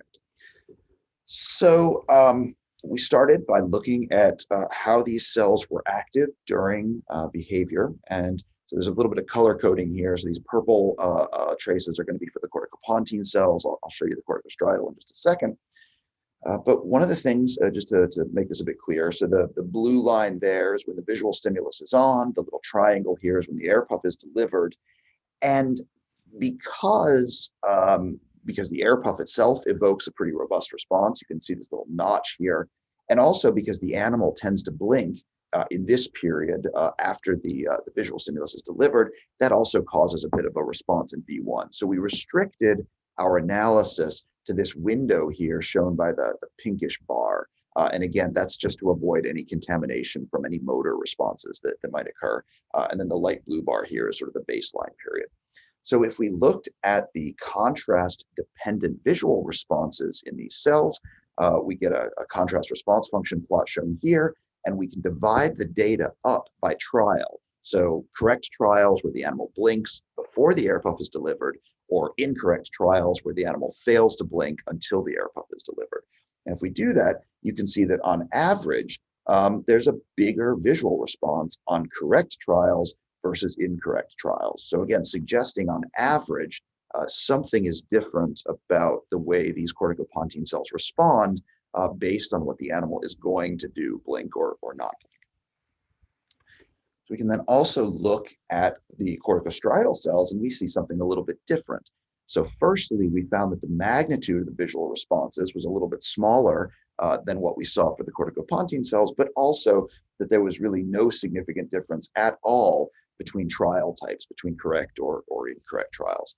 So again, on average, it seems that the corticopontine cells can provide some predictive information about what the behavior is going to be. But again, that's on average. So we wanted to ask whether or not we could predict individual trial outcomes based on the activity of these different populations of cells. And so to do that, we built a very straightforward logistic regression model here, where we used a leave one out validation to look at responses across multiple trials, actually and across a couple of sessions, and asked whether or not the activity of first corticopontine cells could predict the single trial behavior of the animal. And so what you see here, first in black, this is the actual behavioral performance of the animal. It's what the animal really did. And so again, you see as contrast goes up, oops, you get this sort of characteristic sigmoidal curve. The purple line here is what we got in our cross-validated model using corticopontine population activity to predict the animal's performance. And you can see that the purple line doesn't disagree from the actual animal's behavior all that much. I mean, they're relatively close. We then did the same experiment or same analysis with corticostriatal data. And here you can see that it's much poorer, that the relationship between the actual behavior shown in black and the predicted behavior shown in orange, again for the corticostriatal cells, really doesn't agree very well at all. So again, suggesting at the single trial level, the corticopontine cells have considerably more information in their activity about what the animal's behavior is going to be. And we looked at that, at the population level, and here we characterize that as a D prime value for discriminability of behavioral outcome based on cellular activity. And you can see that the corticopontine cells do much better than the corticostriatal cells. Interestingly, we also shuffled across trials to ask if the covariance of cellular activity on a single trial made a difference. And at least for this analysis, we didn't see much. So it really seems to be more of just a population level sort of average response that matters on a single trial. We also did look at the D prime values that were derived from single neurons, so not the population, but single cells. And you can also see that the corticopontine cells on average do quite a bit better than the corticostriatal cells, even at the individual neuron level. Okay, so all of these data suggest that at least in the activity of these cells measured by GCAMP fluorescence, there's information present about the animal's behavior. So is there any causal necessity there at all? And so to look at that, we took the same intersectional virus approach, only instead of GCAMP, we expressed ARCH-T, the inhibitory opsin in either corticostriatal or corticopontine cells, same retro AAV. And now we took these mice and we turned the laser on interspersed trials during behavioral performance. And what we found is that when we turned the light on when ARCH-T was in corticopontine cells, we could significantly disrupt behavior, whereas for the corticostriatal cells, there was no effect at all. So certainly one can notice that this isn't an enormous effect. I mean, I think it's quite significant, but we certainly didn't abolish behavior. And just to touch on that briefly, the retro AAV approach is beautiful for being able to label cells at all in this way, but it's not terribly efficient, at least in our hands. And so, for example, shown here, we're only labeling about 8% of all of the cells that belong to a particular group within V1. So I might actually say this is an incredibly robust result for getting ARCH-T in only about 8% of the corticopontine cells, and no difference between the two populations. Also worth pointing out that the motor response, so these traces are actually at the eye closure itself, are not different by ARCH-T. So we're not causing a motor deficit. When the animal blinks, the blink is completely normal, suggesting that what we're getting here is disruption on the sort of sensory or perceptual side of the behavior. So okay, so all these data were recently published earlier this year, and so you can certainly go there for more details. But we've been very interested in the role of the overall cortical network in behavior as well. And so certainly I've shown you now data from V1 proper, but I'm sure many of you are quite interested in brain areas that are not V1. Now, unfortunately, I'm only going to show you other cortical areas right now, but that's the limitation of some of our imaging approaches. But nevertheless, we've been very interested in how the dynamics of the neocortex overall might participate in behavior. And so to do that, I'm going to show you some mesoscopic imaging data, but first we also need some different ways of getting reporters in. Now, so we can certainly use transgenic animals, but I just want to advertise a little bit a new approach that we've also recently developed, and this is to use AAV9 AAV, which happens to cross the blood-brain barrier, at least in the early neonatal period, very well. And so if you inject a small amount, and by small, I mean 3 to 4 microliters of high titer virus into the transverse sinuses of a P0 or P1 mouse, and then you let the mouse grow up, you can see incredibly robust expression of your reporter. And so in this case, this is GCamp, but it works with a dozen different reporters that we've used in the lab. And so this is an incredibly robust approach. It's a very easy surgery to do, and it's really, I think, been quite transformative for the way our group has done some science. And again, that was described in a couple of recent papers from our lab and from Mike Crayer's lab, who was sort of an integral part in this collaborative effort to develop some of these tools. Okay, so the other thing that came out of a big collaboration with Mike Crayer's lab was our embrace of wide field mesoscopic imaging. And so again, this is something that a lot of labs are starting to adopt. And in fact, this month, there was a special issue in Neuron on neurotechnologies, including one that we wrote on mesoscopic imaging. So if you want more details of this approach, I encourage you to go take a look at this review that we just wrote.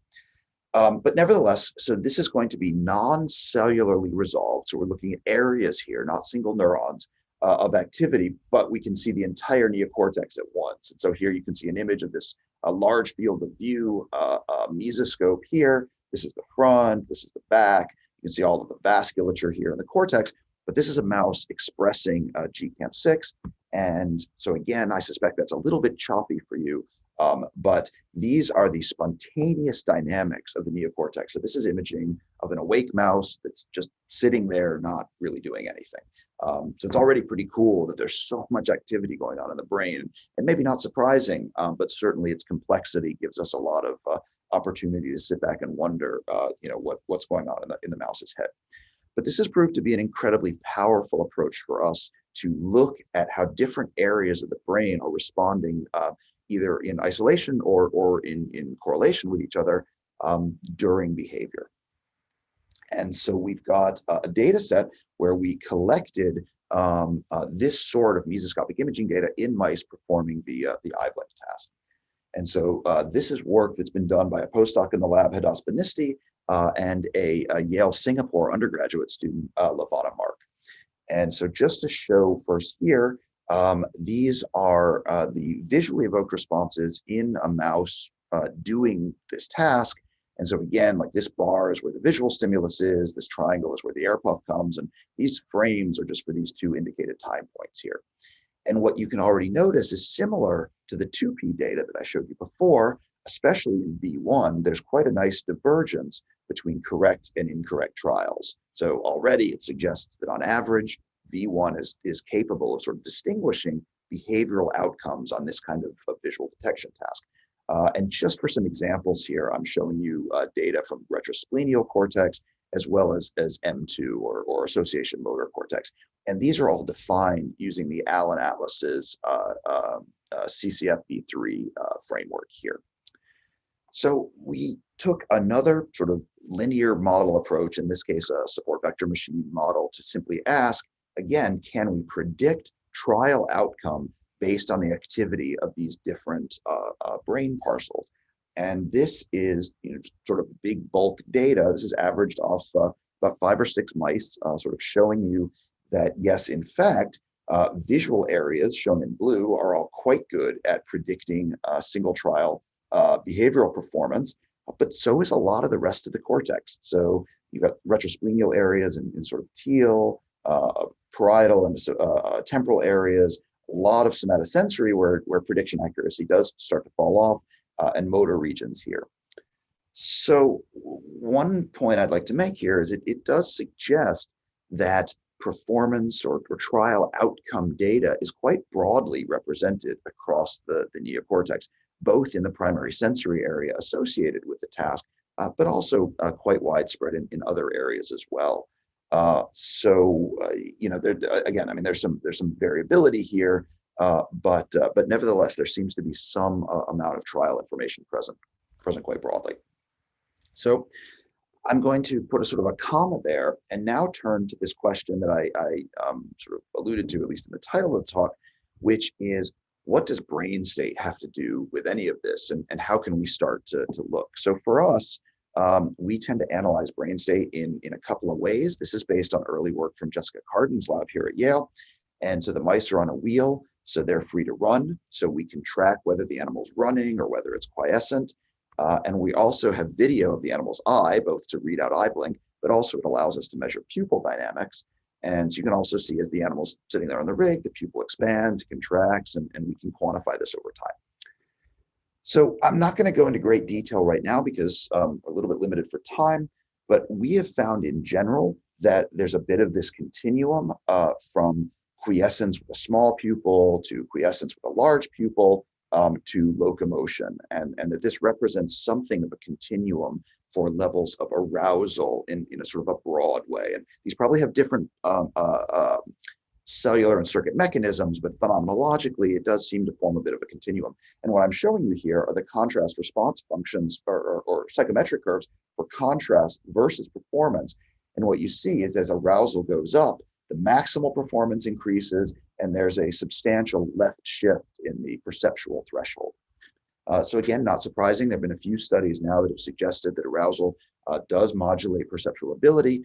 I'd just like to point out in our hands for our data, we don't really see any evidence for any sort of inverted U or rollover. It really seems to be quite a monotonic enhancement of perceptual ability with increasing levels of arousal.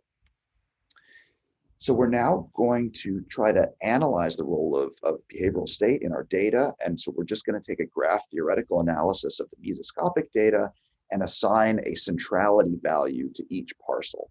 And this is essentially looking at the summed number of edges, which are non-directional and based on pairwise partial correlations of activity between regions. So centrality is just the summed number of edges feeding into a single parcel.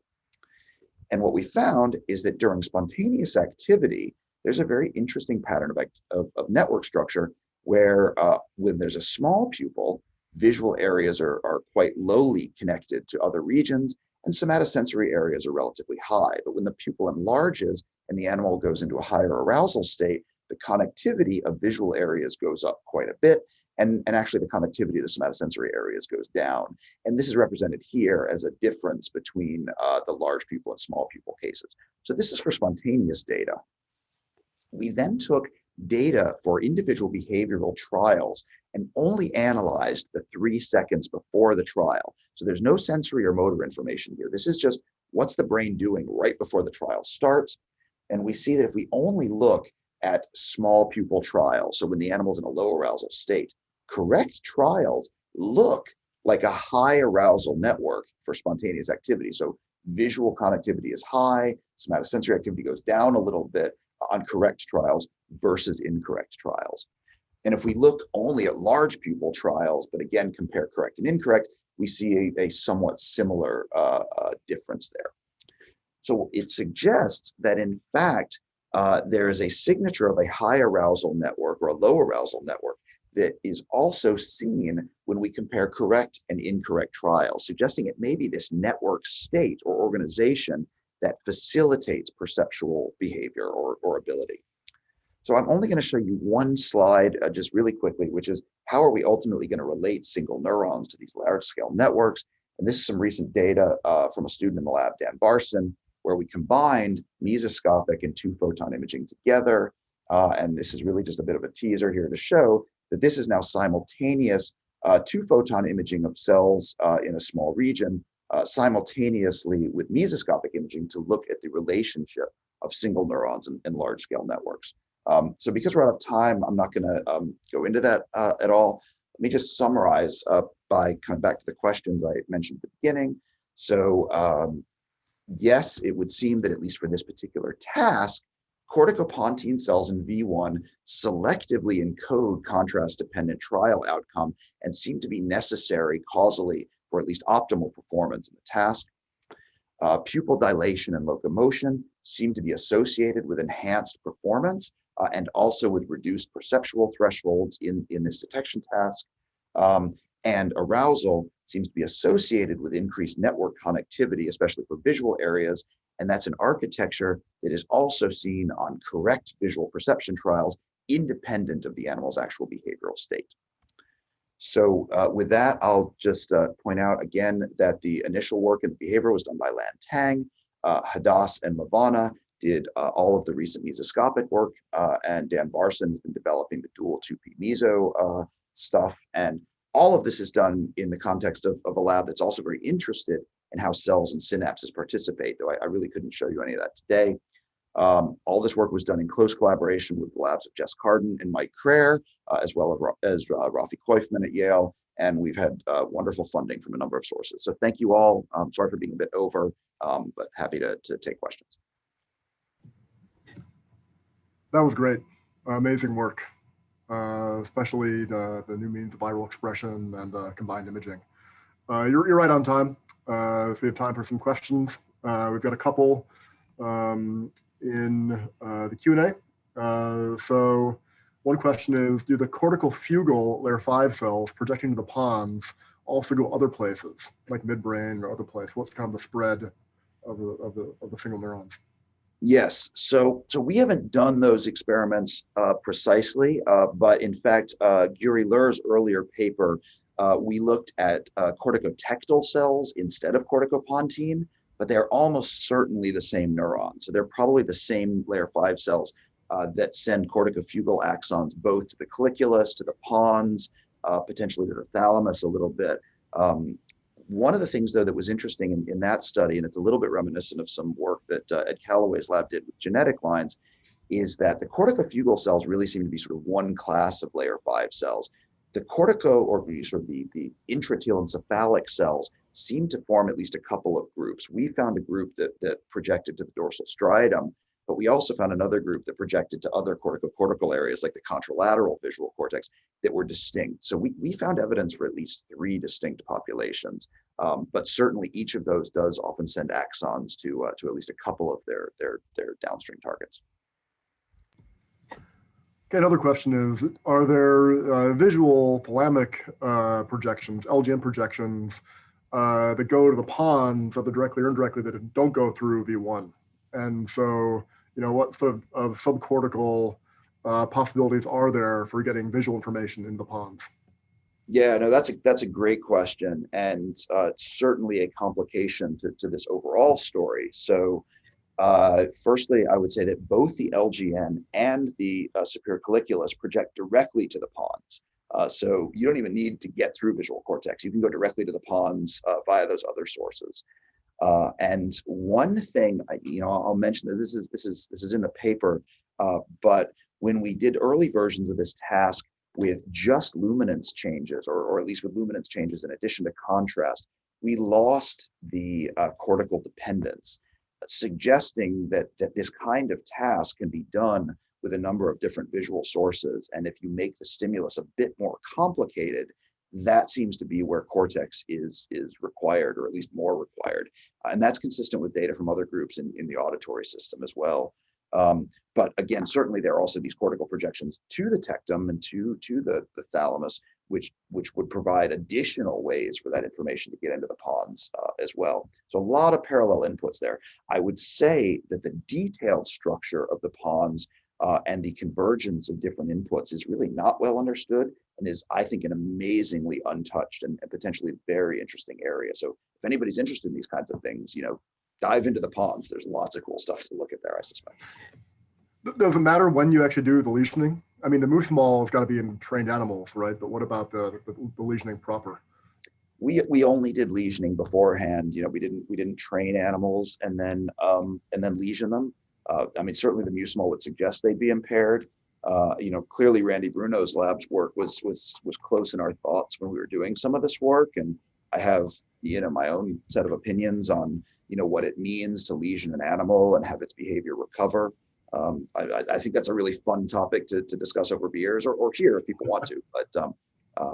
But yeah, I think that's a complex topic. Absolutely. Have you looked at the mesoscope activity during learning itself? Yes, we have. So that data is sort of analysis is in progress, and it's proved a little bit, challenging to figure out. So the mesoscopic analysis remains something that we're actively working on, because you can imagine it's incredibly highly dimensional. And so figuring out how to simplify it, how to look at it, how to make sense of it remains a challenge. So what I can say is, firstly, at the behavioral level, the mice show a beautiful perceptual learning. So you can plot their psychometric curves early from when you start presenting with varied contrast versus late. And over the course of a week or two, there's a really nice leftward shift in that curve. So there's clearly perceptual learning that's going on. We assume, or at least we think, that that's probably happening in the cortex, the mechanisms we don't fully understand yet. And so we have mesoscopic data. There are interesting things that happen and that change, but we haven't fully explored it yet. And so I don't have too much more to say other than that. At the cellular level, I'll point out that Alka Pushan in the lab has a cell reports paper from earlier this year looking at how single cells change their activity during the learning process. And so I'll point you to that if that's of interest. What can you say actually about the relationship between the single cell, the 2P activity, and the mesoscopic activity? Yeah, so contribute on a given trial. Sorry, say what was the last part? How much does any one cell contribute on a given trial?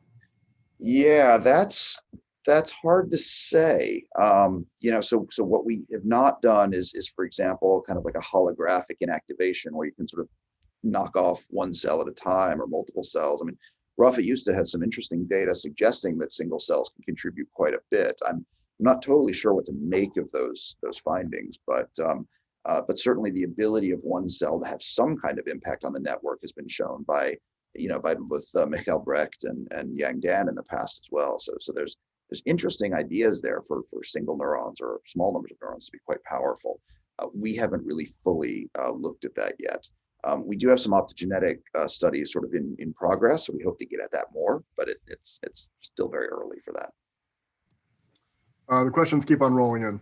Okay. Starting at 1% contrast, the activity and decoding ability of the corticopontine cells seem to have a close to linear relationship with visual stimuli, contrary to the sigmoidal psychometric performance. So what do you think is going on with the disconnect there between the linear and sigmoidal? That's a great question. So we've thought about that a lot, and I would say our lab's data using 2P imaging, Jess Carden's lab's data using electrophysiology, in our experience with multiple animals and multiple studies and multiple ways of doing this, it's hard to say that the contrast response functions of V1 neurons in the awake mouse are not linear. We've played with both. I mean, you can fit the data to anything you want. You can fit it to a line, you can fit it to a sigmoid. We've generally found that they are equally well fit by both. It's really not obvious that the awake mouse shows a lot of saturation in its contrast response functions. I mean, the only comment I can make is that there isn't, in fact, all that much published data on contrast response functions in awake mice. So whether this represents an anesthesia thing, say in contrast to earlier cat data, or a species thing, or some other experimental variable that that we haven't sort of matched between different studies is not clear. But this bordering on linear CRF is something we've seen a lot of. You saw the brain areas have differential responses between correct and incorrect trials, for example, somatosensory cortex. So do you see a correlation between whisking and animal choice? Kind of related to that, McCormick and Churchland also have seen other behavioral variables that seem to correlate with each other and yeah, that's an awesome question as well, and something that we're really sort of profoundly and deeply invested in looking at. There's sort of a practical answer to the question. So we have looked, for example, we have a manuscript that's about to be on bioRxiv probably in the next couple of weeks, doing dual color imaging of both cortical activity and cholinergic activity, sort of mesoscopically across the cortex. And there we looked at behavioral state also using face map, this sort of approach for decomposing general facial motor activity. And it's overwhelmingly true and consistent with Ann's data and consistent with Ken Harris's data that the face map components are probably the best general predictor of cortical activity. The reason in this particular talk I didn't present that is they're also a little bit different than wheel and pupil. Wheel especially, but pupil a little bit, is relatively straightforward to classify into epochs. They run for a bit, then they stop, then they run, and they stop, or the pupil's big, and then it's small. You look at the face map data or the whisking as well, and it's sort of a constant fluctuation. It actually makes it a little bit hard, say on a given trial, do you define a trial as a whisking trial or a non-whisking trial? Because they're whisking a little bit, like always. So that practical challenge is something that we're continuing to work with, how you define a state. But absolutely, the whether it's whisking, whether it's non-specific motor, something about that facial motion energy is very related to cortical network activity, and we see it, and we're working on figuring out how to analyze it.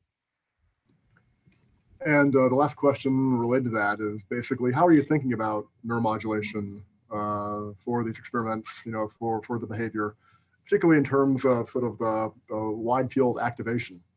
Do you think that's sort of strictly cholinergic? Do you think there's a noradrenergic involvement? What's your guess? Yeah. So the punchline is that I don't know. I'm incredibly interested in that topic. I mean, as I alluded to at the end, I mean, my lab has as much sort of synaptic and cellular level work as this sort of system stuff. And so, the mechanisms underlying these big network dynamic changes is very interesting to us. And so, right, the role of neuromodulators is one possibility. The role of long range, say top-down feedback, along the lines of Georg Keller's work is another. None of these are mutually exclusive. They're probably all working in coordination. So as I said, we have a paper coming out shortly on looking at cholinergic wide field imaging, but we are also starting to do, and again, this is in collaboration with the Carden Lab, looking at adrenergic imaging, and quite frankly, this mesoscopic approach is pretty amenable to any reporter you can get in the brain. So we are starting to address this head on, and I suspect there will be interesting findings, but I can't yet say, oh, it's definitely acetylcholine or it's definitely norepinephrine. In fact, one of the things that's not been looked at by many labs at all is the intersection of those. So, what happens when cholinergic and adrenergic signaling interact? So there's a lot to do there, and stuff that we're very keen to look at and are addressing as we can. Okay, thank you very much. Wait, there's one last question we have time for. Is the eye-blink circuit downstream of cerebellum or spiracolliculus, and which one triggers it? Yeah, so I think this is a really cool, maybe almost philosophical question. So the cerebellum is kind of in the middle. So it gets this sensory information, both for the conditioned stimulus and the unconditioned stimulus that feed into it. But then the cerebellar output goes to brainstem motor structure. So it's kind of right in the middle. It's downstream of the colliculus, of the cortex, of the thalamus, but upstream of the facial nucleus, which is driving the blink. One of the things I really like about the circuit is it does raise this question of, like, what does perception mean, and to what extent is perception distinct from motor? If that simplified view is true, if it's like retina to cortex to brainstem to cerebellum to motor nucleus, like at what point is the information sensory? At what point is it motor, or is it really just a continuous switch from one to the other, or that it's all shared somehow? So I don't have an answer to that, but I think it's a really cool system to think about those questions. Okay, that does it. Thank you so much. That was amazing. Thanks, everybody. Thanks, Really everybody, appreciate for it. attending. Thanks for the questions. Thanks, Mike. Yeah. Start introducing you, and I give you just 1 minute introduction and then you go.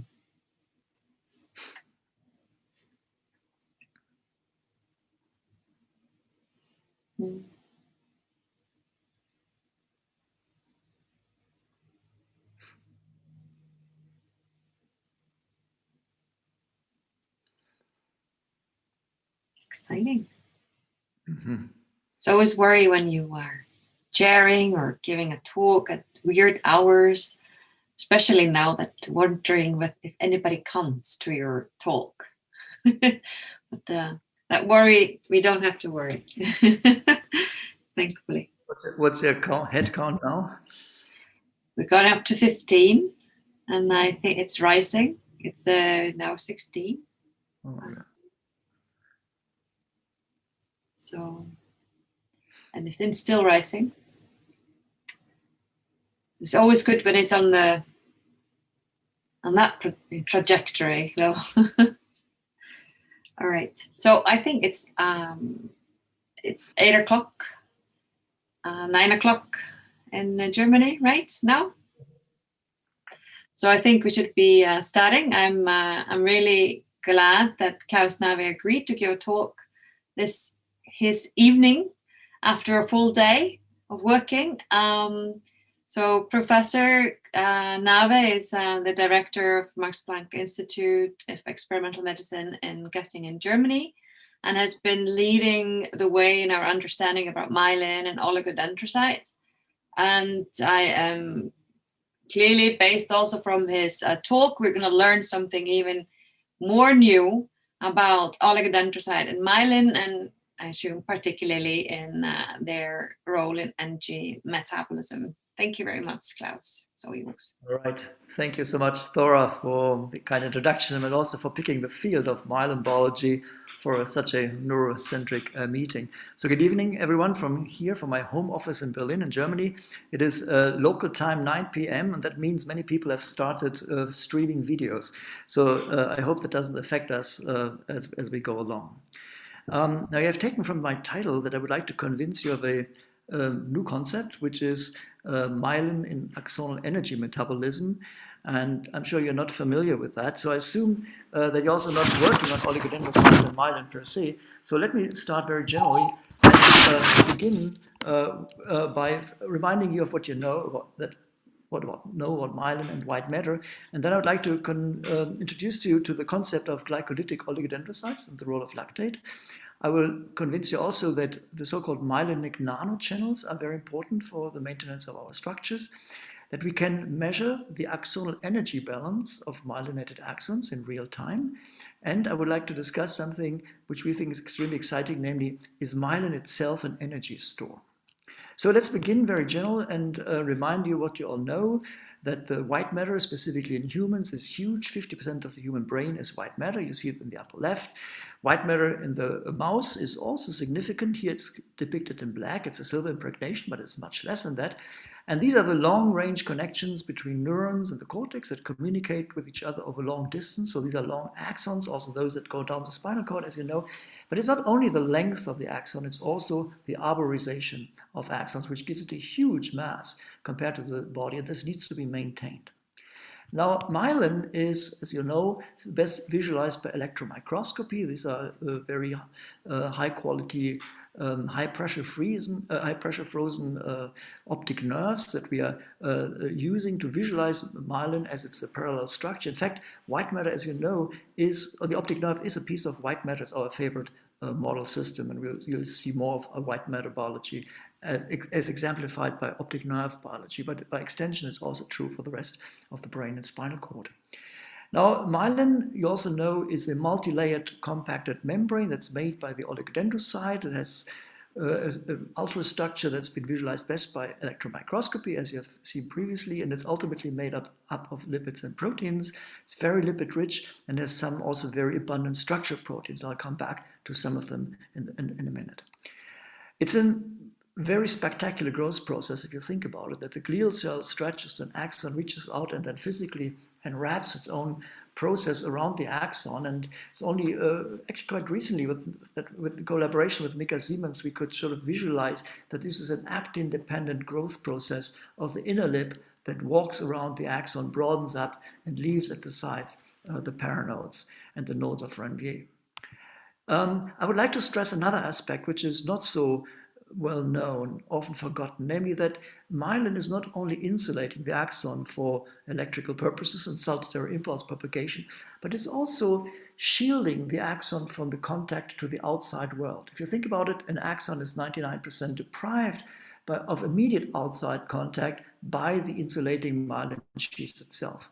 You see this extremely in the peripheral nervous system, where you know it's the Schwann cells that make myelin, but below here you see an image of a single Schwann cell, a so-called PNST fiber preparation, where you may see on the left a node of Ranvier here, and then another node here, and then there is a Schwann cell nucleus at this position. Everything else is completely shielded by myelin. All these notches are so-called Schmidt-Lantermann incisors, but it tells you the axon is shielded and needs to be supported, otherwise it would physically starve. How is that possible? Why are we thinking along these lines? Now, for us, the story began many years ago when we made mouse mutants to understand the role of structural proteins of myelin, and surprisingly, we found mice in which the structural proteins were not there, but the structure of myelin seemed to be there, and then the axon, not the myelin, seemed to develop problems. And these were very characteristic problems. You see this here for the protolipid protein, the PLP knockout mouse, which showed axonal transport defects, which are followed by these swellings. Obviously, these are very unstable structures, and this resulted in progressive axonal degeneration. And this was not specific to this one protein, now also other myelin protein that we subsequently tested genetically. They always showed the very same story, namely a glial and oligodendrocyte-specific genetic defect resulted in secondary axon damage in the apparent normality of the myelin sheath itself. And this was in stark contrast to another mouse mutant that was known for a long time in the field, which made no myelin whatsoever. It's a Chivera mouse that made, I should be careful, non-compacted myelin, but it has basically no compact myelin. And here you see the axons are unmyelinated and they are lacking these characteristic axonal swellings. Now that together means that the oligodendrocyte A in the Chivera mouse is able to support the axon by these contacts, we presume, but overall it means that the oligodendrocytes really have two distinct functions. One is to make myelin, which is the textbook knowledge, and secondly, to also support axons in a curious way, and these two functions, that's important, can be genetically coupled. In many diseases, you have both defects at the same time overlapping. What is the underlying mechanism? Now, a number of years ago, we put forward a hypothetical model based on interesting observations that I will not go into detail about, which suggested that oligodendrocytes that shield the axon are also glycolytic cells, which take up glucose here and then go through glycolysis and deliver lactate through monocarboxylate transporters into the axonal compartment, where mitochondria use that to make ATP. The next slide shows it in similar, again in a schematic fashion.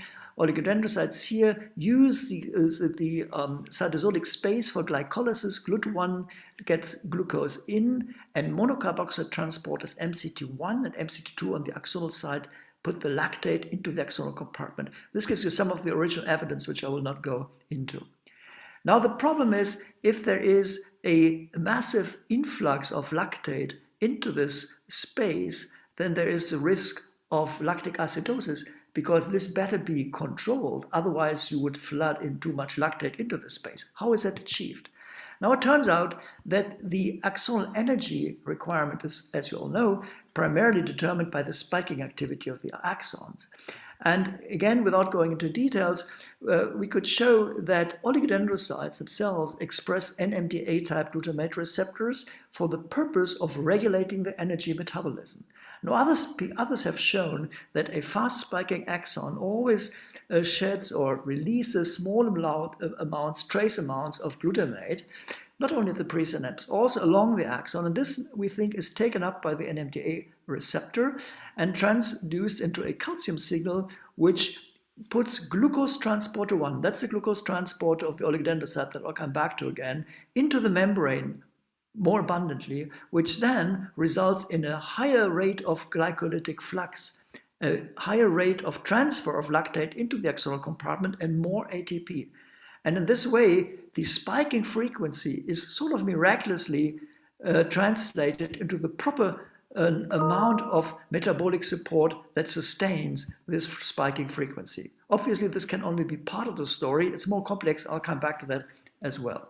But I'll show you here just as an example, how amazing this support system works. If you take cultured oligodendrocytes, you see them on the lower left, and stained for GLUT1, you see the green label, it's all inside the cell. The moment that you add NMDA, not the moment, but 30 minutes later, everything, all the GLUT1 rushes out to the periphery and helps glucose entry. That's similar to GLUT4 regulation by insulin type stimulation. But here it works for the myelinated, for the myelinated brain.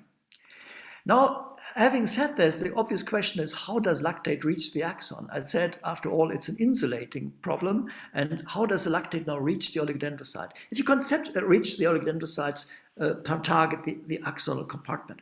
Now, if you conceptually unroll a myelin sheath, you see something what you see on the upper right, namely compact myelin in the middle, but this compact myelin is, when rolled out like a carpet, will be surrounded by a cytoplasmic tongue, a cytoplasmic space.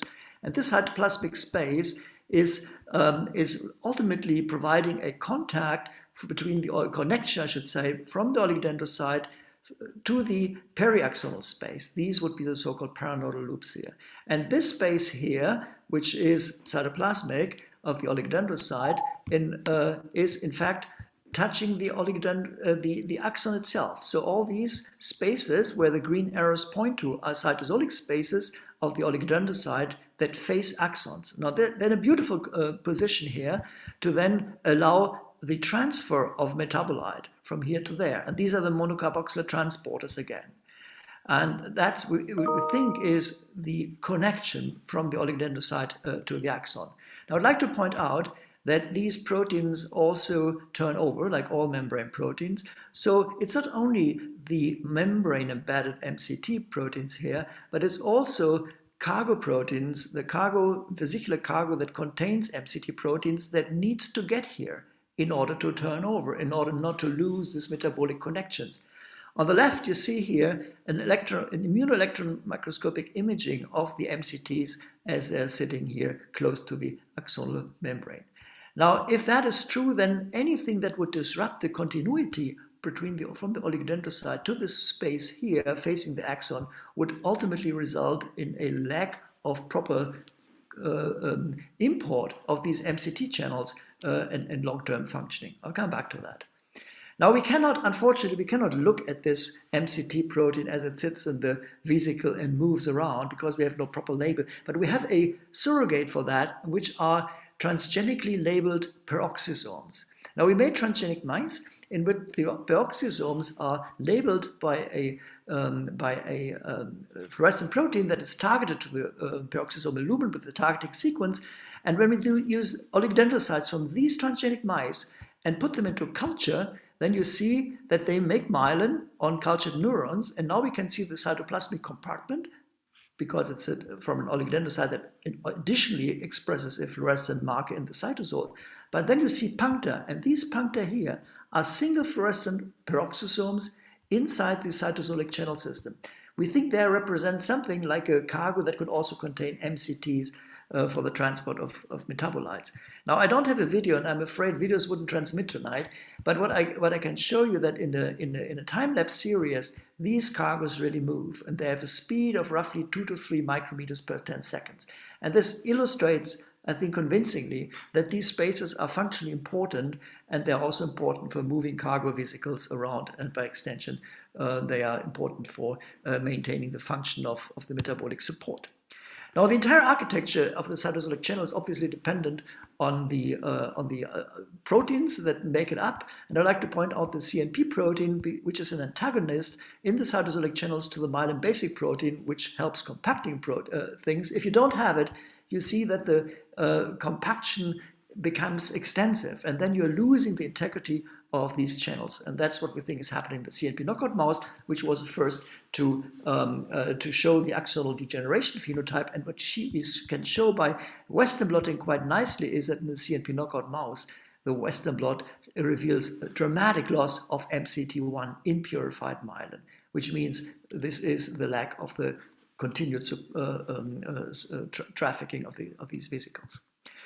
Now, we are not only having a channel closure problem like in the CNP1, we also have a potential channel clogging problem. I would like to discuss with you by looking at another model of a disease which is better known to you, namely the ALS mice, which are caused, the disease that is, for example, genetically caused by SOD aggregation. And you may know this model in which SOD, mutant form of SOD, form aggregates, not only in motor neurons. We can show, they're also showing these aggregates inside oligodendrocytes. What you see here is a cultured oligodendrocyte in monolayer, no axons around, and you're staining not only for CNP, which is the glial protein that marks in green the territory of the cytosolic spaces, which in a cultured oligodendrocytes correspond to the nanochannels, but they also show the misfolded SOD as puncta. When you move in here and look in the enlargement, you see that these puncta are really clogging up this system of channels. We think this is relevant also for the in vivo situation. Here we're looking by immunoelectron microscopy into the spinal cord and even optic nerve of these mice. We can see very clearly, very nicely that SOD now is not only in axons as a neuronal protein, it's also in the channels of the associated oligodendrocytes, also here on the right. We think this is relevant because when we look into another line of transgenic mice that Don Cleveland has given us, in which we take out the SOD aggregates from the oligodendrocytes by Cre recombination using SOX10 Cre, which is an oligodendroglial lineage Cre driver line, we can see that the disease phenotype is ameliorated. This is a clinical score which normally goes up relatively steep in this age bracket, but when we remove the SODs from the oligodendrocyte compartment by Cre recombination, you see it's much flatter. I'll also show you, to convince you even more, a survival curve of these mice. And you see here these mice have a career in the natural form. Transgenics have a very predictable cause of death or cause of lethality at around that age, which we can significantly prolong by taking out the SOD expression from oligodendrocytes and OPCs, I should say, using the SOX10 Cre mouse. And which is quite interesting to compare when we go into the literature and look what the lab had shown previously using motor neuron specific Cres to remove Cre expression from motor neurons. It's about the same amount of rescue or partial rescue that you can achieve as we can show here with the SOX10 Cre. What is also interesting, I think, is when we compare this early Cre remover with a late Cre expressing system. This is Morg Cre, which only starts expressing and recombining in mature oligodendrocytes. Then we no longer see this difference. And we think it's best explained because at that late stage, the oligodendrocyte is already filled with mutant proteins, which are going to form aggregates. It's too late. But if we start early in the SOX10 Cre stage, then we're preventing the aggregates to even form prior to myelination. When myelination then happens, it's basically a compartment that is free of these aggregation-prone proteins. So let me switch to another question, that is axonal ATP synthesis really, lactate provision really important practically? And for that, we turned to metabolic sensors, which we have here. And you know how they work. ATP binds at that moment. There's a FRET interaction. We have used these sensors to make transgenic mice in the neuronal compartment, and we're not using the whole brain. We're using optic nerve again, and now can look at axons from the optic nerve. These are myelinated axons taken acutely out of the animal, and we're using them for electrophysiology and imaging at the same time. So when we stimulate them, we can record a compound action potential. There's a characteristic area underneath this compound action potential curve, which gives you as a constant basically the 100% integrity of conductivity of the optic nerve in the presence of glucose or lactate. You're not surprised. That is a very stable situation over time, ex vivo. But when we take oxygen and glucose away, this cap area drops down to nothing within seconds, no ATP generation, you give it back, and oxygen and glucose back, and the cap area goes back to normal. If you prolong, it would do that, but in a short interval it does. And this is very nicely matched with the measurable ATP concentrations in those myelinated optic nerve axons. Now, this is a rather unphysiological experiment. Let's look into a more physiological experiment, which is increasing the conduction frequency or the spiking frequency. And this is, let's say, a physiological range. And when we ramp a stimulation of the optic nerve through this physiological into an unphysiological range, you can see how the cap area drops down, and at the same time also the ATP drops down.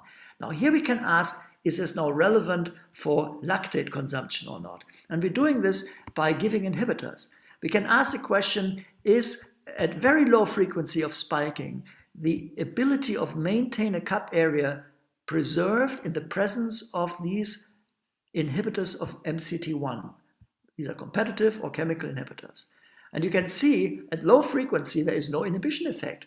That is remarkable.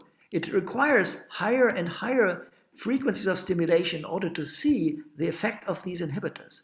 This in reality means that MCT1 blockers matter only if the axon is spiking. So it's a spiking axon, not the resting axon, that is metabolically supported by lactate. And we think this is quite important.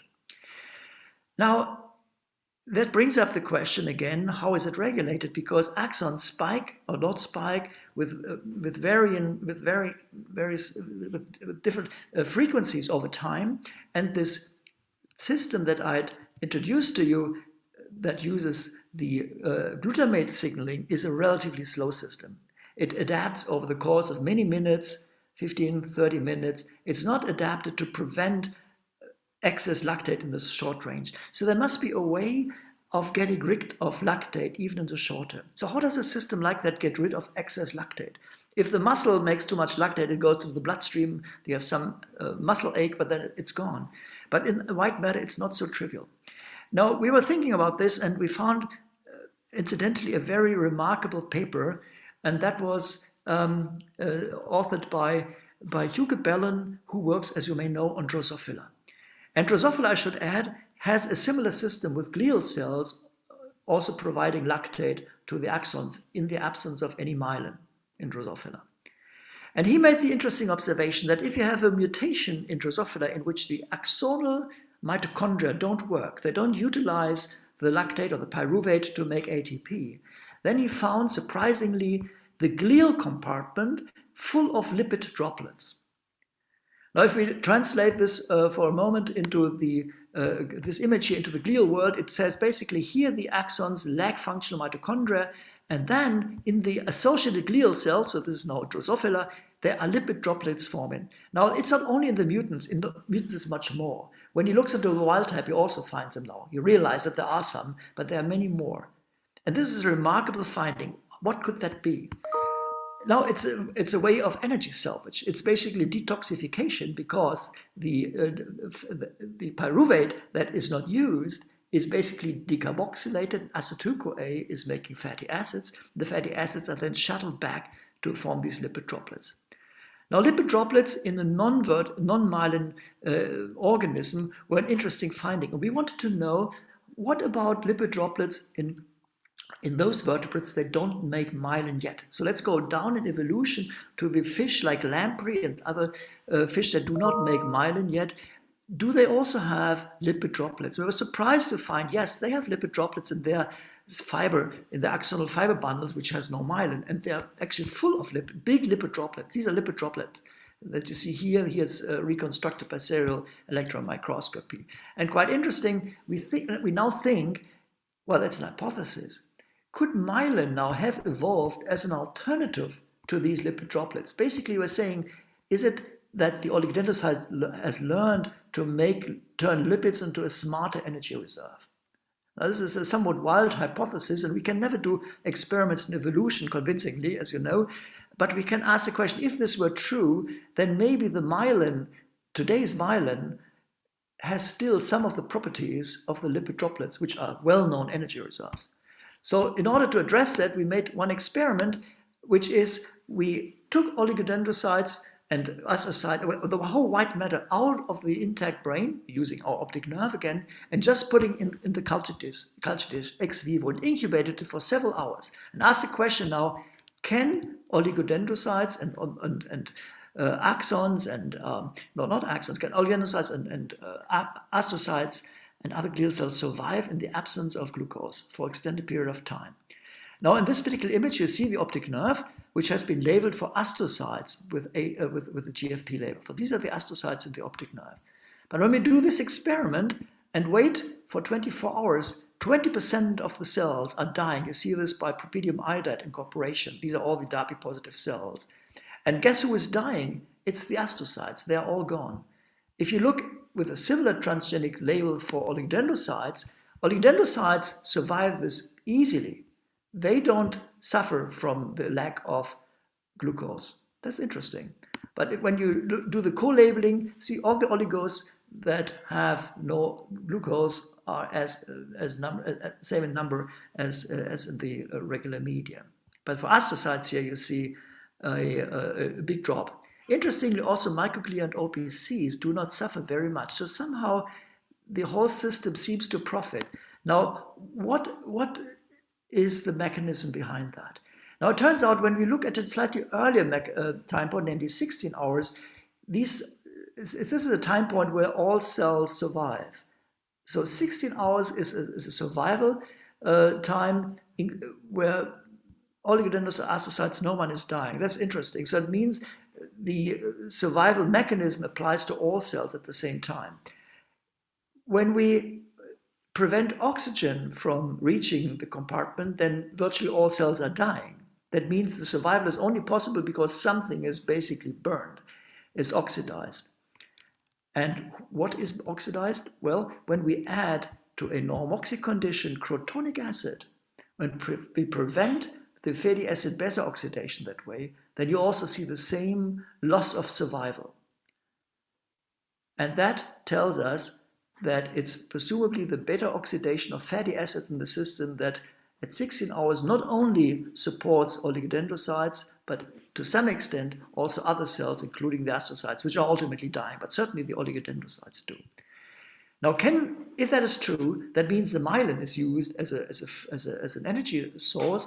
Can that be visualized? Well, we could visualize this here by looking into electron microscopic images early and late, before with glucose and without glucose. And now the EM quality is no longer great after 16 hours of ex vivo incubation, as you can imagine. But when we score the number of those axons that have very thin myelin, means very high G ratios, then you can see there's a dramatic difference and there's a dramatic myelin loss. That's basically, we're seeing the loss of myelin even after 16 hours already.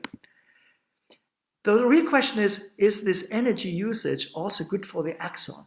Now, obviously, the axon will degenerate when you can cut it out from the optic nerve. But functionally, in the time window that we're looking at, can we see a benefit for the myelinated axon under starvation condition? Now, you already know this experiment, which was taking out the optic nerve, clamping it, stimulating it, and measuring the compound action potentials and recording this over time, this cup area, which you know. Now, we did this now not with 10 millimolar glucose, but we did it with a very low level glucose concentration, namely 2 millimolar glucose. This was empirically determined as that amount of glucose that it requires to maintain at a very low spiking frequency a stable signal. Only when you gradually increase the spiking frequency, meaning the energy requirements, to 1 hertz, to 3 hertz, even 7 hertz, now you see a decline of this. Okay, so this is really a borderline situation of functional integrity. And when we do the same thing now in the presence of the fatty acid beta oxidation inhibitor, which you have introduced earlier, this bromocrotonic acid, now you see that under those limiting conditions, the decline occurs rapidly. Even here, if you were to extend that, that is stability, that is not. So that means under those conditions here, fatty acid beta oxidation participates in the energetic support of axon function as well. Now, this is obviously an ex vivo experiment. By the way, it is also applying to the ATP level, so we can overlay this image with the ATP sensor measurements at the same time, as I've shown you earlier, but you see it's a decline of ATP. But this is ex vivo. Now, the only question is, does it also apply to in vivo? Is it only an ex vivo artifact? Now, we cannot starve mice for obvious reasons. And it's also very difficult to selectively starve oligodendrocytes and not other cells. So we did the next best experiment that we think we could do, and that is we're starving oligodendrocytes in vivo by selectively removing genetically the glucose transporter 1, which you remember was the GLUT1, the transporter that oligodendrocytes require to take in glucose. Now, when we take a mouse that has normally developed and using a tamoxifen-inducible Cree tool, this one, and then take out GLUT1 expression, then it takes a long time for the GLUT1 to also disappear. But we can show this by Western blotting. You see here GLUT1 is after 4 months after tamoxifen administration, it's significantly downregulated, but it takes a long time. GLUT3 on the neuronal side, for example, is unchanged. Other proteins, including MCT1, by the way, is unchanged. These are other markers that are internal markers. But there is a selective difference of GLUT1 expression at that late stage. We don't know for how many days or weeks that is so significant. But we can now ask the question, does that also affect myelin thinning? Does it affect myelin integrity? And here again, you see the results of electron microscopy, and you see, yes, that after that time, we measure the G ratios again, and this is again a measure of myelin thinning. If you like, myelin is, in these conditional knockout mice, is significantly thinner than in the comparative wild-type mice. So that is the best that we can do to show that this is of physiological relevance also in vivo. So with that, I think our working model of the dual function of myelin really has changed to and introduced a new player into this. We now look in a way differently at the role of myelin. Myelin is not only there to make the impulse propagation fast in the nervous system, but there is also myelin lipids in oligodendrocytes being a huge energy reserve, which may or may not be utilized, but it's a buffer, an energy buffer, if you like. And compare this for the moment with this little energy that we know exists. This is glycogen granules in the astrocytes. They exist, they are very readily metabolized, as you may know. But overall, the amount of energy reserve in the myelin compartment is much more than in the astroglial compartment. And with that in mind, I personally look at the white matter in the human brain completely differently. I see this as a huge energy reserve. And you may have asked the question, why is the organ that uses most of the body's energy not equipped with more energy reserves that are seen? I think we're looking at them right there, but they haven't been interpreted properly. I mean, this is still a hypothesis. It's an interesting working hypothesis, but I leave you with this idea to think about, and leave you also with a few points that we think are the main points of the talk. Oligodendrocytes provide lactate to spiking axon. This has been seen by others as well in the meantime. I've shown you that the architecture, and specifically the continuity of the myelin channels, is critical for support. I mentioned the ALS in mice. Some of that is support system is regulated by NMDA type glutamate signaling. It's not worked out. We don't know how other receptor systems work. There's obviously a function of glutamatergic neurons. There are other myelinated neurons, as you well know. ATP levels in vitro can be monitored. We're trying to go into vivo with this at the same time. I think it's a very nice readout of neuroglia interactions. And finally, I left you with this somewhat speculative idea of myelin itself being a metabolic energy reserve. I have not the time to also go into our most recent area of research where we think, ask the question whether all of this, which I've shown you, is relevant for degenerative diseases of the nervous system, where when the energy balance is low, some of the disease processes, including those that we think lead to Alzheimer's disease, amyloidosis, and things like that, could be negatively infective. And myelin aging by itself could be a very interesting risk factor upstream with this altered energy metabolism that the oligodendrocytes provide. Okay, with that, I would like to stop. I was told we have 30 plus minutes. I'm not going too much over time. I'd like to thank the team in Göttingen that has been fantastic for many years. I mentioned the unpublished work of Ibrahim Asadullahi, Andrea Trevisiol, and Alexandra Mott. We have continued collaborations with former lab members, Julia Atker, Johannes Hirling, and Ayman Saab, continued collaboration with others, mouse providers. Very important funding, and I thank you very much for your attention. I'm looking forward to your question. Thank you very much. Thank you so much, Klaus, for very thought-provoking talk. I just want to remind those who are listed to please put your question in the Q&A. And I'm going to start asking one question. So when you knock out the glucose transporter, and you propose that the oligodendrocytes is almost phagocytosing or eating up the myelin in order to generate, to supply itself with energy. What is the effect or its capabilities to support the axon and the firing rate of the neuron in those conditions? The mice are relatively normal. I think we're just scratching at the tip of the iceberg. The glial compartment is connected. Oligodendrocytes are connected to astrocytes by gap junction and vice versa.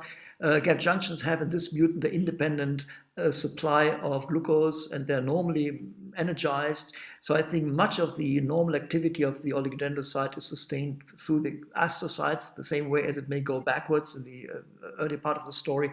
So I think we're just scratching at the tip of the iceberg here, and so that explains why there is no obvious behavioral abnormalities. We haven't done fancy behavioral testing yet, but I wouldn't be surprised if there is any. That may be at the moment just diagnostic. Okay, yes, I'm going to continue with a little bit of the question here, and they're popping in the channel. So here's a question from Maria Ostetrova.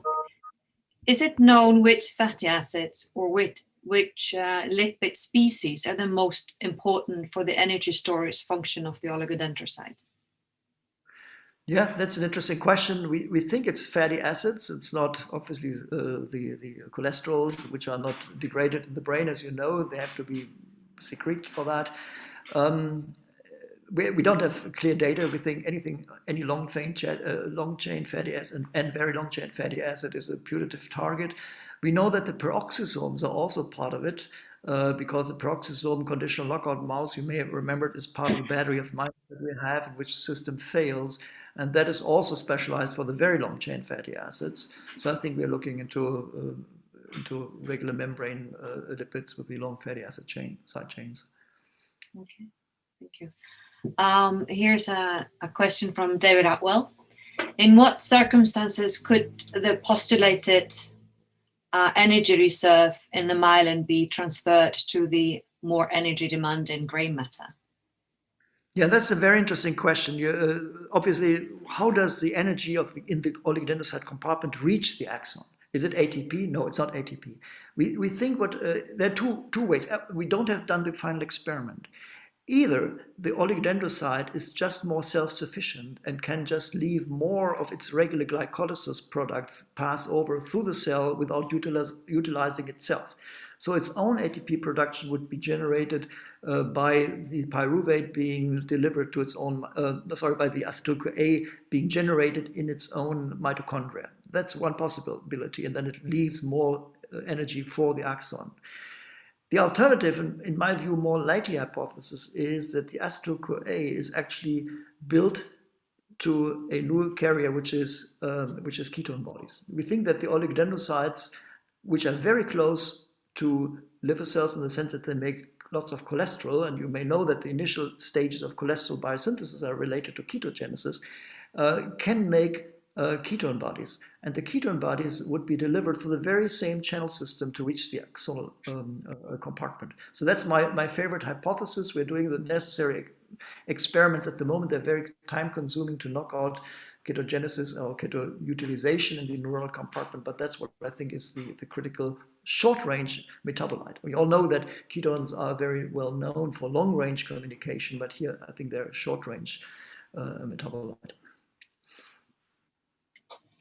Thank you. I have another question here coming in. In the SOT1 mice, not all axons are equally susceptible to neurodegeneration. Does this imply that energetics of vulnerable axons or their metabolic profile confer vulnerability based on their relationship with oligodendrocytes? Yeah, I think we haven't even touched this level of analysis yet. I fully agree.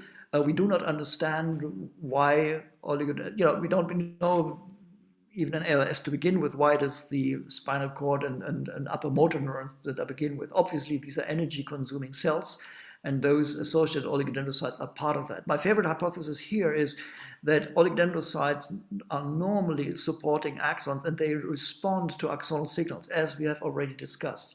At some point of the disease, the oligodendrocyte and maybe also the axon itself fail to communicate with each other. And that is a stage where the system really amplifies, where the problem amplifies, and then the oligodendrocyte is no longer able to listen to the axon and its energetic needs. And that's where the axon goes downhill. That would be my hypothesis.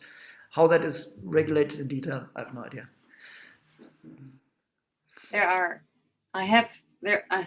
Maybe there are more questions to come in. We still have quite a lot of people in the room. I'm a little bit, find it really fascinating, the idea that you're saying that the oligodendrocyte or the myelin is this massive energy reserve. It's a difficult thing to contemplate. So in normal conditions, do you think that when would it be used that the oligodendrocyte would actually start metabolizing the myelin in order to supply energy? I think this system would allow, as an evolutionary advantage, to withstand transient phases of hypoglycemia. I think in invertebrate evolution, mammalian evolution, this is a standard situation in the wild, that you are not properly fed, and if the axons if axons degenerate, we know they don't regenerate. So it's critically important that these long axons are preserved from Wallerian degeneration based on starvation. And I think this is a mechanism against that. And I think it's a local mechanism. I don't know what the soma of a neuron has in plan in case of need, but I don't think it has the time to respond to poor situations of energetic support. It's much better to be locally solved as an energy problem. That's where the oligodendrocyte and myelin mass comes in. So I think these are transient issues. We know, for example, in prolonged starvation, for example, in severe cases of bulimia in humans, but also very unfortunate stories of starved people in war situations. There is in the peripheral nervous system neuropathy, well diagnosed. And in the central nervous system, we have even MRI detectable loss of white matter. Even CADASIL, which is a disease which you may know based on a mutation, is a local starvation, if you like.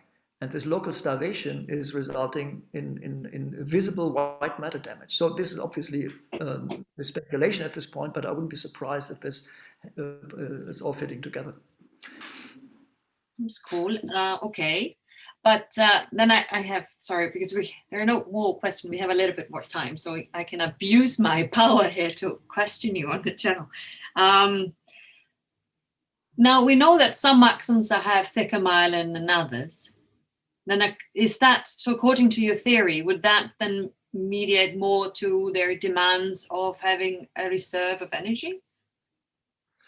I haven't thought about it this way. It's an interesting thought. We know that some of our mouse mutants, as they grow old and then show these axon degenerations, which interestingly takes time, are more susceptible on the small axon sides than on the bigger, thicker myelinated axon. So I think overall, the energy reserves of a fiber tract is higher if there's robust myelination made. Spinal cord is usually much more robust than cortical myelin.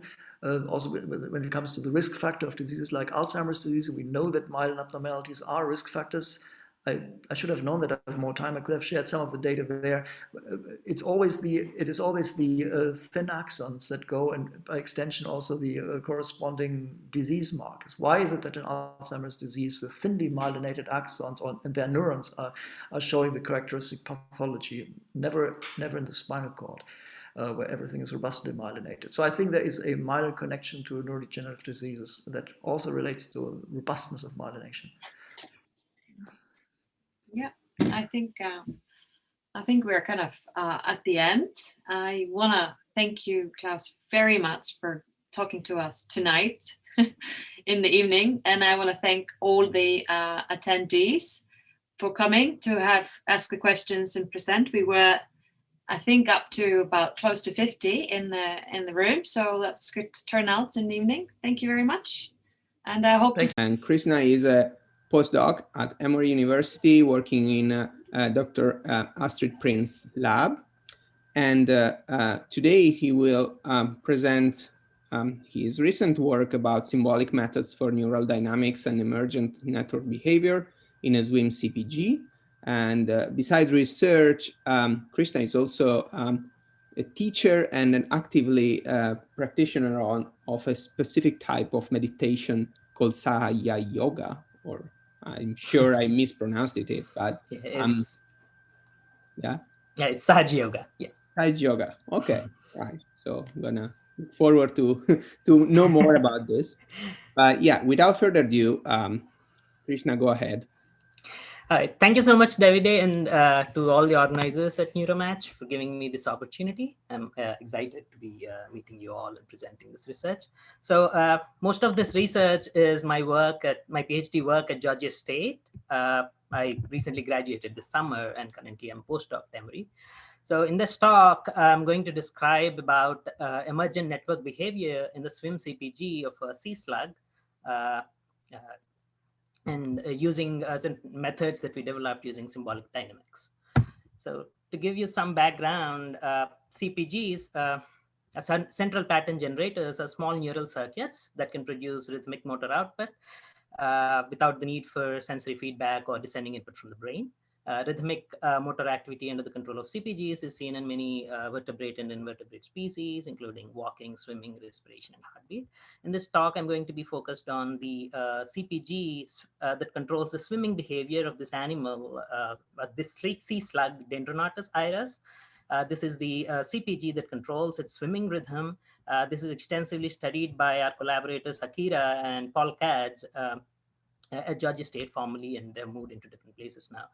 So this is the CPG that controls the swimming behavior. It produces this well-defined bursting rhythm. An important feature for this particular CPG is that this bursting rhythm is a feature, is a network feature. So the cells, when they're isolated, they do not burst. Bursting emerges within the full circuit. This is a simplified version of the circuit where some of these cells that have electrical coupling are reduced to a single cell.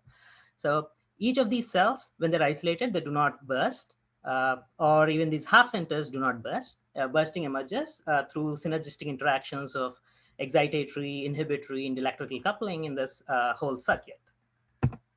So this is an overview of this talk. So first I'll describe symbolic dynamics using voltage waveforms and parametric sweeps to study behaviors of individual neurons and circuits. And then I'll demonstrate how these methods can be used for a bottom-up reconstruction of the 4-cell circuit, starting from single cells with different activity types, including chaos, near activity transitions. And then I'll show how half-center oscillators, which are basically 2 cells that mutually inhibit each other, they can produce bursting behavior, although these cells themselves do not burst. And then I'll show the 4-cell SWIM CPG of the sea slug, where neither the cells nor the half centers produce bursting without these synergistic interactions seen in the complete circuit. And then I'll show how detailed parametric sweeps can help replicate experimental CPG behavior, temporal characteristics like burst periods, spike frequencies, and can also help generate verifiable hypotheses for future experiments. So some motivation for symbolic methods. It has been shown in many studies that different sets of parameters can result in identical activity both in individual neurons as well as neural circuits. Several tools exist, including parameter optimization techniques to match model output experimental results, but there are issues like it's heavily dependent on the cost function, your optimization algorithms, and the parameter values initially chosen within the parameter space, or other techniques like spike counting or Yapner exponents. They can be time consuming or require great expertise. We developed a simple, fast trans on GPUs approach based on symbolic dynamics. It's called deterministic chaos prospector. It's based on experimental neurophysiology, and this is often the case where in experiments, voltage is the only thing that you can observe. And using this approach, we can identify and study transitions occurring in individual neurons as well as in networks. So I'll be very brief. I won't go into a lot of detail. So this shows a complex bursting mixed mode oscillations trajectory in a neuron model. And basically, we can use partitions in voltage or time intervals and transform the signal, this voltage trace, into a sequence of symbols. So we can use different partitions in voltage. Basically, we can look at maximal and minimal events in voltage. And depending on where that value falls, we can assign a different symbol. Or alternatively, we can look at the time interval between successive events. And depending on its size, we can assign different symbols like capital B, capital A, capital B, capital A. And then we look at a long trajectory and transform it into the symbolic sequence and use different processing algorithms to identify whether there is periodicity within that sequence, which would imply tonic spiking bursting behaviors, or the sequence could be aperiodic, implying chaotic behaviors. So this is the extended plant model. So the original plant model was designed for another C slug, aplysia, in the abdominal ganglion, the neurons in the abdominal ganglion of this C slug. They're intrinsically parabolic bursters. So Denise Alacham, who was a previous graduate student in the lab, she extended this model to add other parameters, which controls calcium shift, for example, controls the reversal potential of calcium, and X shift modifies another behavior of the slow variable and can eliminate bursting in this model. So using this symbolic approach, we can identify different regions within the parameter space. So here, the cell can produce tonic spiking behavior, like here, as shown here, or it could be quiescent, or within these colored bands, it could produce bursting behavior, as shown here, and the transitions are spike adding transitions. It would also produce chaotic behaviors within these gray regions, which is magnified here. So this is a chaotic trajectory. This is a chaotic trajectory with mixed mode oscillations. So for the C slug under consideration, the dendronatus iris, these cells do not burst in isolation. So this is the region of interest. So either they're tonic spiking or quiescent. So coming to the study of networks, this model, the encoding scheme is slightly extended. So basically we use different symbols for different cells, and we can use different voltage and time interval partitions. To keep it simple, you can assign a different symbol, for example, B here for interval, and interspike interval is marked by this symbol A. You use the different symbols for the second cell, and then we use the same approach as before. And using this, we are able to identify these detailed bifurcation diagrams. So this is a half-center oscillator composed of two cells that mutually inhibit each other, and we are looking at the slow synaptic dynamics, alpha and beta. This is a slow synapse. Alpha, you can think of it as the amount of neurotransmitter released, beta as the rate of removal. So A and B, the cells are intrinsically tonic spikers. When the synapse is weak, as you can see in the red region, they're intrinsically tonic spikers. When the synapse is strong, one cell suppresses the other, as shown here. And in between, you can also see chaotic bursting, like in this panel. But what we're essentially interested in is this blue region where you see half-center bursting oscillations, as shown here. And this is for the cells that are intrinsically quiescent. White regions, when the synapse is weak, the cells are quiescent. When the synapse is strong, you see this emergent bursting blue region. And the numbers within the blue region indicate the number of spikes per burst. So we can match the temporal characteristics with experimental recordings. So coming to the dendromatous circuit, the individual cells, this is also an extension of the plant model, but the individual currents and other features are matched with experimental recordings. So this is the individual cell. As these parameters have varied, the cells could be tonic spiking or quiescent. There's also a small region where it could be bursting. Cells 3 and 4 in the experiments are found to be tonic spikers. They fall, we choose them within this purple region, and cells 1 and 2 are intrinsically quiescent, so they're chosen within this white region.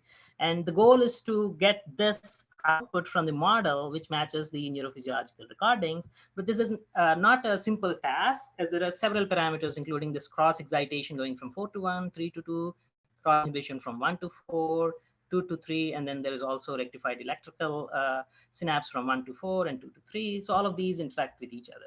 So if you look at the sweep for the half center 3 to 4, when the synapse is weak, these cells are intrinsically tonic spikers, and there is this red region when the synapse is strong. There is this green region where one cell suppresses the other, but we don't see bursting within this half center.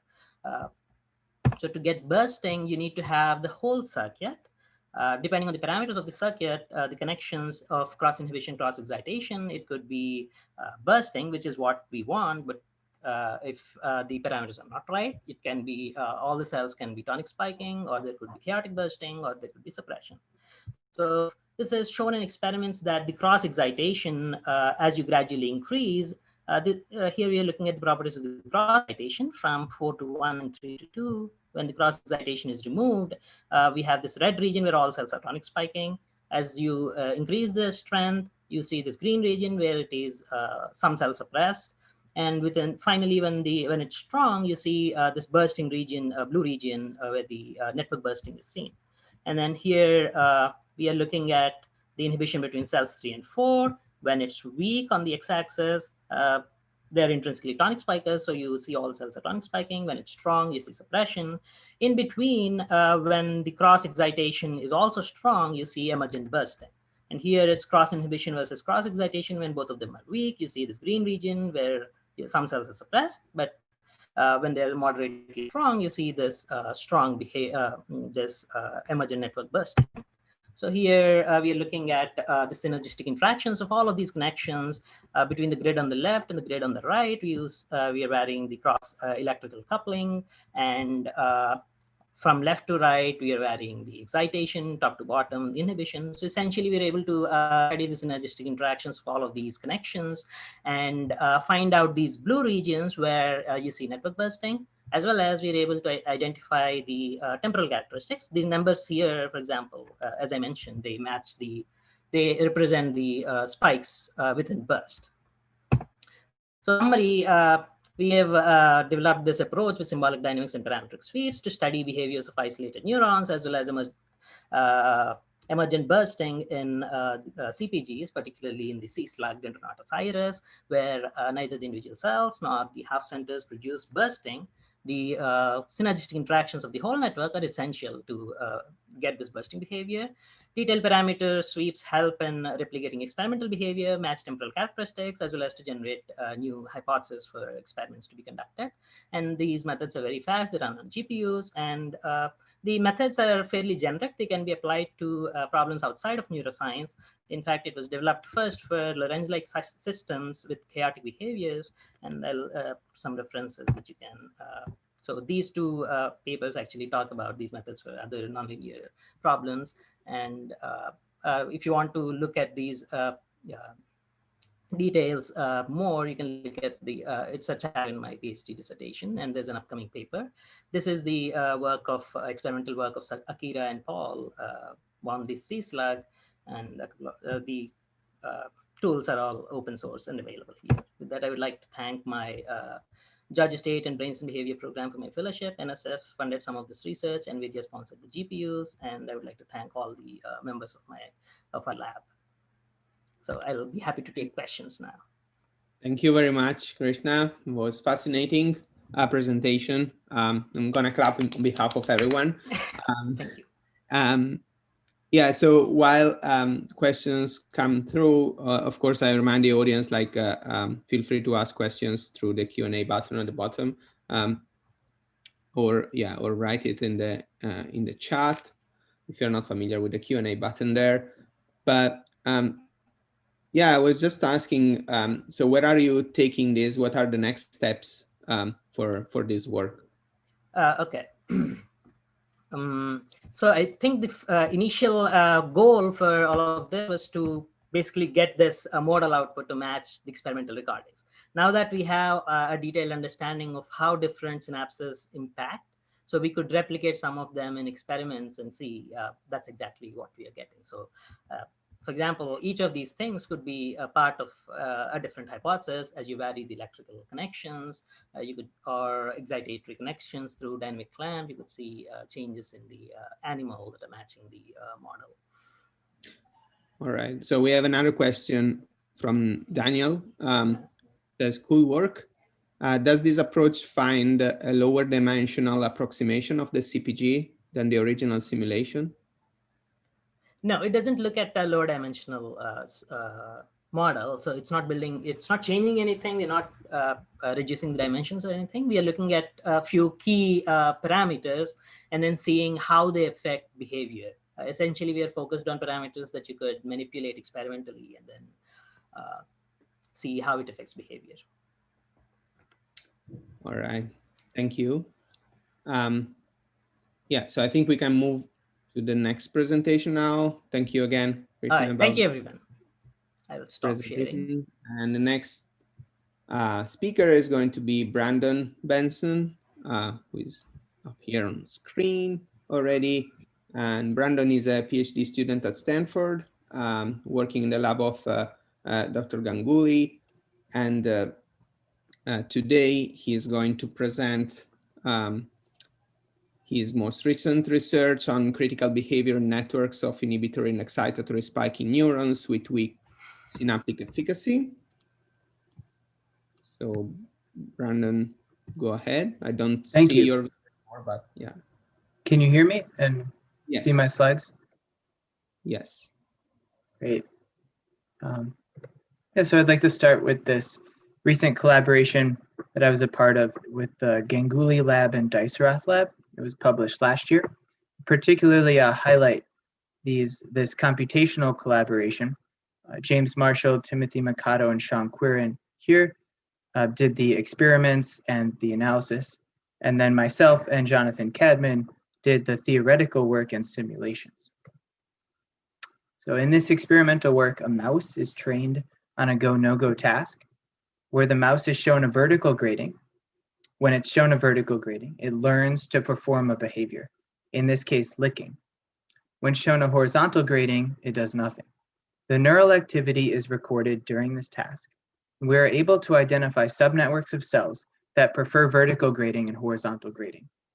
Once these subnetworks are identified, the visual grading is slowly removed. Eventually, the optogenetic stimulus alone can elicit the behavior. And that's the main point here, that stimulating the right subnetwork of cells causes the mouse to do the behavior. This is successful even without the visual grading. Even more surprising is that a small number of stimulated cells is enough to elicit the correct behavior.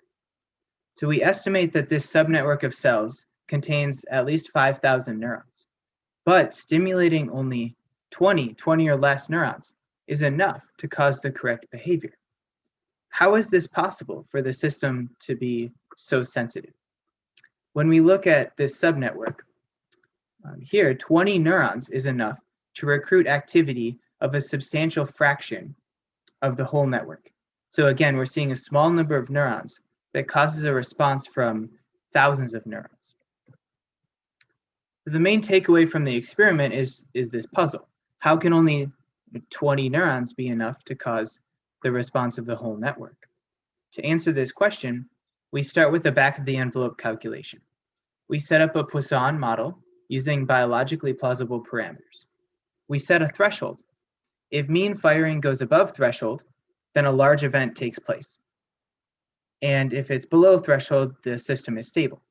So we find that we can choose, with a biologically plausible set of parameters, we can choose the threshold so that a false event from the noise happens very rarely, only every 19 hours.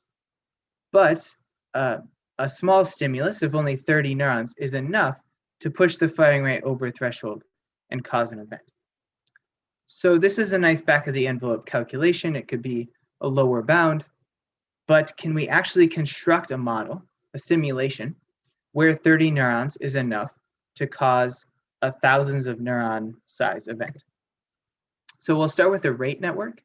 I'm gonna set up this population of neurons with firing rate S, which is determined by the sigmoid of the membrane voltage and a threshold. Membrane voltage evolves according to a leak term, recurrent inputs, and a noise term, where the recurrent inputs are given from the excitatory population and inhibitory population from an external population, as shown here. So now we might have thousands of neurons in this system. We want to make it easier to analyze. So we'll apply mean field theory. So instead of looking at the individual firing rates, we look at the mean firing rate of the whole system. So we define this mean field M, and then we define the mean field of the inputs. And we're able to solve for self-consistent relations for the stationary solution using mean field theory. So for example, here we have an equation for M as a function of U, and for U as a function of M. And H here is just the margin of a Gaussian. So we've solved for the stationary states of the system, but we can learn even more about the dynamics. We can, for example, consider this phase space of the mean activity of the excitatory population and the mean activity of the inhibitory population. For fixed excitatory activity, we can solve for inhibition. And we call this the inhibitory null line, plotted in orange. The system will flow towards this null line. We do the same for the excitatory null line. The system flows towards this, so the solid blue line, and the dotted blue line is unstable. So when the two solid lines cross, the system is at a fixed point. So now we can, when the system's prepared at this fixed point, or first we can tune the weights of the network so that this fixed point is very close to the unstable line. So what does that mean? If we give a small stimulus and perturb the system, we might get some modest dynamics that look like this trajectory. But one trick we can do, and again, what we're looking for is a very small stimulus that causes a large event, not just a small one. So if we make the inhibition slow, then relatively we move much faster in the right and left directions on this plot and slow up and down. So now a small stimulus will cause us to flow very quickly towards the stable point here, and then slowly up to the orange null line. And when we're off this null line, then the stable point's back down here, so we flow back here.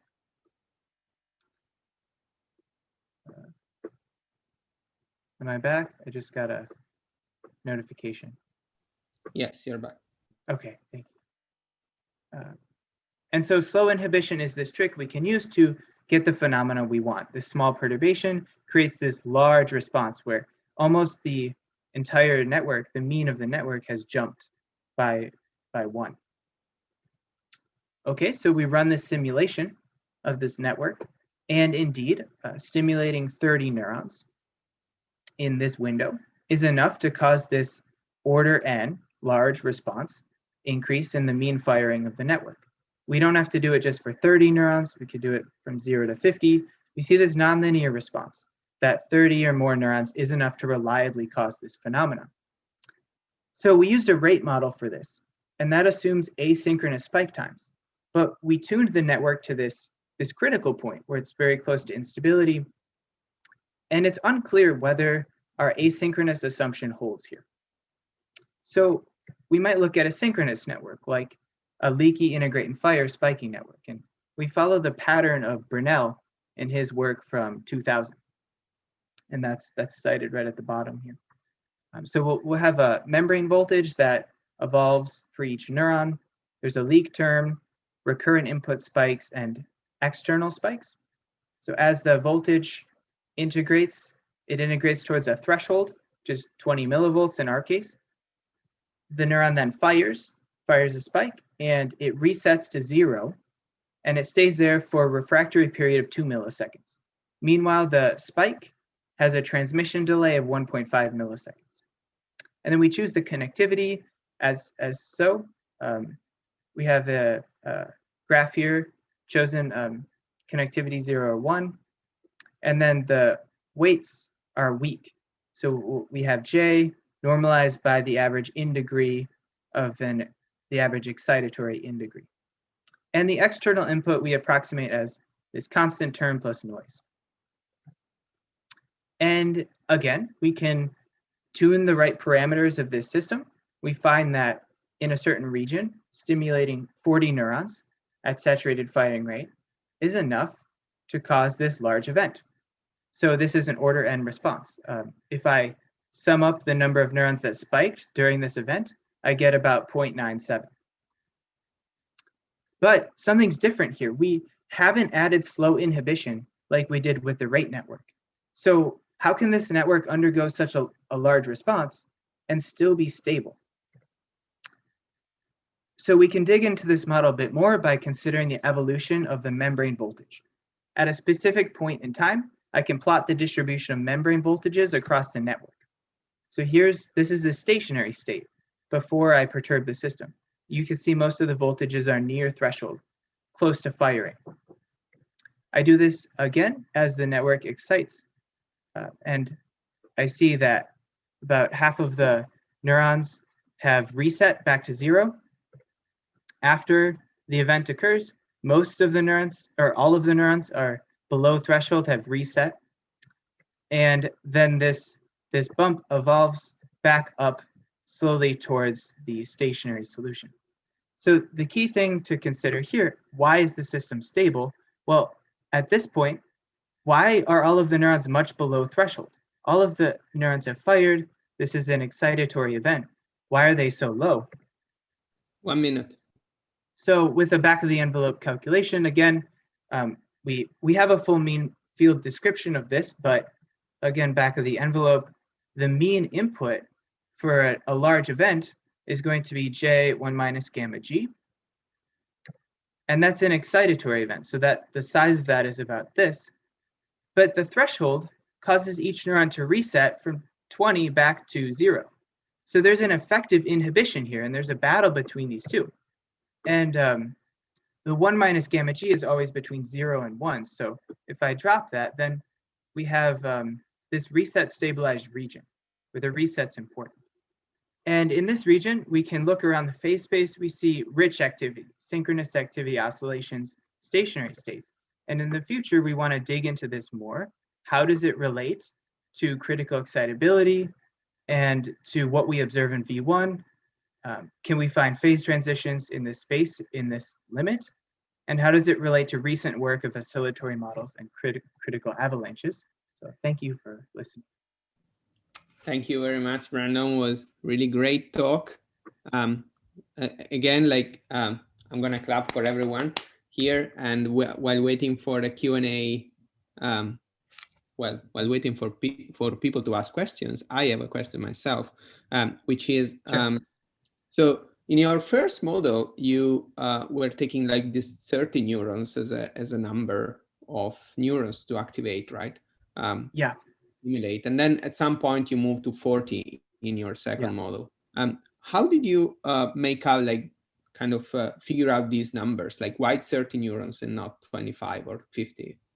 So it's a little arbitrary. I could have chosen to show in the figure anything between 0 and 50 in this case. In the later model where I showed 40, that's because it was a larger network. Mm-hmm. So you tend to need slightly more neurons to elicit the behavior. So it's a sort of a proportion of the size of the network, like is a sort of proportion to the size of the network. The number it grows with some function of the network, yeah. But, okay. Yeah. But we want to keep the number very small. Yeah. Close to 1. I see. Okay. As there are no questions yet coming, Yeah, I want to ask a further question here, and is like, how fast are the simulations? So in the previous talk, we talked briefly about deep learning and like GPU sort of processing. Like, how fast are these models to be estimated? So these ones, for example, I ran for 600 milliseconds, and I'm just showing you the final 100 milliseconds. Mm-hmm. And they ran in Julia in a couple of minutes. Okay. So, but in Python, they're much slower. Yeah. I even tried to GPU, but Julia is just super fast. Yeah, definitely. All right. So yeah, let's thank Brandon once again. And if people have questions, like, feel free to use the chat to ask them. But in the meantime, we can have our next speaker present, who is Katerina Morozova, who is a postdoc at Brandeis University in the lab of Dr. Marder. And you can like start sharing your screen.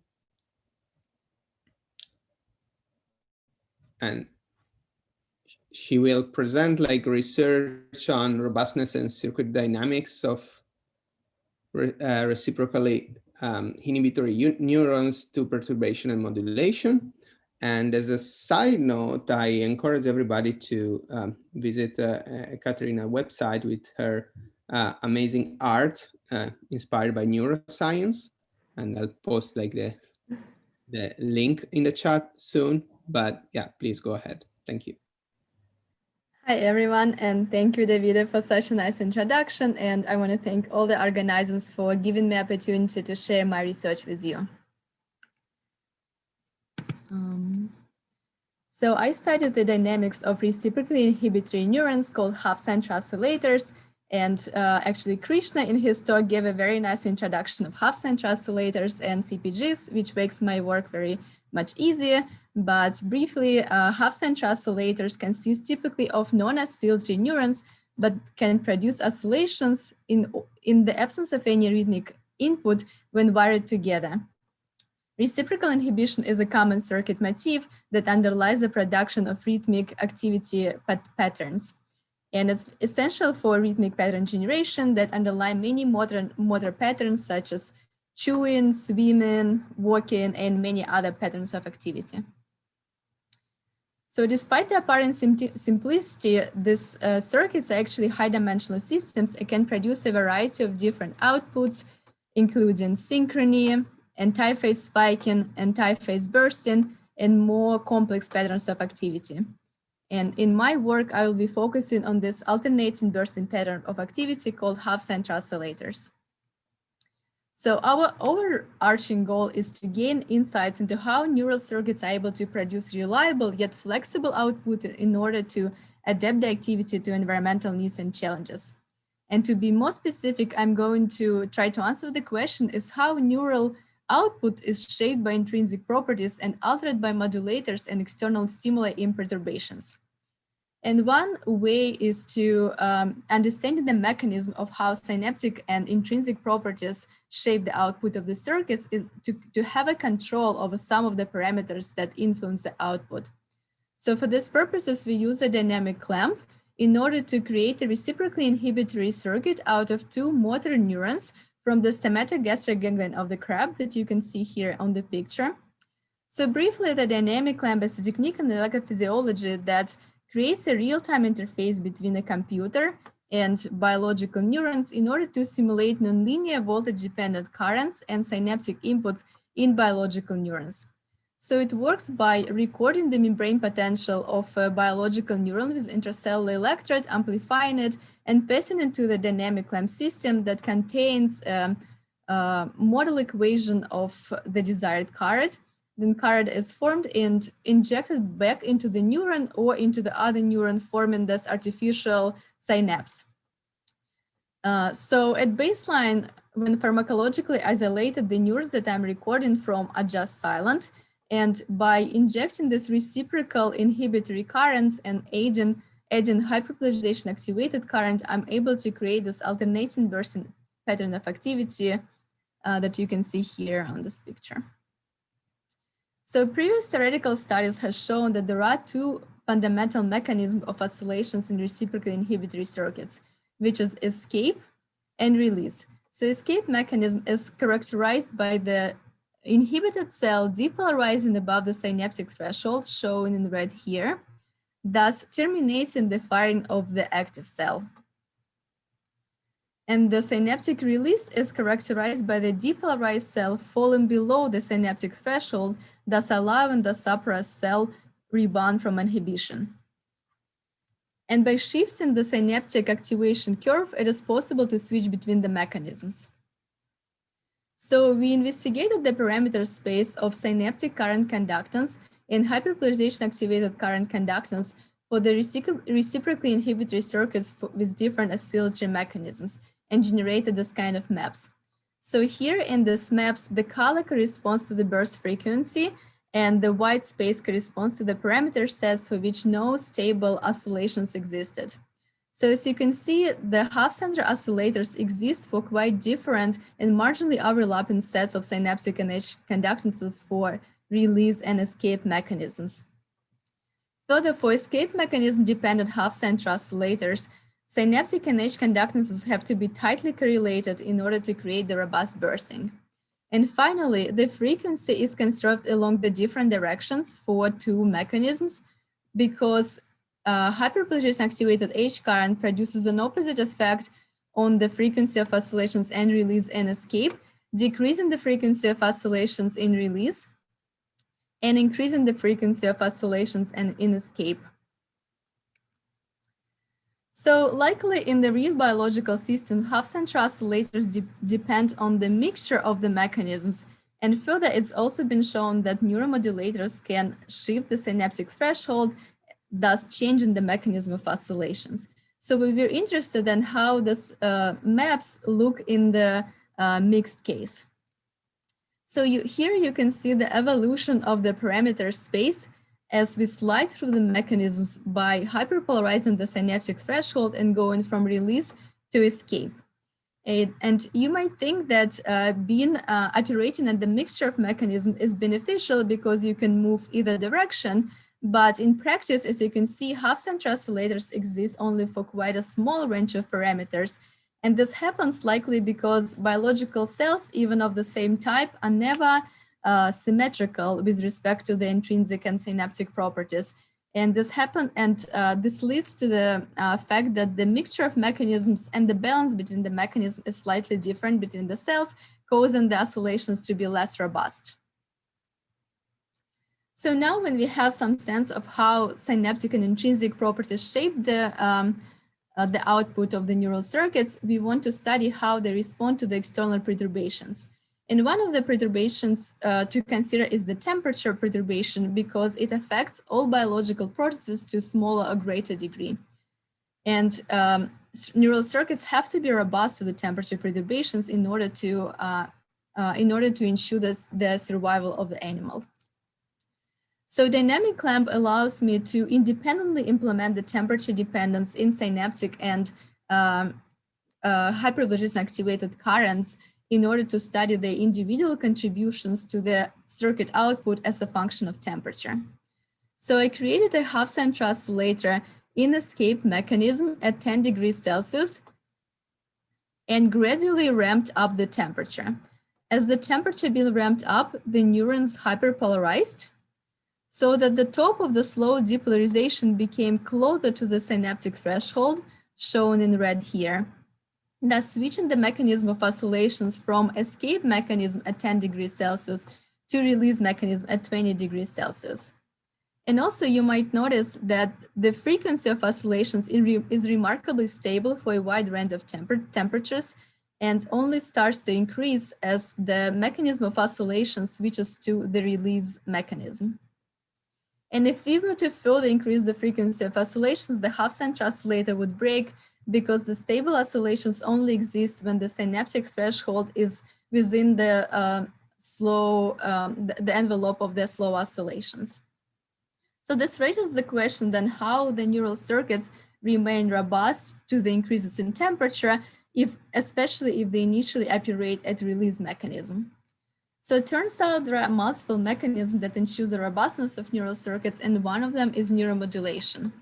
It's been previously shown that, that multiple peptides and neurotransmitters activate similar inward depolarizing current with a similar voltage dependence, shown here. And we used this voltage dependent and implemented this current with the dynamic clamp. I created a half-century oscillator with release mechanism at 10 degrees Celsius and ramped up the temperature to 20 degrees Celsius. As the temperature being ramped up, the oscillations attenuated and ceased to exist at 20 degrees Celsius. But the oscillations could be rescued by addition of neuromodulatory current or by simple depolarization, such as injection of the constant current. However, as you can see, the injection of constant current is less efficient than neuromodulatory current because the whole membrane potential is depolarized, leading to the less activation of the H current. And finally, it turns out there is an inbuilt mechanism that ensures the robustness to the temperature, which is the temperature dependence of the synaptic NH currents.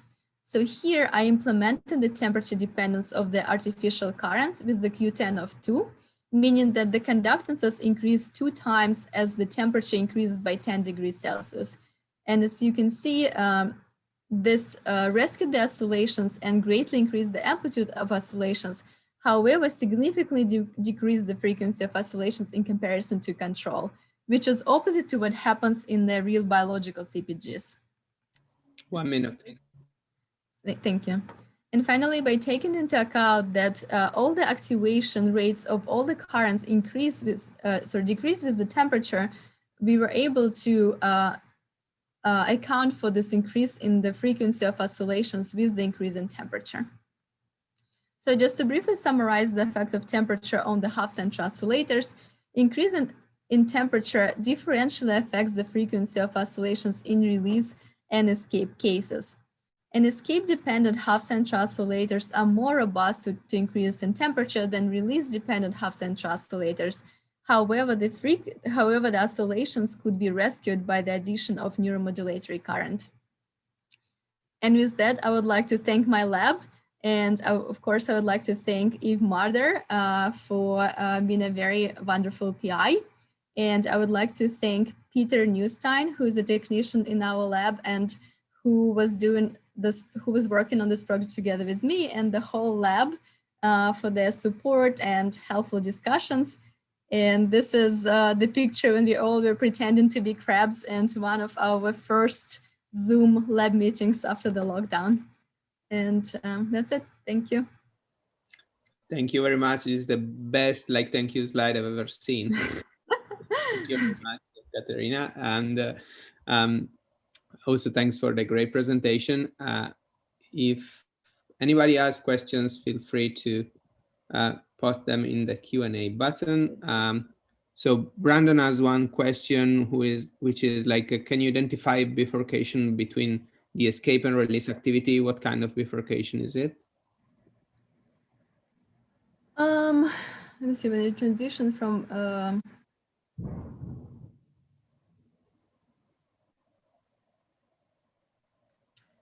yeah, it's a good question. I need to think about it kind of because the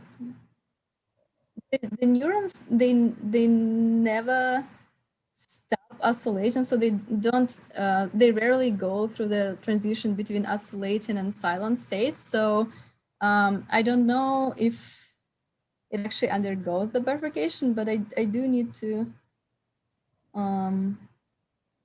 think about it. Yeah. Yeah, we have also another question from Daniel. Do you think that the robustness to temperature perturbations is still relevant in animals that have evolved homeostasis? So I think it's mostly relevant to invertebrates, because especially crabs, because they actually come from Boston Harbor and they live in the ocean, and the temperature can easily change by that range of temperatures that I've done in the experiment. However, there were some experiments done, for example, heating or cooling the brain of zebrafish zebrafinch, when they were observing also this changes in frequency of oscillations, which are kind of very similar to what we observe in invertebrates when we change the temperature. So I think the neurons are probably more sensitive to the temperature and more sensitive to the smaller variations of temperature. So they still have to be robust, but probably in a smaller smaller ranges of temperature variations. Awesome. Okay, if there are no further questions, yeah, so let's thank our speakers again. I hope everybody has enjoyed this session, at least as much as I did. Thank you again for being here, and I hope you'll continue enjoying NeuroMatch. Bye-bye. Thank you. On the bottom of, yeah, there is share screen button there. And then you should select the window you want to share. Yep. Okay, and in the meantime, like, welcome everybody to this new session. This is going to be an interactive session. My name is Davide Valeriani, and I will be the MC for this session. We are fortunate enough to have like a great line of speakers for this session. We have 3 speakers. Each of them is going to talk for about 5 minutes, like presenting and introducing their research. And then we'll open up for questions for up to other 10 minutes. So feel free to ask as many questions as you want using the Q&A button at the bottom of the Zoom. So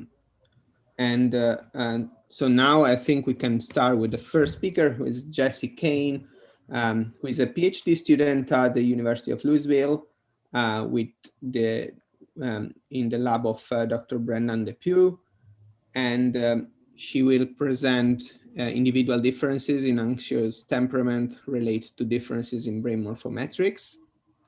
And yeah, and then Jessie, like as a fun fact, like beside research, Jessie is super active outside and outdoor, like having fun with hiking, skiing, and kayaking, and whatever activity that happens outside. I hope it's not super challenging these days, but yeah. So without further ado, Jessie, the stage is yours. Go ahead. Great, thank you. Can you see my screen okay? Yes, we can. Great. So the background on this is that anxiety disorders constitute the most prevalent subgroup of mental disorders in most Western societies, with an estimated lifetime incidence of 33.7% in the US. Anxiety can be defined as a prolonged state of apprehension elicited by unpredictable threats or threats that are spatially or temporally distant. It is characterized by tension, worry, and physical changes such as increased blood pressure. Due to the high prevalence of these conditions in society, it becomes important to elucidate the brain basis of anxiety and its neural circuitries. The objective is that we used a large sample of 75 undergraduates, 30 of these were women, to examine the changes in the volume, thickness, and surface area of brain structures that related to people's self-reported anxiety symptoms, collected through a series of questionnaires. More specifically, we hypothesized that reductions of gray matter in the PFC, along with changes in the volume of subcortical regions, specifically the amygdala and hippocampus, related to higher levels of anxiety symptoms. Individuals were recruited through the University of Louisville's online SONA system.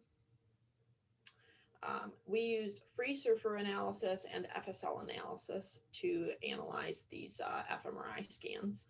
I'm going to skip over all the nitty-gritty details of this, but if anyone has questions, we can always come back to that at the end of the presentation. A lot of it just has to do with the software program. So the results of using the free surfer analysis and the FSL, first we have the cortical morphometric results. And as you can see here in these upper images in the middle of the screen, the increased scores for the STAY scale correlated with increased surface area of the paracalcerine cortex in the right hemisphere. That's figure 1.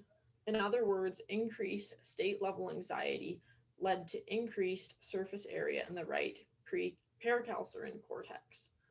Furthermore, increased scores for the MASQ-90 GD mixed, that's general distress, scale correlated with increased surface area at the lingual cortex in the left hemisphere. You can see that in figure 2. This suggests that increased scores of anxiety and depression are related to increased surface area in the left lingual cortex. So if you drop down below, we have the subcortical morphometric results, and the subcortical morphometry results demonstrated that increased stay scores of both state and trait anxiety correlated with increased volumes of the globus pallidus bilaterally. You can see that in figure 3b, and left amygdala, figure 3c. Furthermore, increased volumes of the amygdala and nucleus accumbens, figure 3a, positively correlated with increased MASQ-90 scores in the anxiety, depression, mixed, positive affect, and loss of interest scales. A negative correlation was determined with hippocampal, figure 3d, volumes and MASQ-90 scores on the positive affect scale. Finally, a positive correlation was observed between right amygdala volume and the depression and total scales of the RRS. In sum, increased volume of the bilateral amygdala showed the most robust correlations across the different self-reported mood and anxiety questionnaires. You can see these correlations down here at the bottom. So the white matter results, there was a negative correlation. A negative correlation was determined with stay state scores and FA in 3 tracks: the ventral inferior longitudinal fasciculus, internal capsule, and superior longitudinal fasciculus. Figure 4, you can see this A, B, and C. In other words, higher levels of state anxiety related to decreased FA or indices of integrity of the 3 tracks. Our conclusions were that cortical morphometry analysis suggests that individuals who are anxious and perhaps hypervigilant may increase their attention to the environment and therefore utilize their visual cortex to a higher degree. Generally, the subcortical morphometry analyses elucidated the relationship between the limbic system and higher anxiety levels, supporting hypotheses that the amygdala works alongside visual cortex for emotional processes and anxiety and depression. 2, the globus pallidus may relate to worry-related thoughts as it contains GABAergic gates that link the PFC to subcortical regions for working memory. And 3, the nucleus accumbens appeared related to reward-related positive affect. In terms of white matter analyses, the internal capsule and its innervation between the striatum and basal ganglia has previously been found to be significant in the neural circuitry of anxiety. Both inferior and superior longitudinal fasciculi also appear to be affected and are significant long-range tracts that connect the PFC with the visual and parietal areas. Overall, the study suggests that several levels of neuroanatomical analyses related the cortical, subcortical, and white matter regions to outline morphometric features of anxiety and depression. Awesome. Thank you very much, Jesse. Great talk, really. So I'm going to clap for everybody here. And we open up for questions now. So again, feel free to submit the questions to the Q&A button using the Q&A button at the bottom. And also, if other speakers have questions, feel free to unmute yourself and ask. Jesse, I had one question which was related to the population that you use, like the 75 undergraduates, how much they were distributed in terms of anxiety, of self-reported anxiety. I mean, did you use also some healthy controls, or do they have a wide variety of anxiety level? Yeah, it was a relatively normally distributed, across the 75 undergraduates. We didn't have a super large population. It was 30 of healthy controls, just because the literature is already relatively founded on, what we see in healthy control fMRI images. But we did do 30 of them, just to have that as a comparison. Okay. But all of the previous literature, it just sort of replicated previous studies. Mm-hmm. And oh, sorry, go ahead. No, go ahead. I was just going to ask, I think that the connection with visual cortex here is really interesting, and seems maybe like it was kind of unexpected. Yeah. And I'm curious specifically how you think this may be manifesting, or if there are ideas you have for testing it in the future. Like, do you think that, you know, it's interesting, the idea that people with more anxiety would have different visual cortical activation. Do you think that that's like, that they're scanning the room more, there's more eye movements? Do you think that they have like genuine differences in visual perception, so maybe they have higher sensitivity to certain features in the environment? Do you have any thoughts about how to parse that result out a little bit more? Yeah, so you're right, it was somewhat unexpected, and that actually was one of the most interesting pieces of this research for me. I'm a relatively new grad student, so I kind of came in on this project that was already going on in the lab, and that specific piece, I'm kind of interested more in like the hard science of the visual pathways and the motor pathways, especially pertaining to like hyper, sensitivity and like hyper, basically like monitoring. And I think that you're touching on something on 2 points, is that, more scanning in general, but also possibly more sensitivity to what you're picking up when you are scanning. We have a professor, his name is Dr. Keith Lyle here, and he is actually doing some studies that are not quite positive on all the exact details, but doing studies where he's like measuring how much people are scanning. And so he's setting up some paradigms right now to tease that apart a little further. We're a neuroimaging lab, so I'm, kind of doing that side of things, but he runs like a cognitive perception, visual perception lab. And so it's kind of fun because I'll be interested to see like what the results are of some of his studies, getting a little more into these specifics. Cool.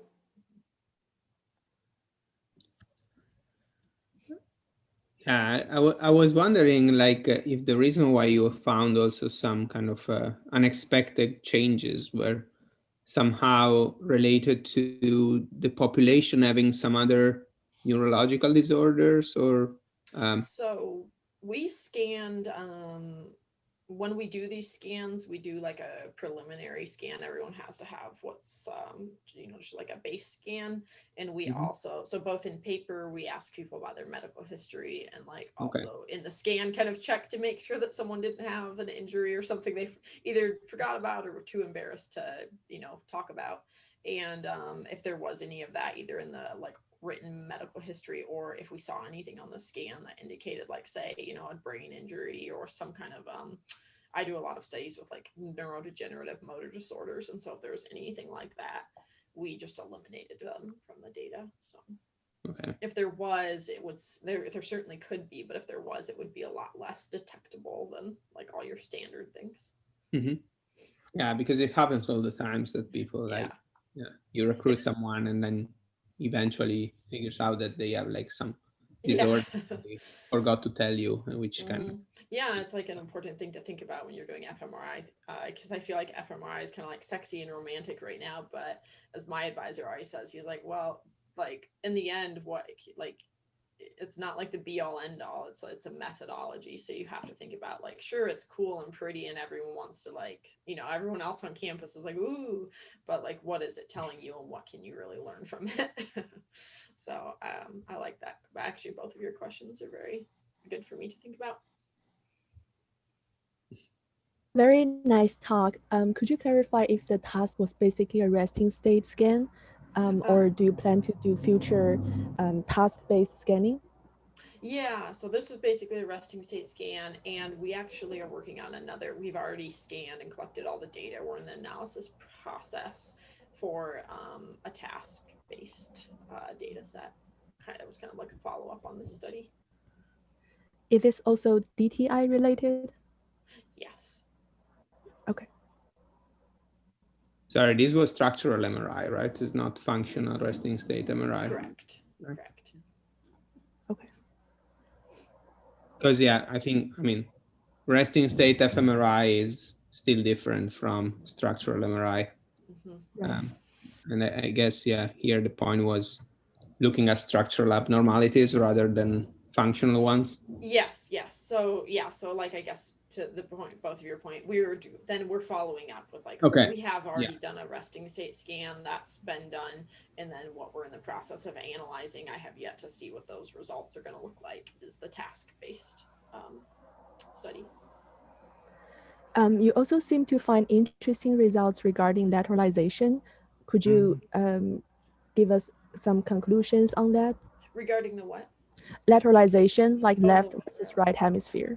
Yeah, so to be super honest here, this is the part that I'm not very familiar with, as I just came in on this project.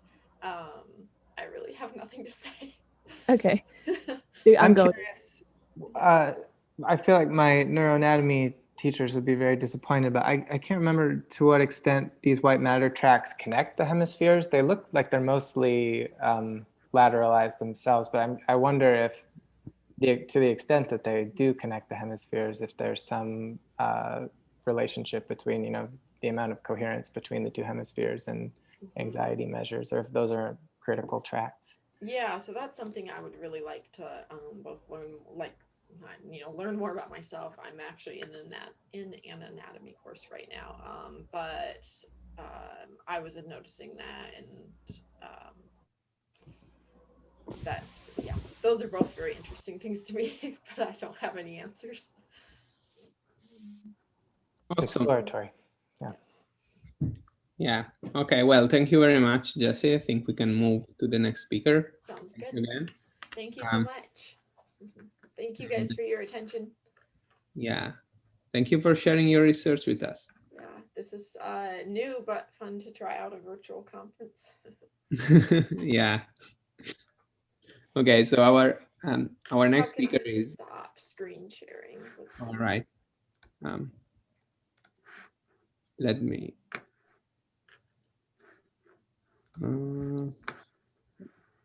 Okay, great. All right, so our next speaker is Yuya Peng, postdoc. I'm pretty sure I messed up again your name. I'm sorry. It's fine. Yuya. Yuja, yeah. Postdoc Yuja, right. It's so difficult to change your biases.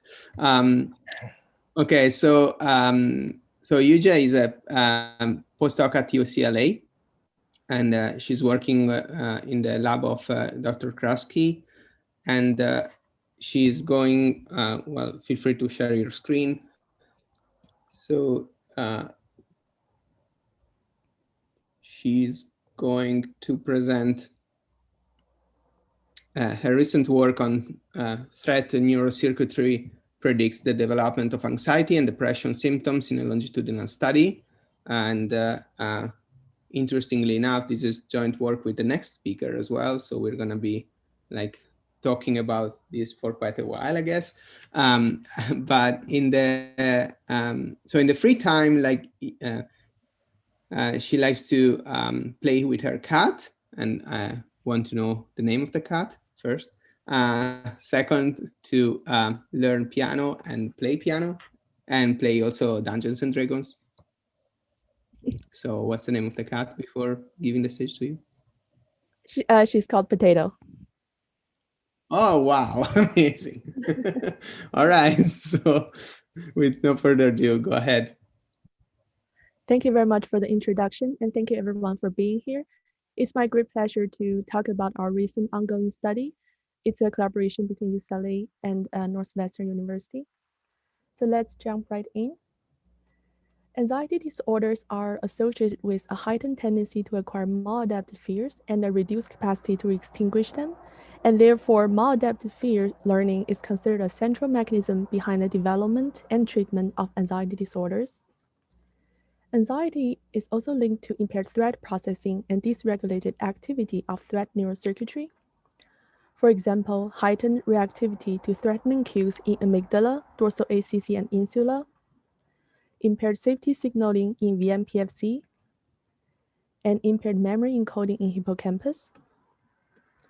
However, the disrupted functioning of threat neurocircuitries may not be specific to anxiety disorders, and in particular, abnormal processing in same circuits was also implicated in depression. This may not be surprising given the high comorbidity of anxiety and depression, but it's also possible that the symptoms that are unique to anxiety and depression map onto different disrupted functioning of threat neurocircuitries. So dimensional symptom models allow us to examine how threat neurocircuitry relate to symptom factors that are shared versus unique to anxiety and depression. A tri-level model with 3 hierarchical levels was previously established. On top, we have a broad factor, general distress, which indicate the negative effect that's common to anxiety and depression. On the second layer, the intermediate factors, there are 2 components.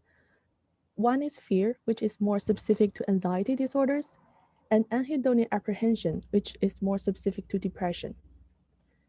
On the bottom layer, there are narrow symptom dimensions that map onto anxiety and depression, respectively. In the current study, we hope to investigate how longitudinal changes of symptom dimensions map onto anxiety and depression, especially the threat neurocircuitry. We'll in particularly focus on the transition from adolescence to adulthood, which is marked by higher life stress and a higher risk of psychopathology. We collected symptom measures at 4 different time points from baseline and to 36 months. The symptom dimensions were estimated through a tri-level factorial model for each time point, and linear slopes were extracted for the change of symptom dimensions over the 4 time points. Additionally, we collected fMRI scans at baseline and 36 months. During this, participants finished a Pavlovian fear conditioning task with 3 phases: fear acquisition, extinction, and extinction recall. Specifically, on each trial, participants will see a context image for 3 seconds, followed by an image with conditional stimulus. For those conditional stimulus associated with shock, we call them CS+. For those not associated with shock, we call them CS-. During extinction learning, some of the CS+ stimuli went through extinction learning, and we call them CS+E. For those CS+ never went through extinction, we call them CS+U. So for fear acquisition, we specifically focus on the contrast between CS+ and CS-, indicating the process of fear acquisition. For fear extinction, we focus on early CS+E versus late CS+E, indicating the process of the extinction of fear. And for extinction recall, we focus on early CS+E versus early CS+U, indicating the retention of the safety signal. We focus on 7 ROIs from the threat neurocircuitry given by previous evidence from humans and animals.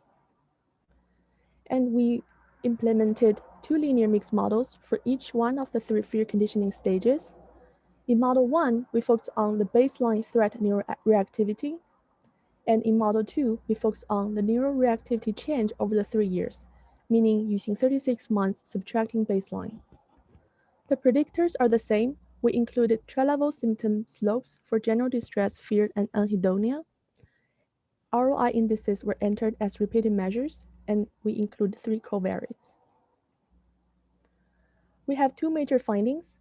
For finding 1, we found that neurothreat reactivity during fear acquisition at baseline is positively associated with changes in fear symptoms over time.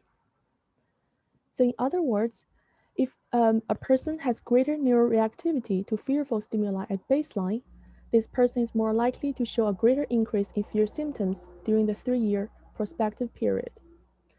This may suggest that if a person is more sensitive to the fearful information in the environment, they may be more likely to express more fear-related symptoms from adolescence to adulthood. We also further break down the effect to see the pattern of individual ROIs, and we found 2 groups of ROIs, one group showing positive correlations between fear acquisition contrast and fear slopes. They are amygdala, hippocampus, anterior insula, and also BNST. Another group showed negative correlations, especially VMPFC. This may indicate different roles of our eyes from the threat neurocircuitry in this fear acquisition process. One group may show heightened reactivity to fear acquisition for those individuals with higher increase of fear symptoms, whereas the second group may show a reduced top-down regulation for those individuals with greater increase of fear symptoms. Our second finding was that changes of neural threat reactivity during fear extinction recall is negatively associated with the changes of general distress symptoms over time. Let's unpack this effect a little bit. So when we separate the effect from T4, the 36-month, and baseline T1, we found that the effect was mainly driven by T4 at 36 months, meaning that a greater increase in general distress over the 3 years are associated with deficits in retrieving safety memory at 36 months. In other words, if a person expressed more negative affect during the 3 years from adolescence to adulthood, this person may be more likely to show a worse performance in retrieving the safety signal after the 3 years.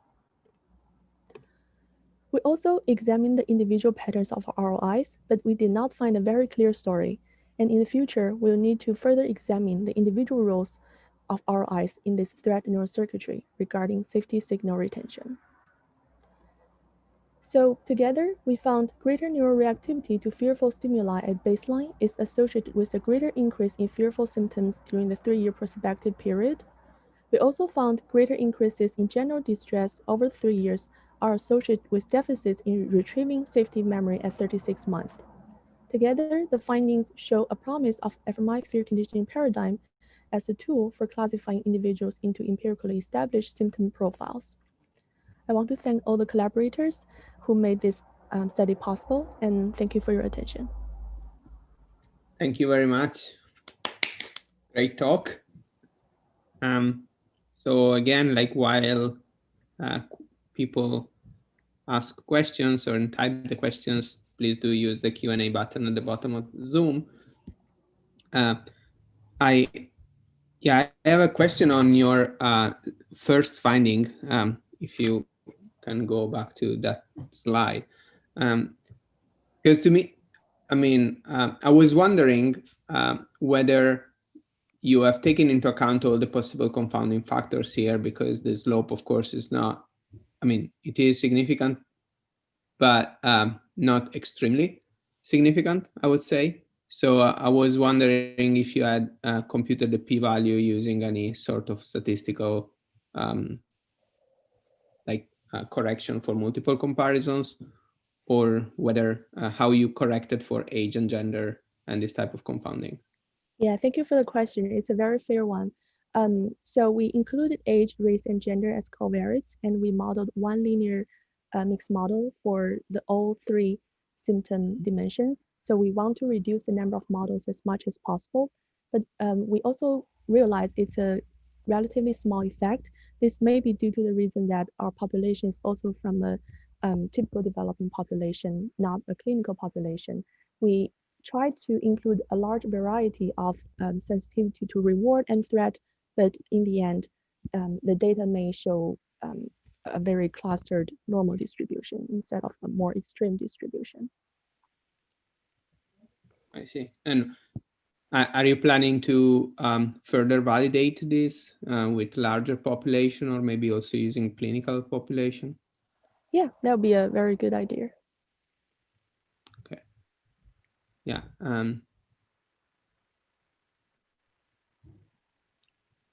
Jesse, we can't hear you, but I know you have a question. Okay, now yes. Hear me now? Yeah. I was just wondering if maybe you're in the same case as I was. I was kind of coming in on a project that was already going, but if not, I was wondering what kind of got you interested, or how like this project study came about. If you were following up on like a previous interest or finding. We are kind of in the same situation as Jesse. We came in to this very big project that's already going on. But I think the basic idea behind this project is to find the relation between the neural activity and other dimensions following an RDoC approach, we hope to find relations between like physiological data, behavioral data, self-report symptoms, and neural activity to both threat and reward. We hope to like figure out a big picture of how we can map the symptoms onto different domains. That's very interesting. Yes, that's exactly what I was wondering, was kind of how this fits into a big picture of what you guys might be working on. Right. So what are the next steps? So first, we will need to figure out the individual relations of ROIs, how they map onto the threat processing. And in the future, we will also expand this threat fear conditioning task into reward-related tasks, and also see what the roles of physiological data and behavioral data are in this process. So it's a very huge project. Right now, we are just looking at one small piece of it. And also, we are right now using a univariate analysis approach. And in the future, we hope to see a multivariate analysis and also connectivity analysis. Right. Yeah. In fact, that was my next question. If you were planning to do any connectivity analysis on this. Yeah, that will be. Did you already like record like other behavioral data with this experiment here that you could like? Right. We have a few behavioral tasks like approach, no approach task, but we haven't looked into the details. Okay. Seems very exciting. Thank you. Yeah, in terms of next steps, also, Yuja, I don't know if you want to talk at all about this, but the PIs on this study, as soon as COVID hit, kind of jumped on the opportunity to contact a bunch of the participants and see if they would fill out questionnaire data again.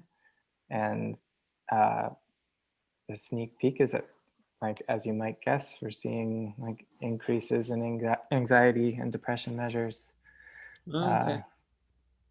So it's kind of a unique longitudinal data set that's going to extend pre versus post COVID. Yeah, it's very powerful. Exciting. Yeah. I like the fact that there was already, you guys had. So yeah, I mean. 3 years. Sorry? Oh, I just liked already how there was the span of 3 years, because a lot of fMRI studies are like 3 months, 6 months, and like it's not always enough time to really have pre and post effects. Right. Or like you can find a pre and post effect if you do it within a short enough time frame, but it's like, does that affect actually? Yeah, it's a great effort by an amazing team. Yeah. Yeah. All right. So thank you very much for the presentation, and we'll move to the next speaker, but still, I guess, talking somehow to this research.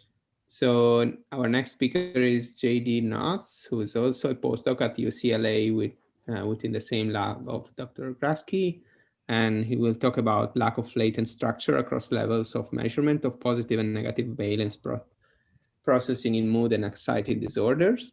And beside research, JD also studies like visual perception and consciousness in Håkan Lau lab, and he'd be happy to discuss this even more during the Q&A session. So, but go ahead, JD. Thank you. Yeah, I guess a non-research fact, I also play Dungeons and Dragons with Yuja. Nice. You guys have a Dungeons and Dragons like a team in the lab? Yeah, kind of. Yeah. That's awesome. Yeah. Anyway, thank you very much. Happy to be presenting in the session. And today I'm going to talk about a collaborative study between UCLA and UCSD that takes an RDoC-based approach towards understanding anxiety and depression. Let's see if my screen, there we go. So for a quick overview of what the research domain criteria or RDoC initiative is, this is an NIMH initiative to develop a research framework that explores these sort of core domains or dimensions of mental disorders, and specifically tries to look at them across different units of measurement or levels of analysis. And the goal is that if you can identify these latent constructs across these different levels of measurement, then the resulting sort of dimensional picture that you get of mental disorders should be better equipped to handle things like heterogeneity or comorbidity of symptoms than sort of standard symptom-based diagnostic procedures, which can suffer from things like misdiagnosis based on some arbitrary cutoffs. So if someone's just under a symptom cutoff, you may misdiagnose them. So specifically, we want to look at the RDoC constructs underlying anxiety and depression. So we are going to look specifically at the negative and positive valence systems. And we are looking across these 4 levels of analysis. So neural circuits, physiology, behavior, and self-report. And a basic overview of our study is that we gave participants a battery of a bunch of different tasks so that we can extract a bunch of observed variables from these tasks over different levels of measurement. So we get symptom measures, behavioral measures, physio and neural measures. And then we'll submit them to a factor analysis, sort of like what Yujia presented with that tri-level model in her presentation. And the idea is that through this analysis, we can extract latent variables that should correspond to these RDoC constructs of positive and negative valence. And of most interest is finding latent factors that span levels of measurement. So we used a bunch of tasks, which I'll try to go through quickly so these figures may look familiar. We used the same fear conditioning paradigm as in the brain map study, except with the exception that we didn't have people come back to do the extinction retention the next day. But here, to recap, we are pairing shock with the color of a light and doing that during the acquisition phase. And then there's an extinction phase where the CS+, the color that was paired with shock, is no longer paired. And we looked at fMRI measures of this. So we had people do this task in the scanner. We also collected galvanic skin response while they were doing this. We collected contingency ratings about how much they thought that the CS+ was related to shock. And we also got valence and arousal ratings. So all of these, so this particular task, fear conditioning, allows us to look across all 4 units of measurement. And this is specifically trying to target the acute threat subconstruct of the negative valence system. And we looked at some traditional prefrontal and subcortical structures in our fMRI analysis.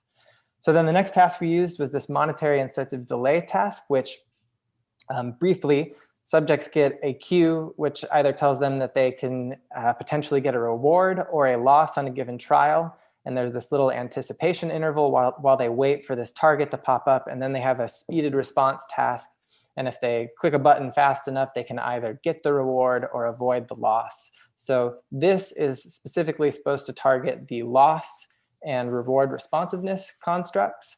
And we did this with fMRI, so we're only looking at the circuit level of measurement here.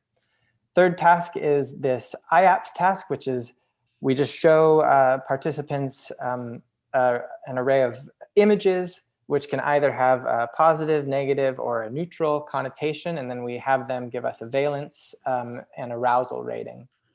And here, we collected galvanic skin response and heart rate while people perform this task. So we're looking at the physiological unit of measurement and also self-report with their valence and arousal ratings. And here we're targeting the acute threat subconstruct of the negative valence system and reward responsiveness of the positive valence system.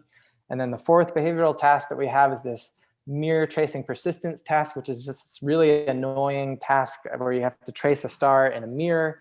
And every time you make a mistake, there's this loud noise. And we basically see how long people will last. They can opt out at any point. So as a behavioral measure here, we take the task duration, how long people last. And we also collected heart rate while they perform this. So here we're looking at physiology and behavior of the frustrated non-reward construct of the negative valence system. And then finally, we gave a large array of self-report questionnaires to target threat, loss, reward responsiveness, and reward valuation. So those are the tasks that we used. We collected data from 225 participants across UCLA and UCSD. And some important inclusion criteria were that they had to score at least 10 or higher on the PHQ-9, which is supposed to measure depression symptoms, and 8 or above on the OASIS, or overall anxiety and impairment scale, which measures anxiety. And so this was supposed to give us a sample that had a range of clinically relevant anxiety and depression symptoms that wouldn't necessarily have people categorized or diagnosed with depressive disorder or generalized anxiety. And then once we collect all of that data, we're going to use group factor analysis, which is a Bayesian factor analysis approach, where you pre-specify the different groups that your data are in, and it decomposes them into a set of latent variables, each of which has its own set of factor loadings. And the group factor analysis approach uses a sparse prior, which ensures that all resulting factors either explain the relationships between groups. So this could be relationships between all of the groups or a subset of the groups, or it explains only the variance within a specific group. So the sparse part means that for explaining a subset of groups, the relationship between a subset of groups, any group that's not in that relationship, all factor loadings are set to 0. And the same thing with these noise factors. If it's explaining just the variance within a single group, then all other group factor loadings are set to 0. So in our case, we're using different tasks and different levels of measure as our different groups. And the idea is that if we find these RDoC relevant factors, those will be the factors that extend across groups, that explain the relationships between these different groups. So this is a heat map showing our results. And you can see on the y-axis here, we have 11 latent factors that were identified. And across the top here, this shows the different groups, which are divided by these thick black lines. And the colored rectangles show the individual factor loadings within each group for each factor. And this was looking at 118 participants in our data set who had complete data across a majority of the tasks. And the take home here is that if you look at each of these factors, none of them have factor loadings that extend across more than one group. So each factor's non-zero factor loadings are relegated to just a single group. So this basically means that we've failed to find this stable, any stable latent constructs that extend across levels of measurement, which is sort of the goal from the RDoC perspective. And to allay concerns that this was just like a sample size issue, we looked in different subsets of the data where we had larger sample sizes, looking at across a smaller number of groups, but continually we found that every latent factor we could extract was relegated to one group. So some conclusions about this. This result supports a lot of findings in the literature that have looked for relationships between self-report measures and behavior. So this has been observed in self-control, self-regulation, impulsivity, and cognitive empathy, where we just don't find a lot of correlational structure between these two groups of measures. And so this highlights some challenges for the RDoC approach. So one challenge is that certain latent factors that you extract when you do an approach like this, they may end up reflecting some task-specific features that aren't necessarily related to the construct you're trying to probe. So this is based on some post-hoc analysis that I'd be happy to talk about, where we found that, for example, the MID task factors, they don't necessarily reflect the difference between reward and loss, but they actually seem to reflect the difference between anticipation and consumption. So that speaks to designing your tasks to try to target very specifically the constructs you're interested in. And then there's also this idea that different subconstructs that you might be interested in within a domain may just function relatively independently, and you may not be able to find a lot of correlation between them, which is evidenced by us not finding factors that loaded across tasks. And then it also may be the case that state effects affect your measurements and can obscure your ability to get at these target constructs. So if someone's having a particularly good or bad day, that can obscure measurement. And so that should be, tasks should be optimized to avoid that in the future. So moving forward, these data don't necessarily say that the RDoC approach is doomed. We've also done some post hoc analyses that have shown that there are weak relationships between latent factors extracted from within task GFAs. So there's probably something there.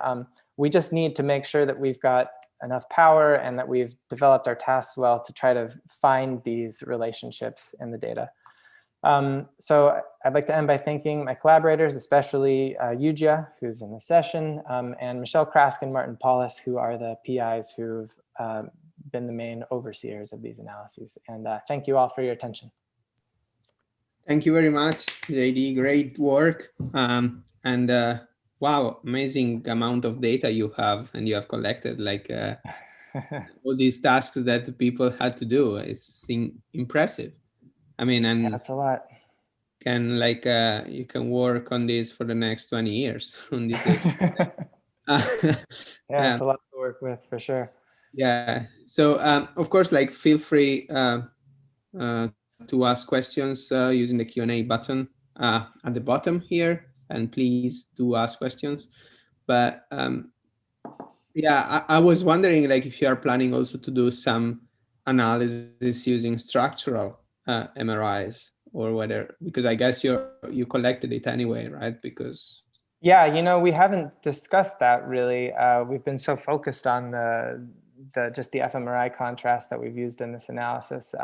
But yeah, I mean, especially you know, based on the other talks we've had in this session, I think that there could be some really interesting stuff with volumetric data. I don't think that we have connectivity data in this data set, right, Yujia? I don't. I'm pretty sure we don't. But by connectivity, do you mean like DTI data? Yeah. No, we don't. Okay. Yeah, but we I think looking at volumetric structural differences could be really informative. But we haven't looked yet. You could look into functional connectivity, right? Because you have your yeah, definitely. And and we're doing some of that actually with the latent factors that we've extracted from the GFA. So there's some questionnaires that we held out of this analysis, like early adversity. And we're doing some follow-up analyses trying to see if like latent factors derived from fMRI during fear conditioning can predict like childhood trauma. And there's some kind of interesting results there so far. But there's so many things you can look at. Yeah. With this. Yeah, it would be interesting to also take, you know, if and when you guys get around to looking at the childhood adversity factors and like look and see what you find with structural and see if there's anything interesting between those two things as well. Yeah, definitely. We did a similar study out of this lab looking at like some volumetric aspects and met with measures of like childhood adversity and also like kind of like longitudinal adversity throughout the lifetime when we measured adults.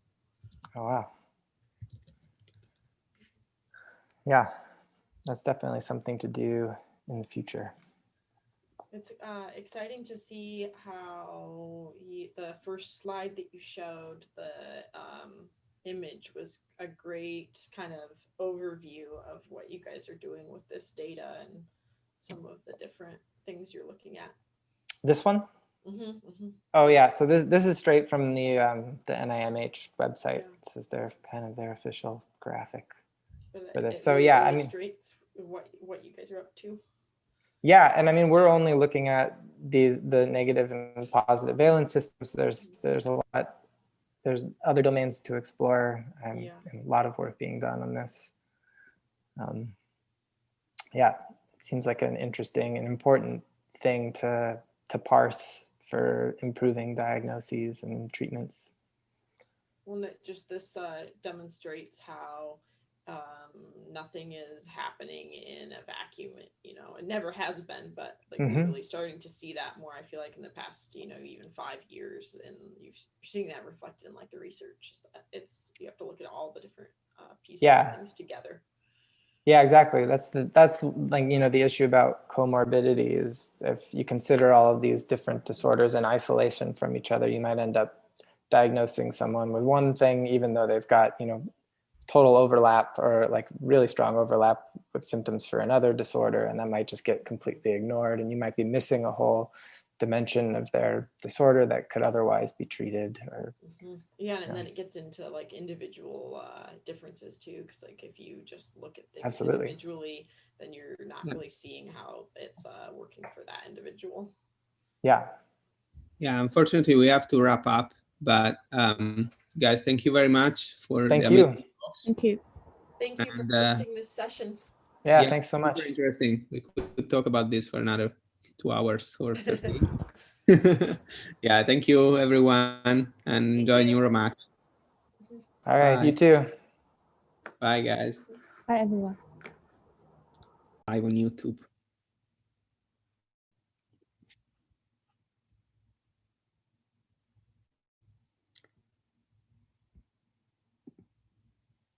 I think the other speaker is also here. Okay.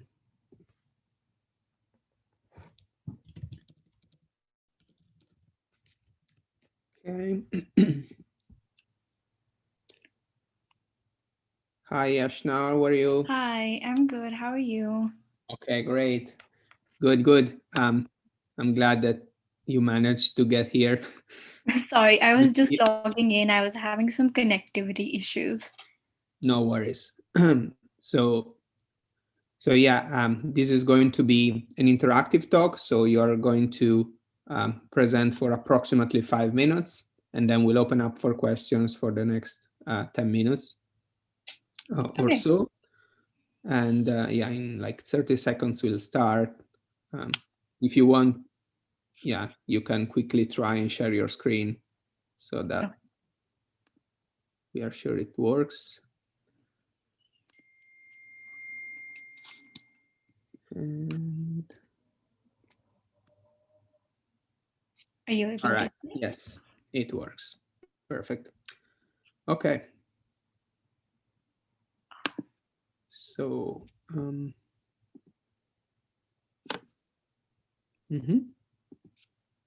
so if you want to stop sharing the screen now, we can get started. Oh, sure. Yeah. Awesome. Okay, so welcome everybody. My name is Davide Valeriani, and I will be the MC for this session. So it's my great pleasure to welcome our 3 amazing speakers today, or tonight, depending on where you are in the world. So this is going to be an interactive talk, so I encourage everybody to ask as many questions as they want using the Q&A button at the bottom of the screen. And each speaker will present for approximately 5 minutes, and then we'll open up for questions. But yeah, feel free to ask questions during also the presentation using the Q&A or the chat function that we will monitor. So our first speaker is going to be like Iris Zlu or Shuyu Zhu. I don't know which name you prefer.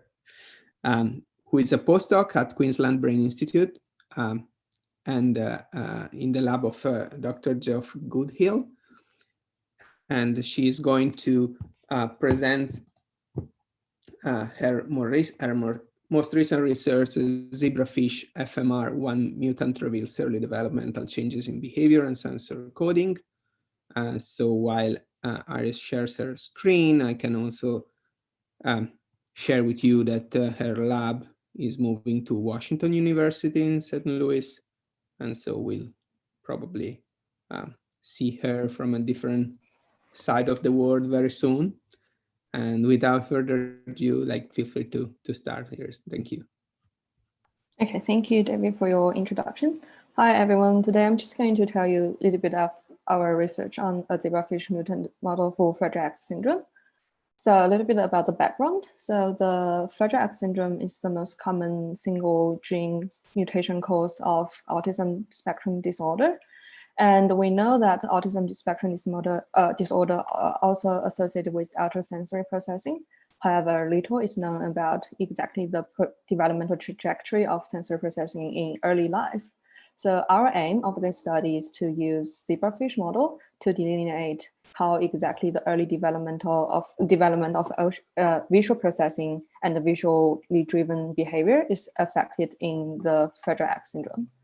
So I'm going to talk about the full approach we use to assess the model. So the first one is the craniofacial morphology of this fish. Second one is just looking at their hunting behavior, which is a natural behavior the fish start to display 5 days after they are born. And we're also going to look at the tactile responses to prey-like stimulus. At the last, we're going to investigate how the social behavior is altered in these fish at a much later stage in their life. So firstly, the craniofacial morphology changes. So what we do is we stain this fish with alcine blue, and we look at the angle of this macros cartilage as reference to the lateral surface of the fish. And here's just a couple example pictures showing what the heterozygous fish look like and a homozygous fish looks like after the staining. So if we quantify these MCA angles, we see that the homozygous fish has a lot less acute jaw angle. So this confirms that craniofacial morphology changes does occur in this mutant fish. So then we went on to look at the hunting behavior. Here, just a range of pictures showing a hunting sequence a fish normally have. So the prey is typically a paramecium. So the fish will detect the paramecium and then converge the eyes and then eventually go for the paramecium. So what we are going to look at is just basically two simple metrics. We're going to look at how successful the fish is at hunting by looking at out of all the hunting events, how many times they successfully capture the prey by looking at the hit rate. Or we can look at the abort rate, which is when the fish initiate a hunting sequence, but they fail to continue to the launch. And they basically give up halfway through. So we see that these mutant fish are a lot less successful in hunting as measured by the hit rate, but they do abort a lot more. Then we use the same fish. We're going to look at how the visual processing of the prey stimulus are altered in this fish. Basically, we use calcium two-photo calcium imaging, and we present the fish with this black dot, which mimic a prey. And then we know that we are looking at the optic tectum, which is a major visual processing harbor in this fish, and it's the equivalent of the superior colliculus as in mammals. So we know that the tectum is topographically organized. What we find is that in this young fish, the representation of the frontal visual field is delayed compared to the more posterior visual field. And accompanying with that is a much worse decoder performance in this young fish when we're trying to use their visual responses to decode spatial location. So what we know so far is that their hunting behavior is altered, then development of the tactile coding is altered. But so far, inspired by work done in Martin Meyer's lab, we raised the fish under a naturalistic environment by putting the fish on top of these gravel pebbles. And we know that some study has reported that sensory environment has a significant impact on the autism disorder. So we're going to raise this fish in a much simpler setting, like what the normal experiment setting, we call this a reduced sensory environment. And we're going to see if we reduce the sensory stimulation during the early development of this fish, what are we going to find? Interestingly, what we find is that if we look again at the hit rate, these fish marked by the open circle here, which are raised under the reduced sensory environment, they are better at hunting compared to their homozygous brothers and sisters, which are raised in the naturalistic condition. And if we look at the tactile responses, one of the measures I selected here to show you is that the response probability are reduced, which are more closer to the heterozygous case compared to the homozygous case. So far we know that the reduced sensory stimulation may have a benefit effect on this fish, What we are going to then look at is if we raise this fish under reduced sensory environment and look at what the development of the social behavior in later age, what are we going to find? So zebrafish typically start to develop the social behavior around 14 days after fertilization. What we now look at is these fish at 28 days after fertilization. Here's just some average image across the entire duration of a social assay. What we do is we put a test fish in the yield chamber and a Q fish in the closed chamber up here. And we quantify how much time the fish tend to spend interact with the conspecific compared to just exploring the chamber. What we find is that the social preference index, which is just basically calculating the proportion of time they spend here, is significantly higher for the homozygous mutant compared to the wild type mutant, wild type fish. So in conclusion, we find that the Fragile X fish show early deficits in hunting behavior and tactile coding. And we also find that reduced sensory stimulation during development can restore some of these alterations caused by the mutation. Nevertheless, older fish on this reduced sensory stimulation still show altered social behaviors. So here's the end of my quick talk. I'm based here in Queensland Brain Institute, and I want to thank the Simons Foundation of Autism Research to fund this study. So, any questions? Thank you very much. Great talk. I clap on behalf of everybody. If you have any question, feel free to use the Q&A button, or if you are a panelist, feel free to unmute yourself and ask a question. I was curious about how you measure the movements of the fish in your in 2 slides before this one, I think. When you in the social assay. Yeah. Okay, just give me 1 second. Move back. So basically, we take. Sorry, that's my cat. Basically, I just take. We put the image. We image the fish from the top down. For every frame, I get an average. I get a threshold the image so that only the fish is visible as a blob. And I use a connected component to figure out which is the largest component in there, which is the fish. I just track the center of mass of that blob to know where the fish is roughly in the chamber, and then just do that frame by frame, and then get this measure as an average time spent across the entire movie. Oh, nice. Thank you. I have a question, Iris. Yeah. Thanks for the talk. It's very impressive how much you fitted it in 5 minutes. Thank you. The fact that you can change the development just by changing what's on the bottom of the dish is pretty impressive. Did you see, I couldn't see in your graphs if you had, for the wild types, both the plain dish and the dish with the stones. Yeah. But did you see a difference in the wild types as well as in the FMR1 mutations? We didn't make that comparison. So all we did is just compare the homozygous raised under reduced sensory environment with homozygous not raised under reduced sensory environment. Yeah, we didn't go down that road because it's too many things to check. So yeah. Are you interested whether the wild type also have altered behavior, just comparing between wild type and in the on the pedal and the wild type under normal condition? Yeah, that would be an interesting story. And another reason we didn't go down that road is because this work was inspired by the work done in Martin Meyer's lab. So I think they are working on that to quantify exactly how this environment changes behavior and neuroactivity. So our focus is more on the Fragile X syndrome. So we just don't really want to compare that. Yeah. It would be interesting to see if there's a bigger change in the mutants or something like that. We're looking forward to the findings, but they haven't published anything yet. Fair enough. So what's the next step for this research? Currently, we find all these different, I have a lot more neuroactivity related differences, which I haven't got time to show here. But basically, we find these large scale changes in like synchronous activity and the dimensionality in the response in these fish. However, one thing we don't know is exactly what's the underlying neurons that have the change. So what we're going to do is trying to get some mutant lines to specifically either label the excitatory neurons or inhibitory neurons to see whether the neuron type has any differences. That's the next stage. And then, yeah, we're also going to look at, because for this particular research, we can only look at the tectum, and we are interested in how the entire brain changes as well as a result of the mutation. So we're going to do whole brain imaging as well. But yeah, that's the most recent plans. Wow. Lot of work ahead, I guess. Yeah.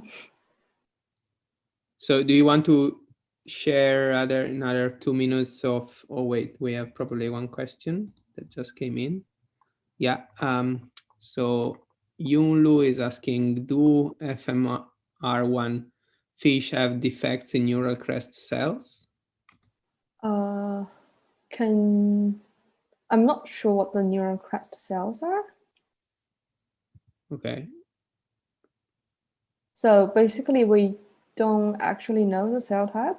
All we know is these are the neuron bodies that we imaged from the optic tectum.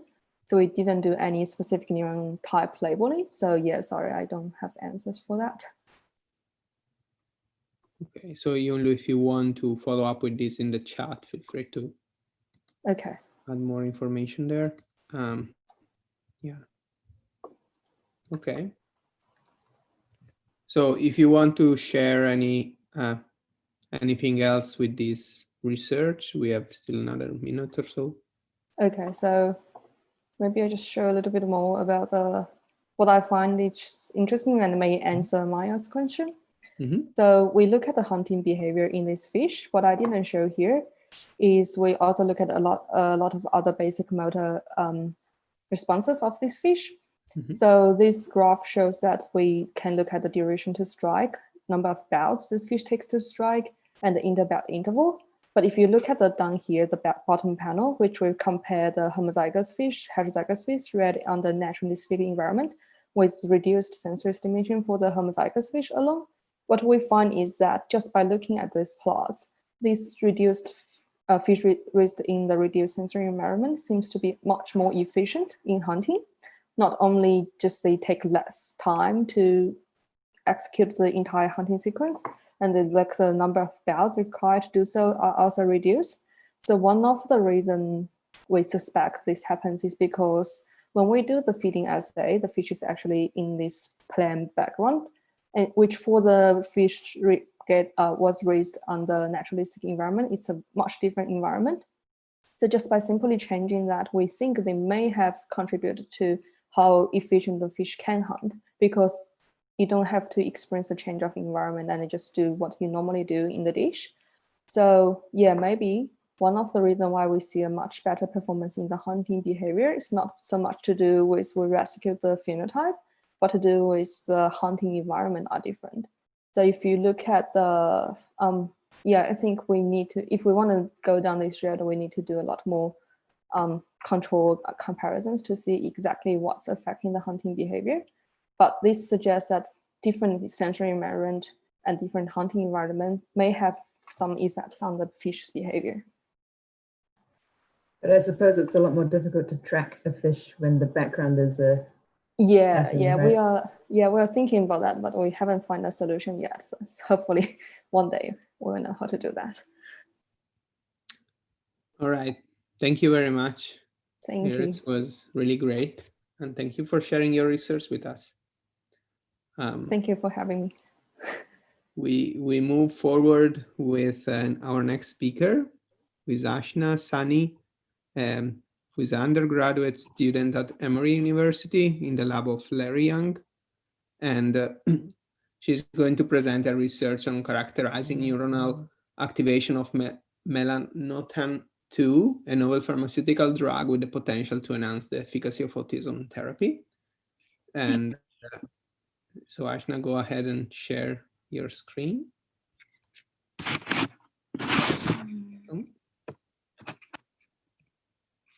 Okay, so I'll dive right into it.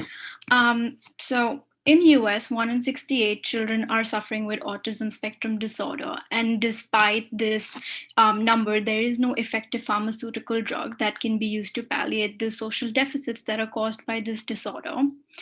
Before I begin, I'm going to briefly talk about the social salience network, which consists of brain regions that coordinate to process social information. And it includes various regions like the PVN, the hippocampus, prefrontal cortex. So recent studies have shown that oxytocin, which is a neuropeptide, promotes prosocial behaviors and it modulates activity in the reward centers of the brain. And studies have also suggested that it plays a role in the social impairment of psychiatric disorders such as autism spectrum disorder, which makes oxytocin a potential candidate for pharmacological treatment.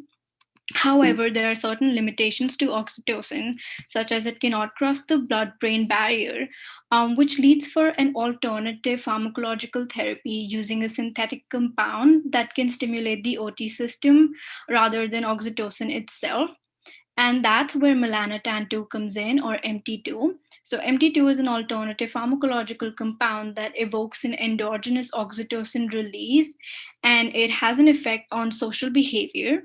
So when melanotan-2 is added to the PVN, there's an endogenous oxytocin release through the axons, and I've shown this over here in the social salience network. And it is hypothesized that when melanotan is added into the PVN along with a social stimulus, there is there's a greater increase in the endogenous oxytocin release, which is throughout the social salience network. And we conducted a preliminary study in the lab that suggested the same. So we went ahead and we did a dose response study where we chose melanotan doses and a social stimulus or a non-social stimulus. And we found out that with an increase in melanotan dosage, there's also an increase in side effects. So what basically my role here was, it was to characterize the MT2 induced neuronal activation in the PVN. And while doing so, I noticed that there were some inconsistencies with the existing automated programs.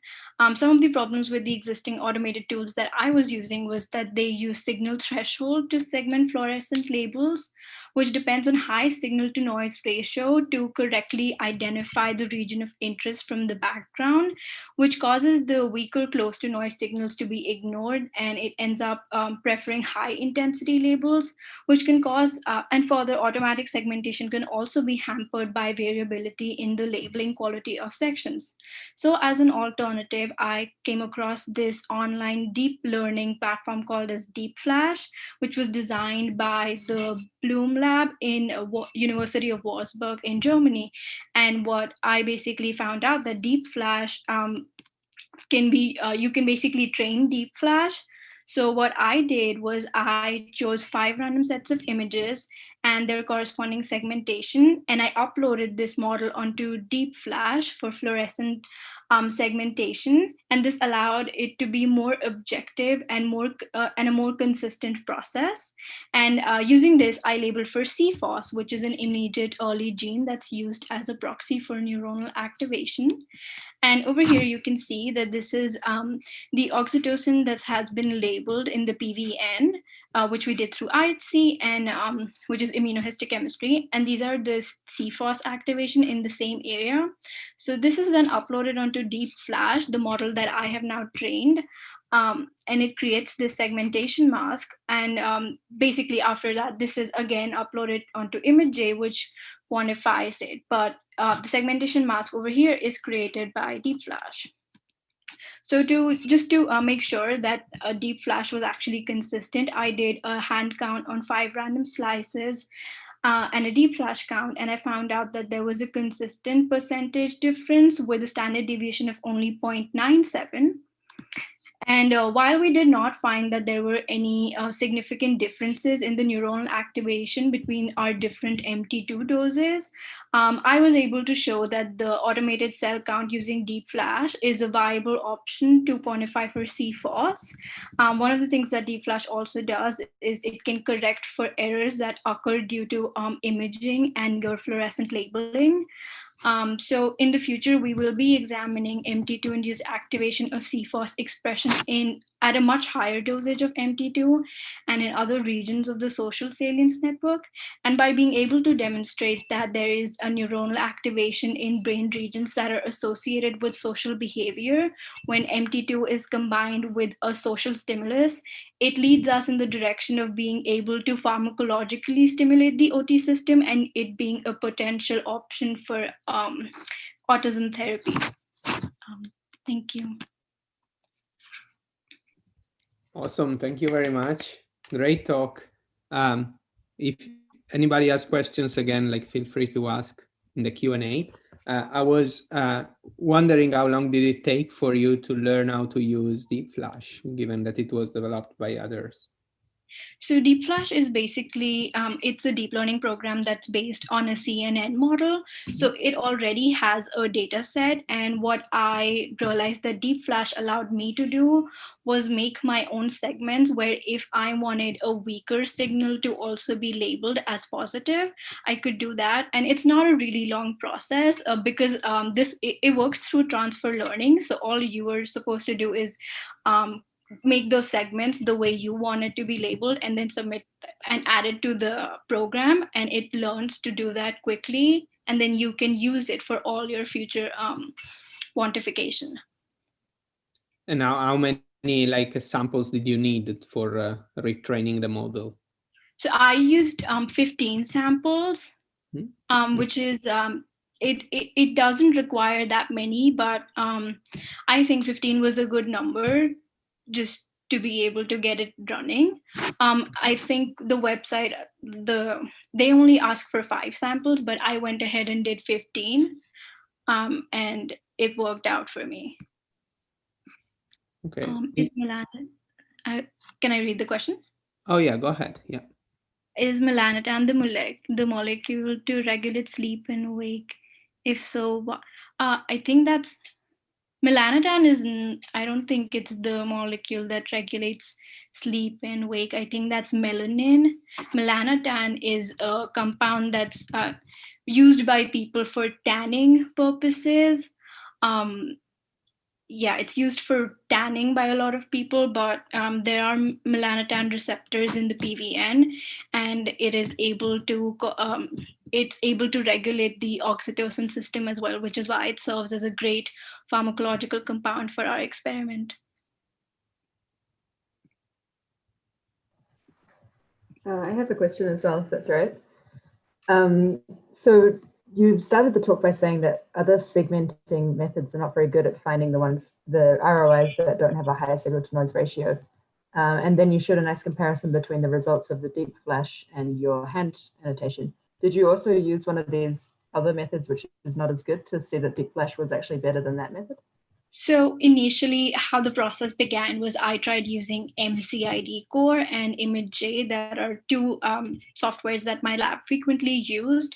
And I came across that it was inconsistent because I did actively a manual hand count as well. I did not get a chance to compare Deep Flash with those others as well. That would be a good, I guess, addition.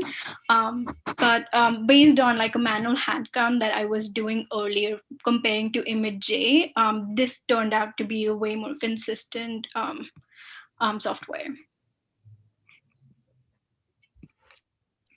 Sorry, I just have a question. So the Deep Flash is always consistently labeling like about 12% less cells. Have you checked those cells? Why are they not being picked up?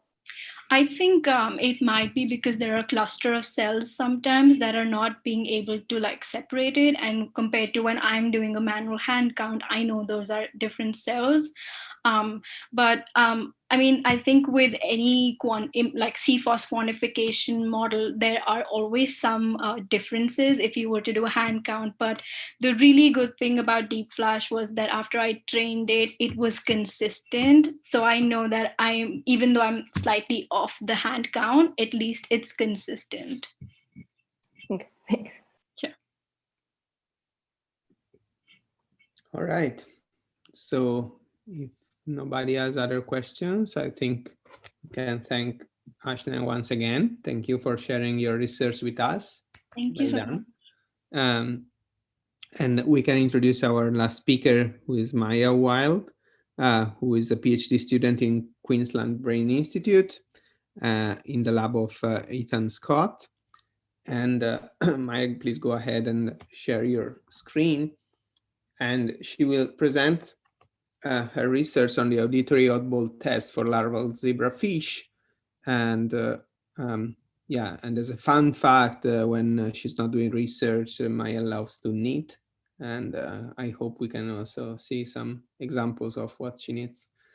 Otherwise, like, go ahead and thank you. I didn't realize I was going to be the only one with the fun fact, but yeah, there you go. Now you know something about me. So yeah, I'm going to share what I've been working on, which is developing this auditory oddball test to be used in larval zebrafish, which you've already had a bit of an introduction to with Iris's talk. So the motivation for wanting to use larval zebrafish for me for this experiment is that they're optically transparent. So we can do in vivo non-invasive experiments to see their reactions to stimuli. And we can image the entire brain at single cell acuity and get basically reactions of neurons throughout the entire brain to a stimulus strain, which is very exciting. So we mount the fish in a chamber, as you can see here, and then there's a speaker to deliver the sound. We have 2 lasers to excite a neuronal fluorescence marker, like GCamp, which shows the activity of the neurons, and then an objective above to measure the activity. And then we can end up with a video like you can see on the right here, showing the calcium activity. So then we segment out the regions of interest, which roughly correspond to individual neurons. And then we can look at the activity of those regions of interest over the course of the experiment and get fluorescence traces like this. So then what we can do is register the locations of those regions of interest back to a zebrafish brain atlas so that we can have the anatomical position of where those different response patterns are happening within the brain and within the auditory processing pathway. So in our lab, up until now, we've done reasonably straightforward analyses of auditory processing in zebrafish. So this oddball paradigm is the next step in complexity, moving along that train. So an oddball paradigm is where you have 2 different types of stimuli. One of them is presented very frequently. It's a standard or expected stimulus. And then you have one that is presented less frequently, and it's a deviant or oddball stimulus, which in a human experiment, which is typically done with EEG, the oddball stimuli elicit a mismatch negativity response, where there's an increased response to the stimulus that's not expected compared to the one that was expected. And so when these studies are done clinically, you can see differences in the amplitude and the latency of those mismatched negativity responses in populations like people with autism spectrum disorder. And these paradigms can be visual or auditory, but in my case, I'm going to use an auditory stimulus train with pure tones as the stimuli. So this, like I said, is done in humans with EEG. It's also been done a bit in rodent models, but there isn't a zebrafish version of it yet. So what I'm trying to develop and optimize is whether we can see an oddball response in the brain of the zebrafish larvae. So the stimulus strain that I'm using has 2 different pure tones. They're represented as blue and red here. So they're 2 different frequencies. And it begins with a block, which has one of them as the standard and the other is the oddball. And then later on in the train, you can see their roles are reversed. And then in the center, there's a control block in which there's 5 different pure tone frequencies, and each of those are presented at the rate that they would be presented if they were an oddball. But that block doesn't actually have any sort of structure of predictability, so there's no violation of prediction in that control block. So then, rather than comparing the response to 2 different tones of different frequencies, I compare the response to the tone of the same frequency when it is an oddball versus when it is a standard tone versus when it's in the control block. And then separately compare the overall responses to what is here, blue and red tones. So separating the ROIs into those that respond preferentially to the higher pitched one versus the lower pitched one, you can see the amplitude of the average amplitude of the responses depending on what the status is of that tone in the different block of the stimulus period. And here, especially on the left, you can see in the high pitched tones, the amplitude of the response is a lot lower when it's a standard tone, and it's the highest when it's an oddball tone. And you can see an intermediate amplitude during the many standards control block, which shows that the amplitude of the response is increased just when the tone is happening less frequently, but not as much as when it is an oddball, when there's the violation of a prediction of what stimulus would be expected. So this is preliminary data at the moment that I collected to determine whether it's worth going forward with the oddball paradigm in level zebrafish, and I think that this is sufficient evidence to say that it's worth going forward, seeing as we can see the difference in amplitude there between the many standards control and the oddball, and very different from the standard, the amplitude there. So my next steps moving forward are optimizing the parameters of the control of the experimental paradigm. So I'm using an upgraded microscope and also testing the different interstimulus intervals. And moving forward, when I actually get to do some higher level analysis of these data, I'd like to model the prediction errors. So look at changes in the correlation of activity between different regions of interest throughout the auditory processing pathway, and whether those correlations change following an oddball stimulus compared to a standard stimulus. And then also we have some models of autism spectrum disorder in the lab. One of them is the one that Iris talked about earlier. And I'd like to see whether there are differences in the responses in those compared to the wild types. So a previous paper in our lab did this sort of graph theory analysis where they collapsed down all of the ROIs into a series of nodes and looked at the correlation between those nodes. And you can see where blue is higher correlation, the correlation between the nodes increases with the volume of the tone increasing, but it's also higher in an FMR1 mutant compared to a wild type for any given volume. So I would like to do an analysis like this where rather than different volumes, there's a different role of the stimulus as oddball or standard or during the many standards control block. Great. Thank you very much for listening, and thanks to everyone in the Scott lab. Awesome. Thank you very much. Great talk.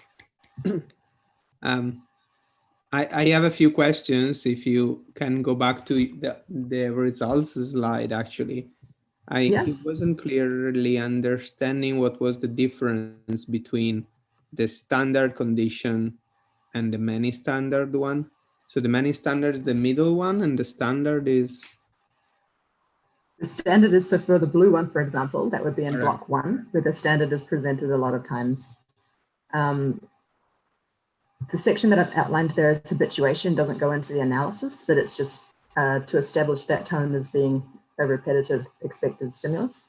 And then I average across all of the ones that are not in the habituation block to get the amplitude of that one. Okay. And low versus high is block 1 versus block 2? So that's the different stimuli. So the red here is 531 hertz, low frequency, and blue is 1,189 hertz, which is high frequency. The numbers are all horrible, not round numbers, because it's on a logarithmic scale. Okay, all right, yes. Yeah. Many different like comparisons to digest at once. But yes, yeah. What was the percentage of the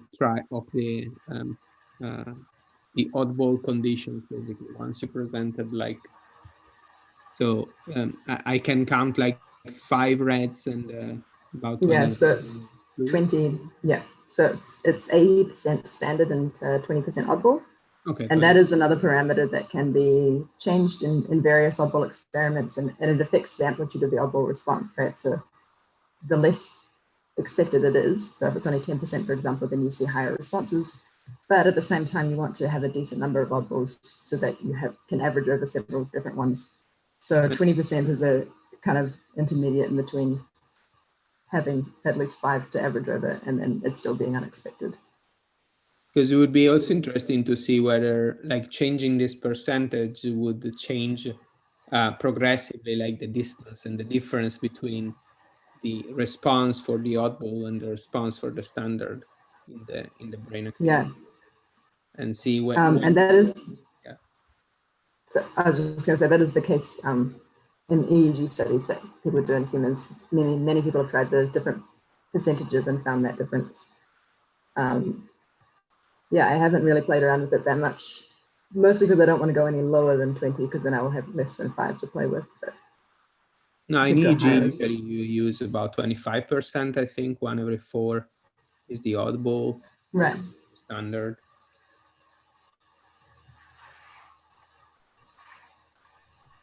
I ask a question? Go ahead. Yeah, of course. Yeah. So what's the percentage? Is there any percentage differences between high frequency preferring RIs and the low frequency preferring RIs? Are there more cells in one case than the other case? So it depends a little from fish to fish and with the data that you can get from each fish. So you're not always getting every cell nicely segmented out. So it could be in some fish you just happen to segment the high frequency ones better than the low frequency ones. From memory, there was a difference in this data set. This is just 4 fish, and there were slightly more of one than the other. Yeah, at the end of the day, that's another motivation to not compare responses between different stimuli, right? So yeah. Which also out of curiosity, what's a hearing range? No, yeah. Zebrafish? Well, there's actually a very great paper about to come out from our lab about that, showing, so it's on bioarchives if you'd like to find it. Okay. It's showing that previously people thought it would only be up to about 1 kilohertz, which you can see 2 of my stimuli would be above that. But Rebecca, who's a PhD student in the lab, has shown responses between 200 hertz and 2.5 kilohertz. So it's actually a lot broader than was previously thought. And there's a lot of frequency-specific cells within that range. So ones that greatly prefer one frequency over another. That's interesting. Yeah. And can you actually plot the average response for each of these frequencies during your many standards control to see? Yes, I can. So within those groups that I had defined earlier, these are the preferences within the mini standards control block. So you can see that one of them, the colors are different on this slide, sorry. So the one on the right, it's actually mostly preferring the experimental tone, but you can see on the one on the left, its highest response is actually to the extra control one, which is of an even lower frequency. And its second highest response is to the one that was actually an experimental one, which is 531 in yellow there. I see. Yeah, so but that is a very good point that, you know, in this case, the neurons that I had grouped together as being the high frequency responsive ones really did prefer that specific tone, but the low frequency ones preferred an even lower tone. Yeah. And how did you choose these frequencies? Like, were there standard frequencies, or is there any specific reason you chose 355 and? Yeah, so based on that same research that I was talking about from our lab, Rebecca is the PhD student who's doing that. I wanted to choose ones that were around the middle of the hearing range so that there would be a decent response to them, because it drops off at either end, they don't respond as well. So that's why I chose 531 and 1189 hertz, because the hearing range is best between sort of, 400 and maybe 1300 or something like that. And then, evenly spaced and logarithmically, including the control tones. Let's see.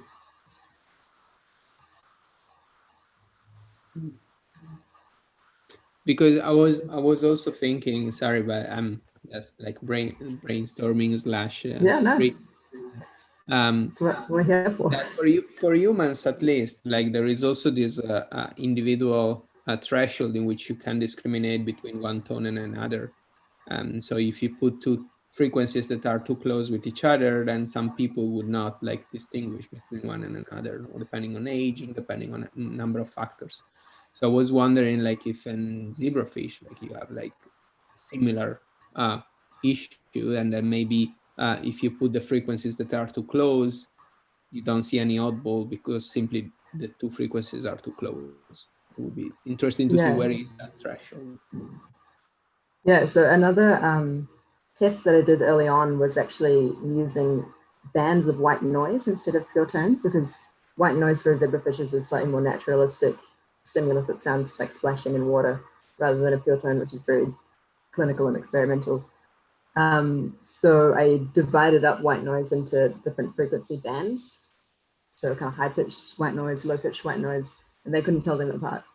So there wasn't any oddball response in that case. So That's why I ended up going with the pure tones. And yeah, as you say, tried to space them apart as much as possible within the range of what they can hear well. Yeah, makes sense. Thank you. Thank you. You guys have any other question?